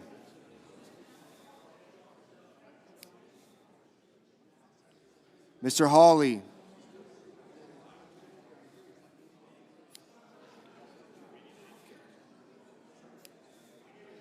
Mr. Heinrich. Mr. Hickenlooper. Ms. Hirono.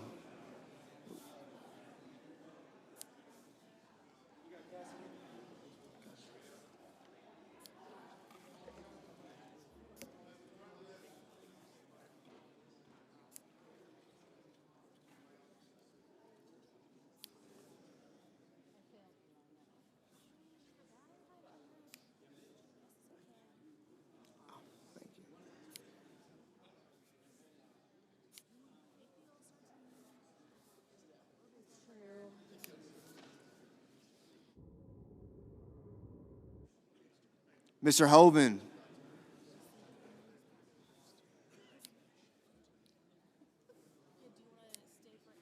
Mr. Husted.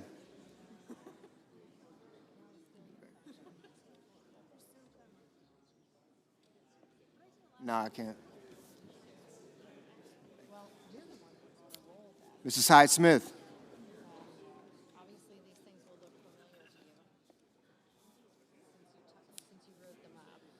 Mr. Johnson, Mr. Justice,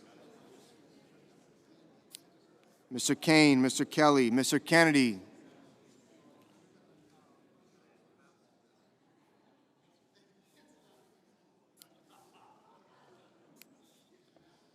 Mr. Kim,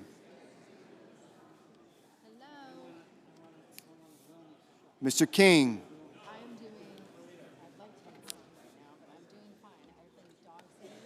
Ms. Klobuchar, Mr. Langford, Mr. Lee,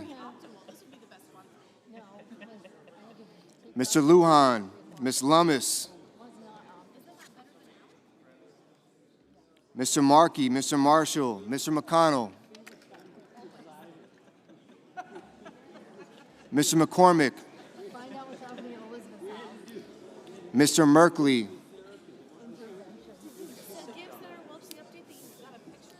Mrs. Moody, Mr. Moran, Mr. Moreno, Mr. Mullen, Ms. Murkowski, Mr. Murphy, Mrs. Murray, Mr. Ossoff, Mr. Padilla, Mr. Paul, Mr. Peters, Mr. Reed, Mr. Ricketts, Why shouldn't he get the update? He heard all the other comments. Mr. Risch. Thank you.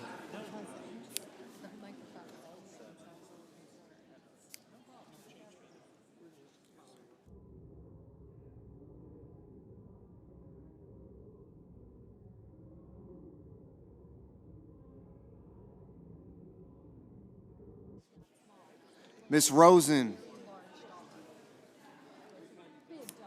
Mr. Rounds, Mr. Sanders, Mr. Schatz,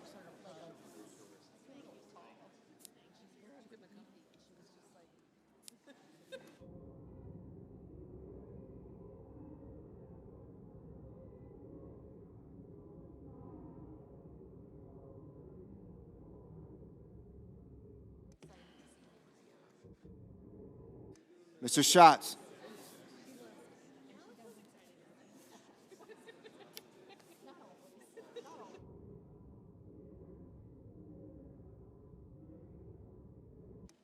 Mr. Schiff, Mr. Schmidt, Mr. Schumer, Mr. Scott of Florida, Mr. Scott of South Carolina, Mr. Shaheen,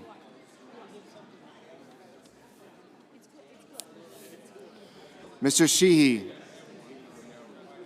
Ms. Slotkin, Ms. Smith, Mr. Sullivan, Mr. Thune, Mr. Tillis, Mr. Tuberville, Mr. Van Hollen, Mr. Warner,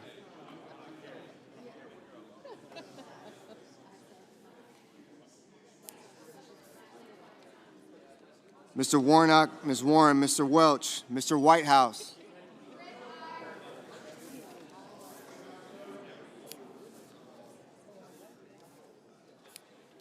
Mr. Wicker, Mr. Wyden, Mr. Young.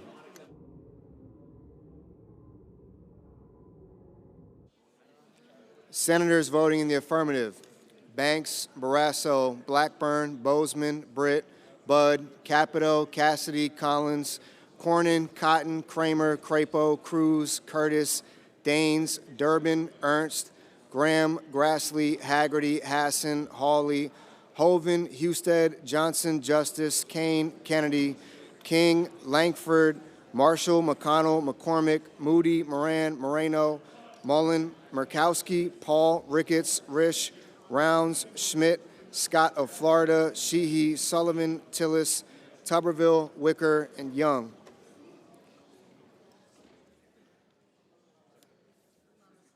Ms. Lummis, aye. Senators voting in the negative: also Brooks, Baldwin, Bennett, Blumenthal, Blunt Rochester, Booker, Coons, Cortez Masto, Duckworth, Fetterman, Gillibrand, Heinrich, Hickenlooper, Hirono, Kim, Lujan, Markey, Merkley, Murray, Ossoff, Rosen, Sanders, Schiff, Schumer, Smith, Van Hollen, Warnock, Warren, Welch, Whitehouse, and Wyden. Mr. Thune, aye. Mrs. Hyde-Smith, Mrs. Hyde-Smith, aye. Mr. Padilla, no. Scott of South Carolina. Mr. Reed, no. Mr. Scott of South Carolina, aye.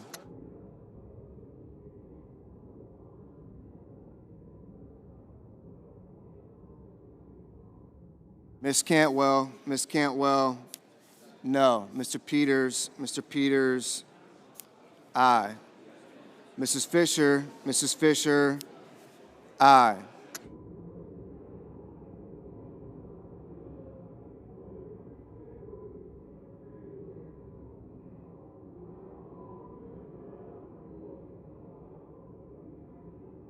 Mr.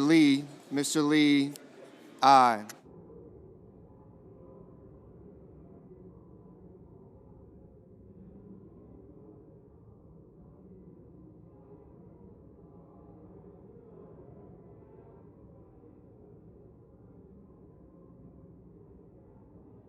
Mr. Murphy, no. Mr. Warner, no. Mr.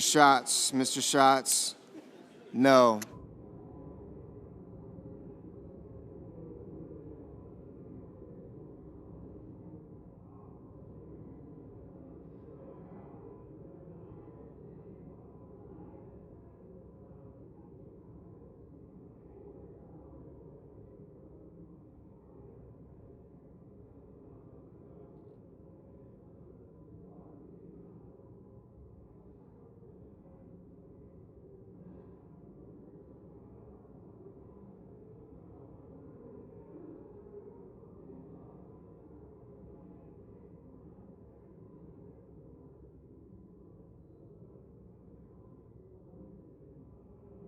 Ms. Klobuchar. Ms. Klobuchar, no.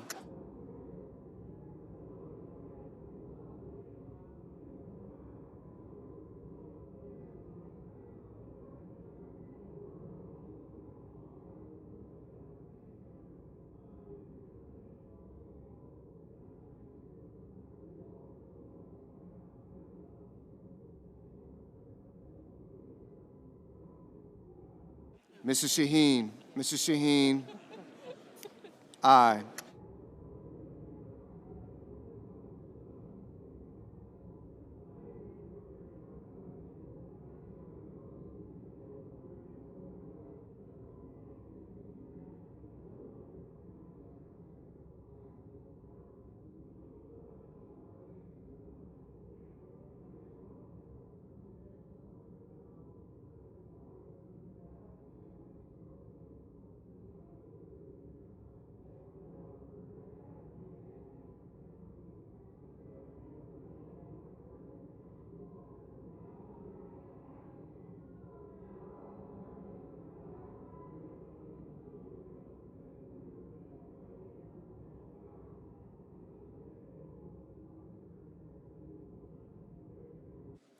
On this vote, the yeas are 59, the nays are 38, and the motion is agreed to. The clerk will report the nomination. Nomination, Department of Justice, Gadiaki Seralto of Florida to be Director of the United States Marshal Service. The clerk will report the motion to invoke cloture. Cloture motion, we the undersigned senators, in accordance with the provisions of Rule 22 of the Standing Rules of the Senate, do hereby move to bring to a close debate on the nomination of Matthew Kozma of Virginia to be Undersecretary for Intelligence and Analysis, Department of Homeland Security, signed by 17 senators. Under the previous order, the mandatory quorum call under Rule 22 has been invoked.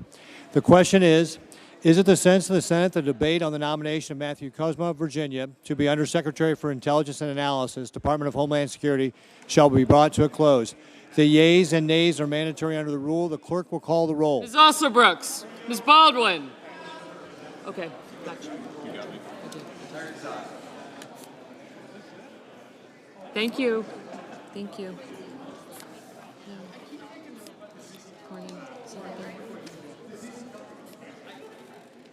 Got you. Okay. I got you. Oh my God, so I got you. Are we done? Thank you. It's like a cop with your hands on your stage.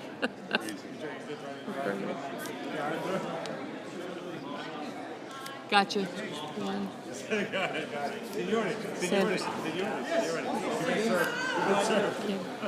is the Fish Act. I'm for fish. I know you are. Oh, but I'm for preserving their lives. Hold on. King, I got you. Mullen got you. Capito.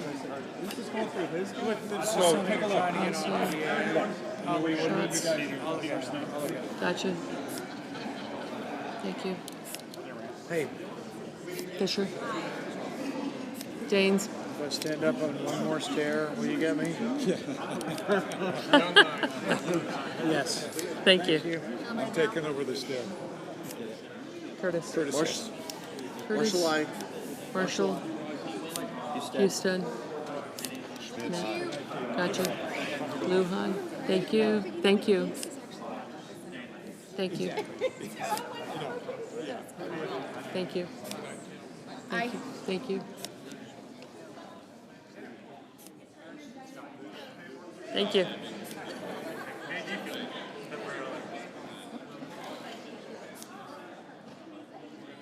Lee. Okay. Warner, Warnock, and Schiff. Gotcha. All right. Sir, I'm sorry. Thank you. Okay, are y'all that fashion? Kim, thank you. Coach Kevin, Justice. got it. Yep, gotcha. Cassidy.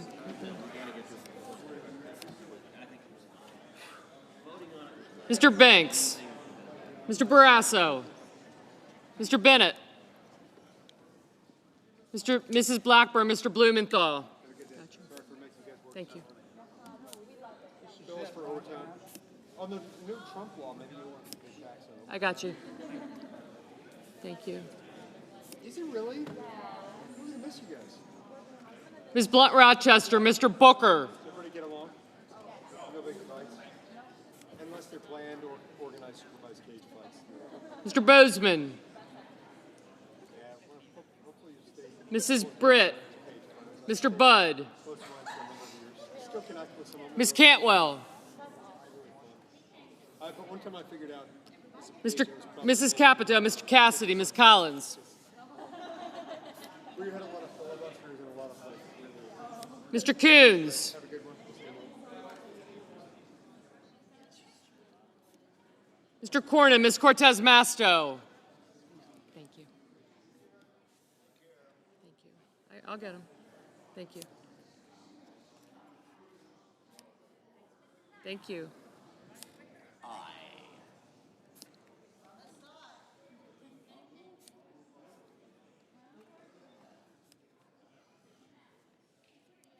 Mr. Cotton, Mr. Kramer, Mr. Crapo, Mr. Cruz, Mr. Curtis, Mr. Daines, Ms. Duckworth, Mr. Durbin, Ms. Ernst, Mr. Fetterman, Mrs. Fisher, Mr. Gallego, Mrs. Gillibrand, Mr. Graham, Mr. Grassley, Mr. Haggerty, Ms. Hassan, Mr. Hawley, Mr. Heinrich, Mr. Hickenlooper, Ms. Hirono,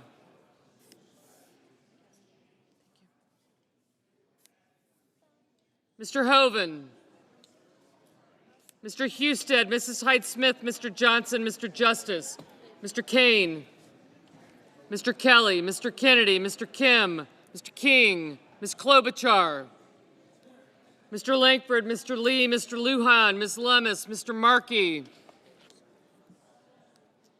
Mr. Marshall, Mr. McConnell, Mr. McCormick, Mr. Merkley, Mrs. Moody, Mr. Moran, Mr. Marino, Mr. Mullen, Ms. Murkowski, Mr. Murphy, Mrs. Murray, Mr. Ossoff, Mr. Padilla, Mr. Paul, Mr. Peters, Mr. Reed, Mr. Ricketts, Mr. Risch, Ms. Rosen, Mr. Rounds, Mr. Sanders, Mr. Schatz, Mr. Schiff, Mr. Schmidt, Mr. Schumer, Mr. Scott of Florida, Mr. Scott of South Carolina, Mrs. Shaheen,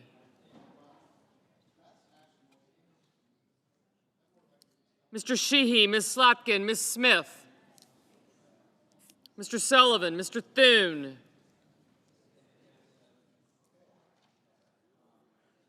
Mr. Tillis, Mr. Tuberville, Mr. Van Hollen, Mr. Warner, Mr. Warnock, Ms. Warren, Mr. Welch, Mr. Whitehouse,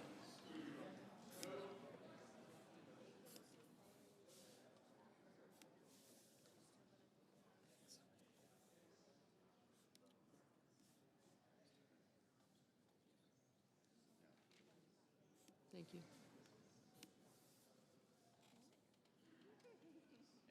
Thank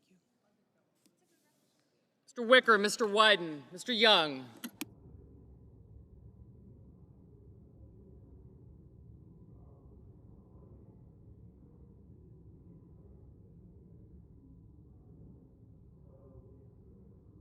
Senators voting in the affirmative: Banks, Barrasso, Blackburn, Bozeman, Britt, Budd, Capito, Cassidy, Collins, Cornyn, Cotton, Kramer, Crapo, Cruz, Curtis, Daines, Ernst, Fisher, Graham, Grassley, Haggerty, Hawley, Hoven, Husted, Hyde-Smith, Johnson, Justice, Kennedy, Langford, Lee, Lummis, Marshall, McConnell, McCormick, Moody, Marino, Mullen, Murkowski, Paul, Ricketts, Risch, Rounds, Schmidt, Scott of Florida, Sheehy, Sullivan, Tillis, Tuberville, Wicker, and Young.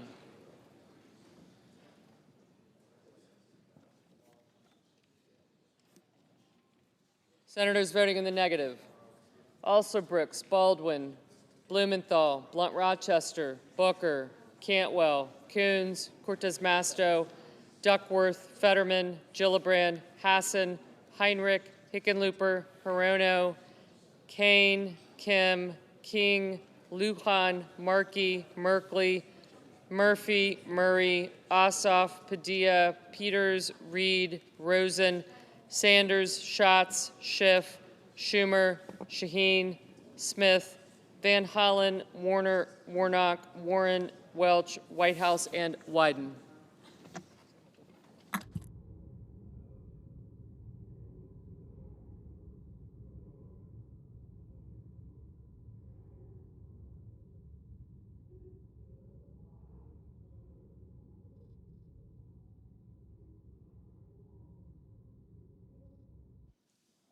Ms. Klobuchar, no.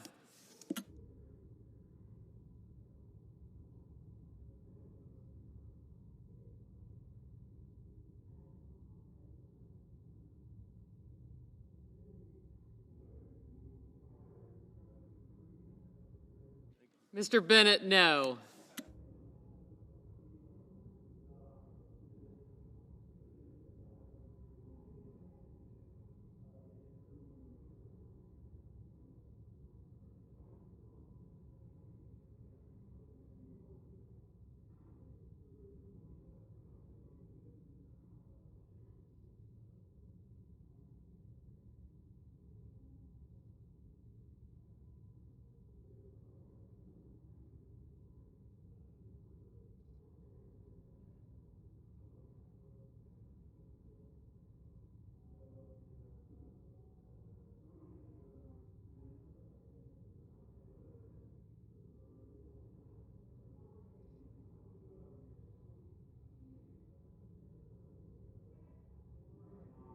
Mr. Moran, aye.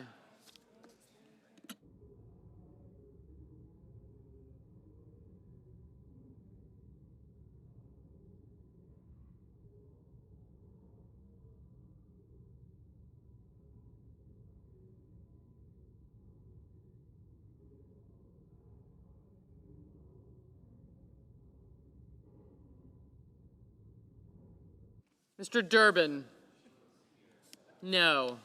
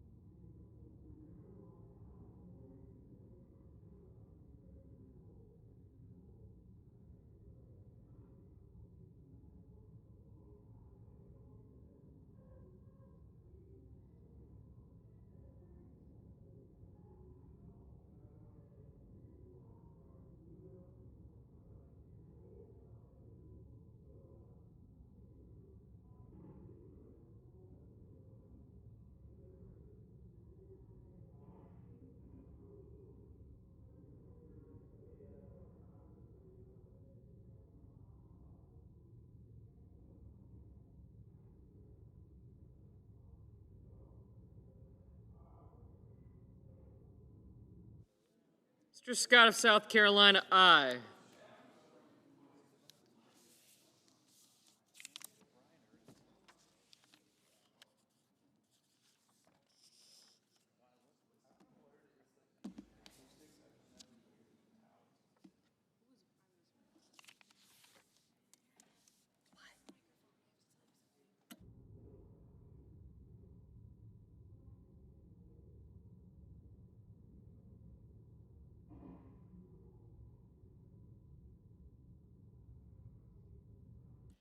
Mr. Thune, aye.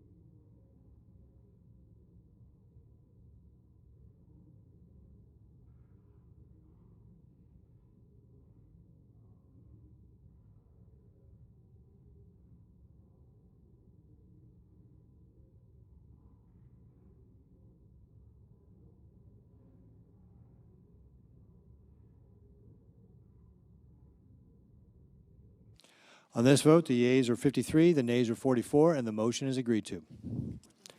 The clerk will report the nomination. Nomination, Department of Homeland Security, Matthew Cosma of Virginia, to be Undersecretary for Intelligence and Analyst.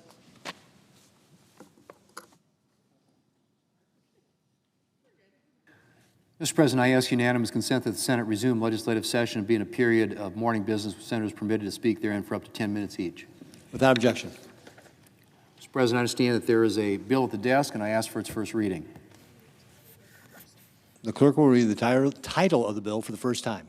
H.R. 4016, an act making appropriations for the Department of Defense for the fiscal year ending September 30, 2026, and for other purposes. Mr. President, I now ask for a second reading, and in order to place the bill on the calendar under the provisions of Rule 14, I object to my own request. The objection is heard. Mr. President, I ask unanimous The bill will consent. receive, excuse me, Sorry. majority. The bill will receive its second reading on the next legislative day. Mr. President, I ask unanimous consent the Senate proceed to the consideration of SRES 349, which is at the desk. The clerk will report. Senate Resolution 349, designating the week of August 3 through August 9, 2025 as National Farmers Market Week. Without objection, the Senate will proceed. Mr. President, I ask unanimous consent the resolution be agreed to, the preamble be agreed to, and the motion to reconsider be considered made and laid upon the table with no intervening action or debate. Without objection. Mr. President, I ask unanimous consent that the Committee on Banking, Housing, and Urban Affairs be discharged from further consideration of S-901, a bill to amend the Small Business Act and the Small Business Investment Act of 1958 to increase the maximum loan amount for certain loans and for other purposes, and be referred to the Committee on Small Business and Entrepreneurship. Without objection.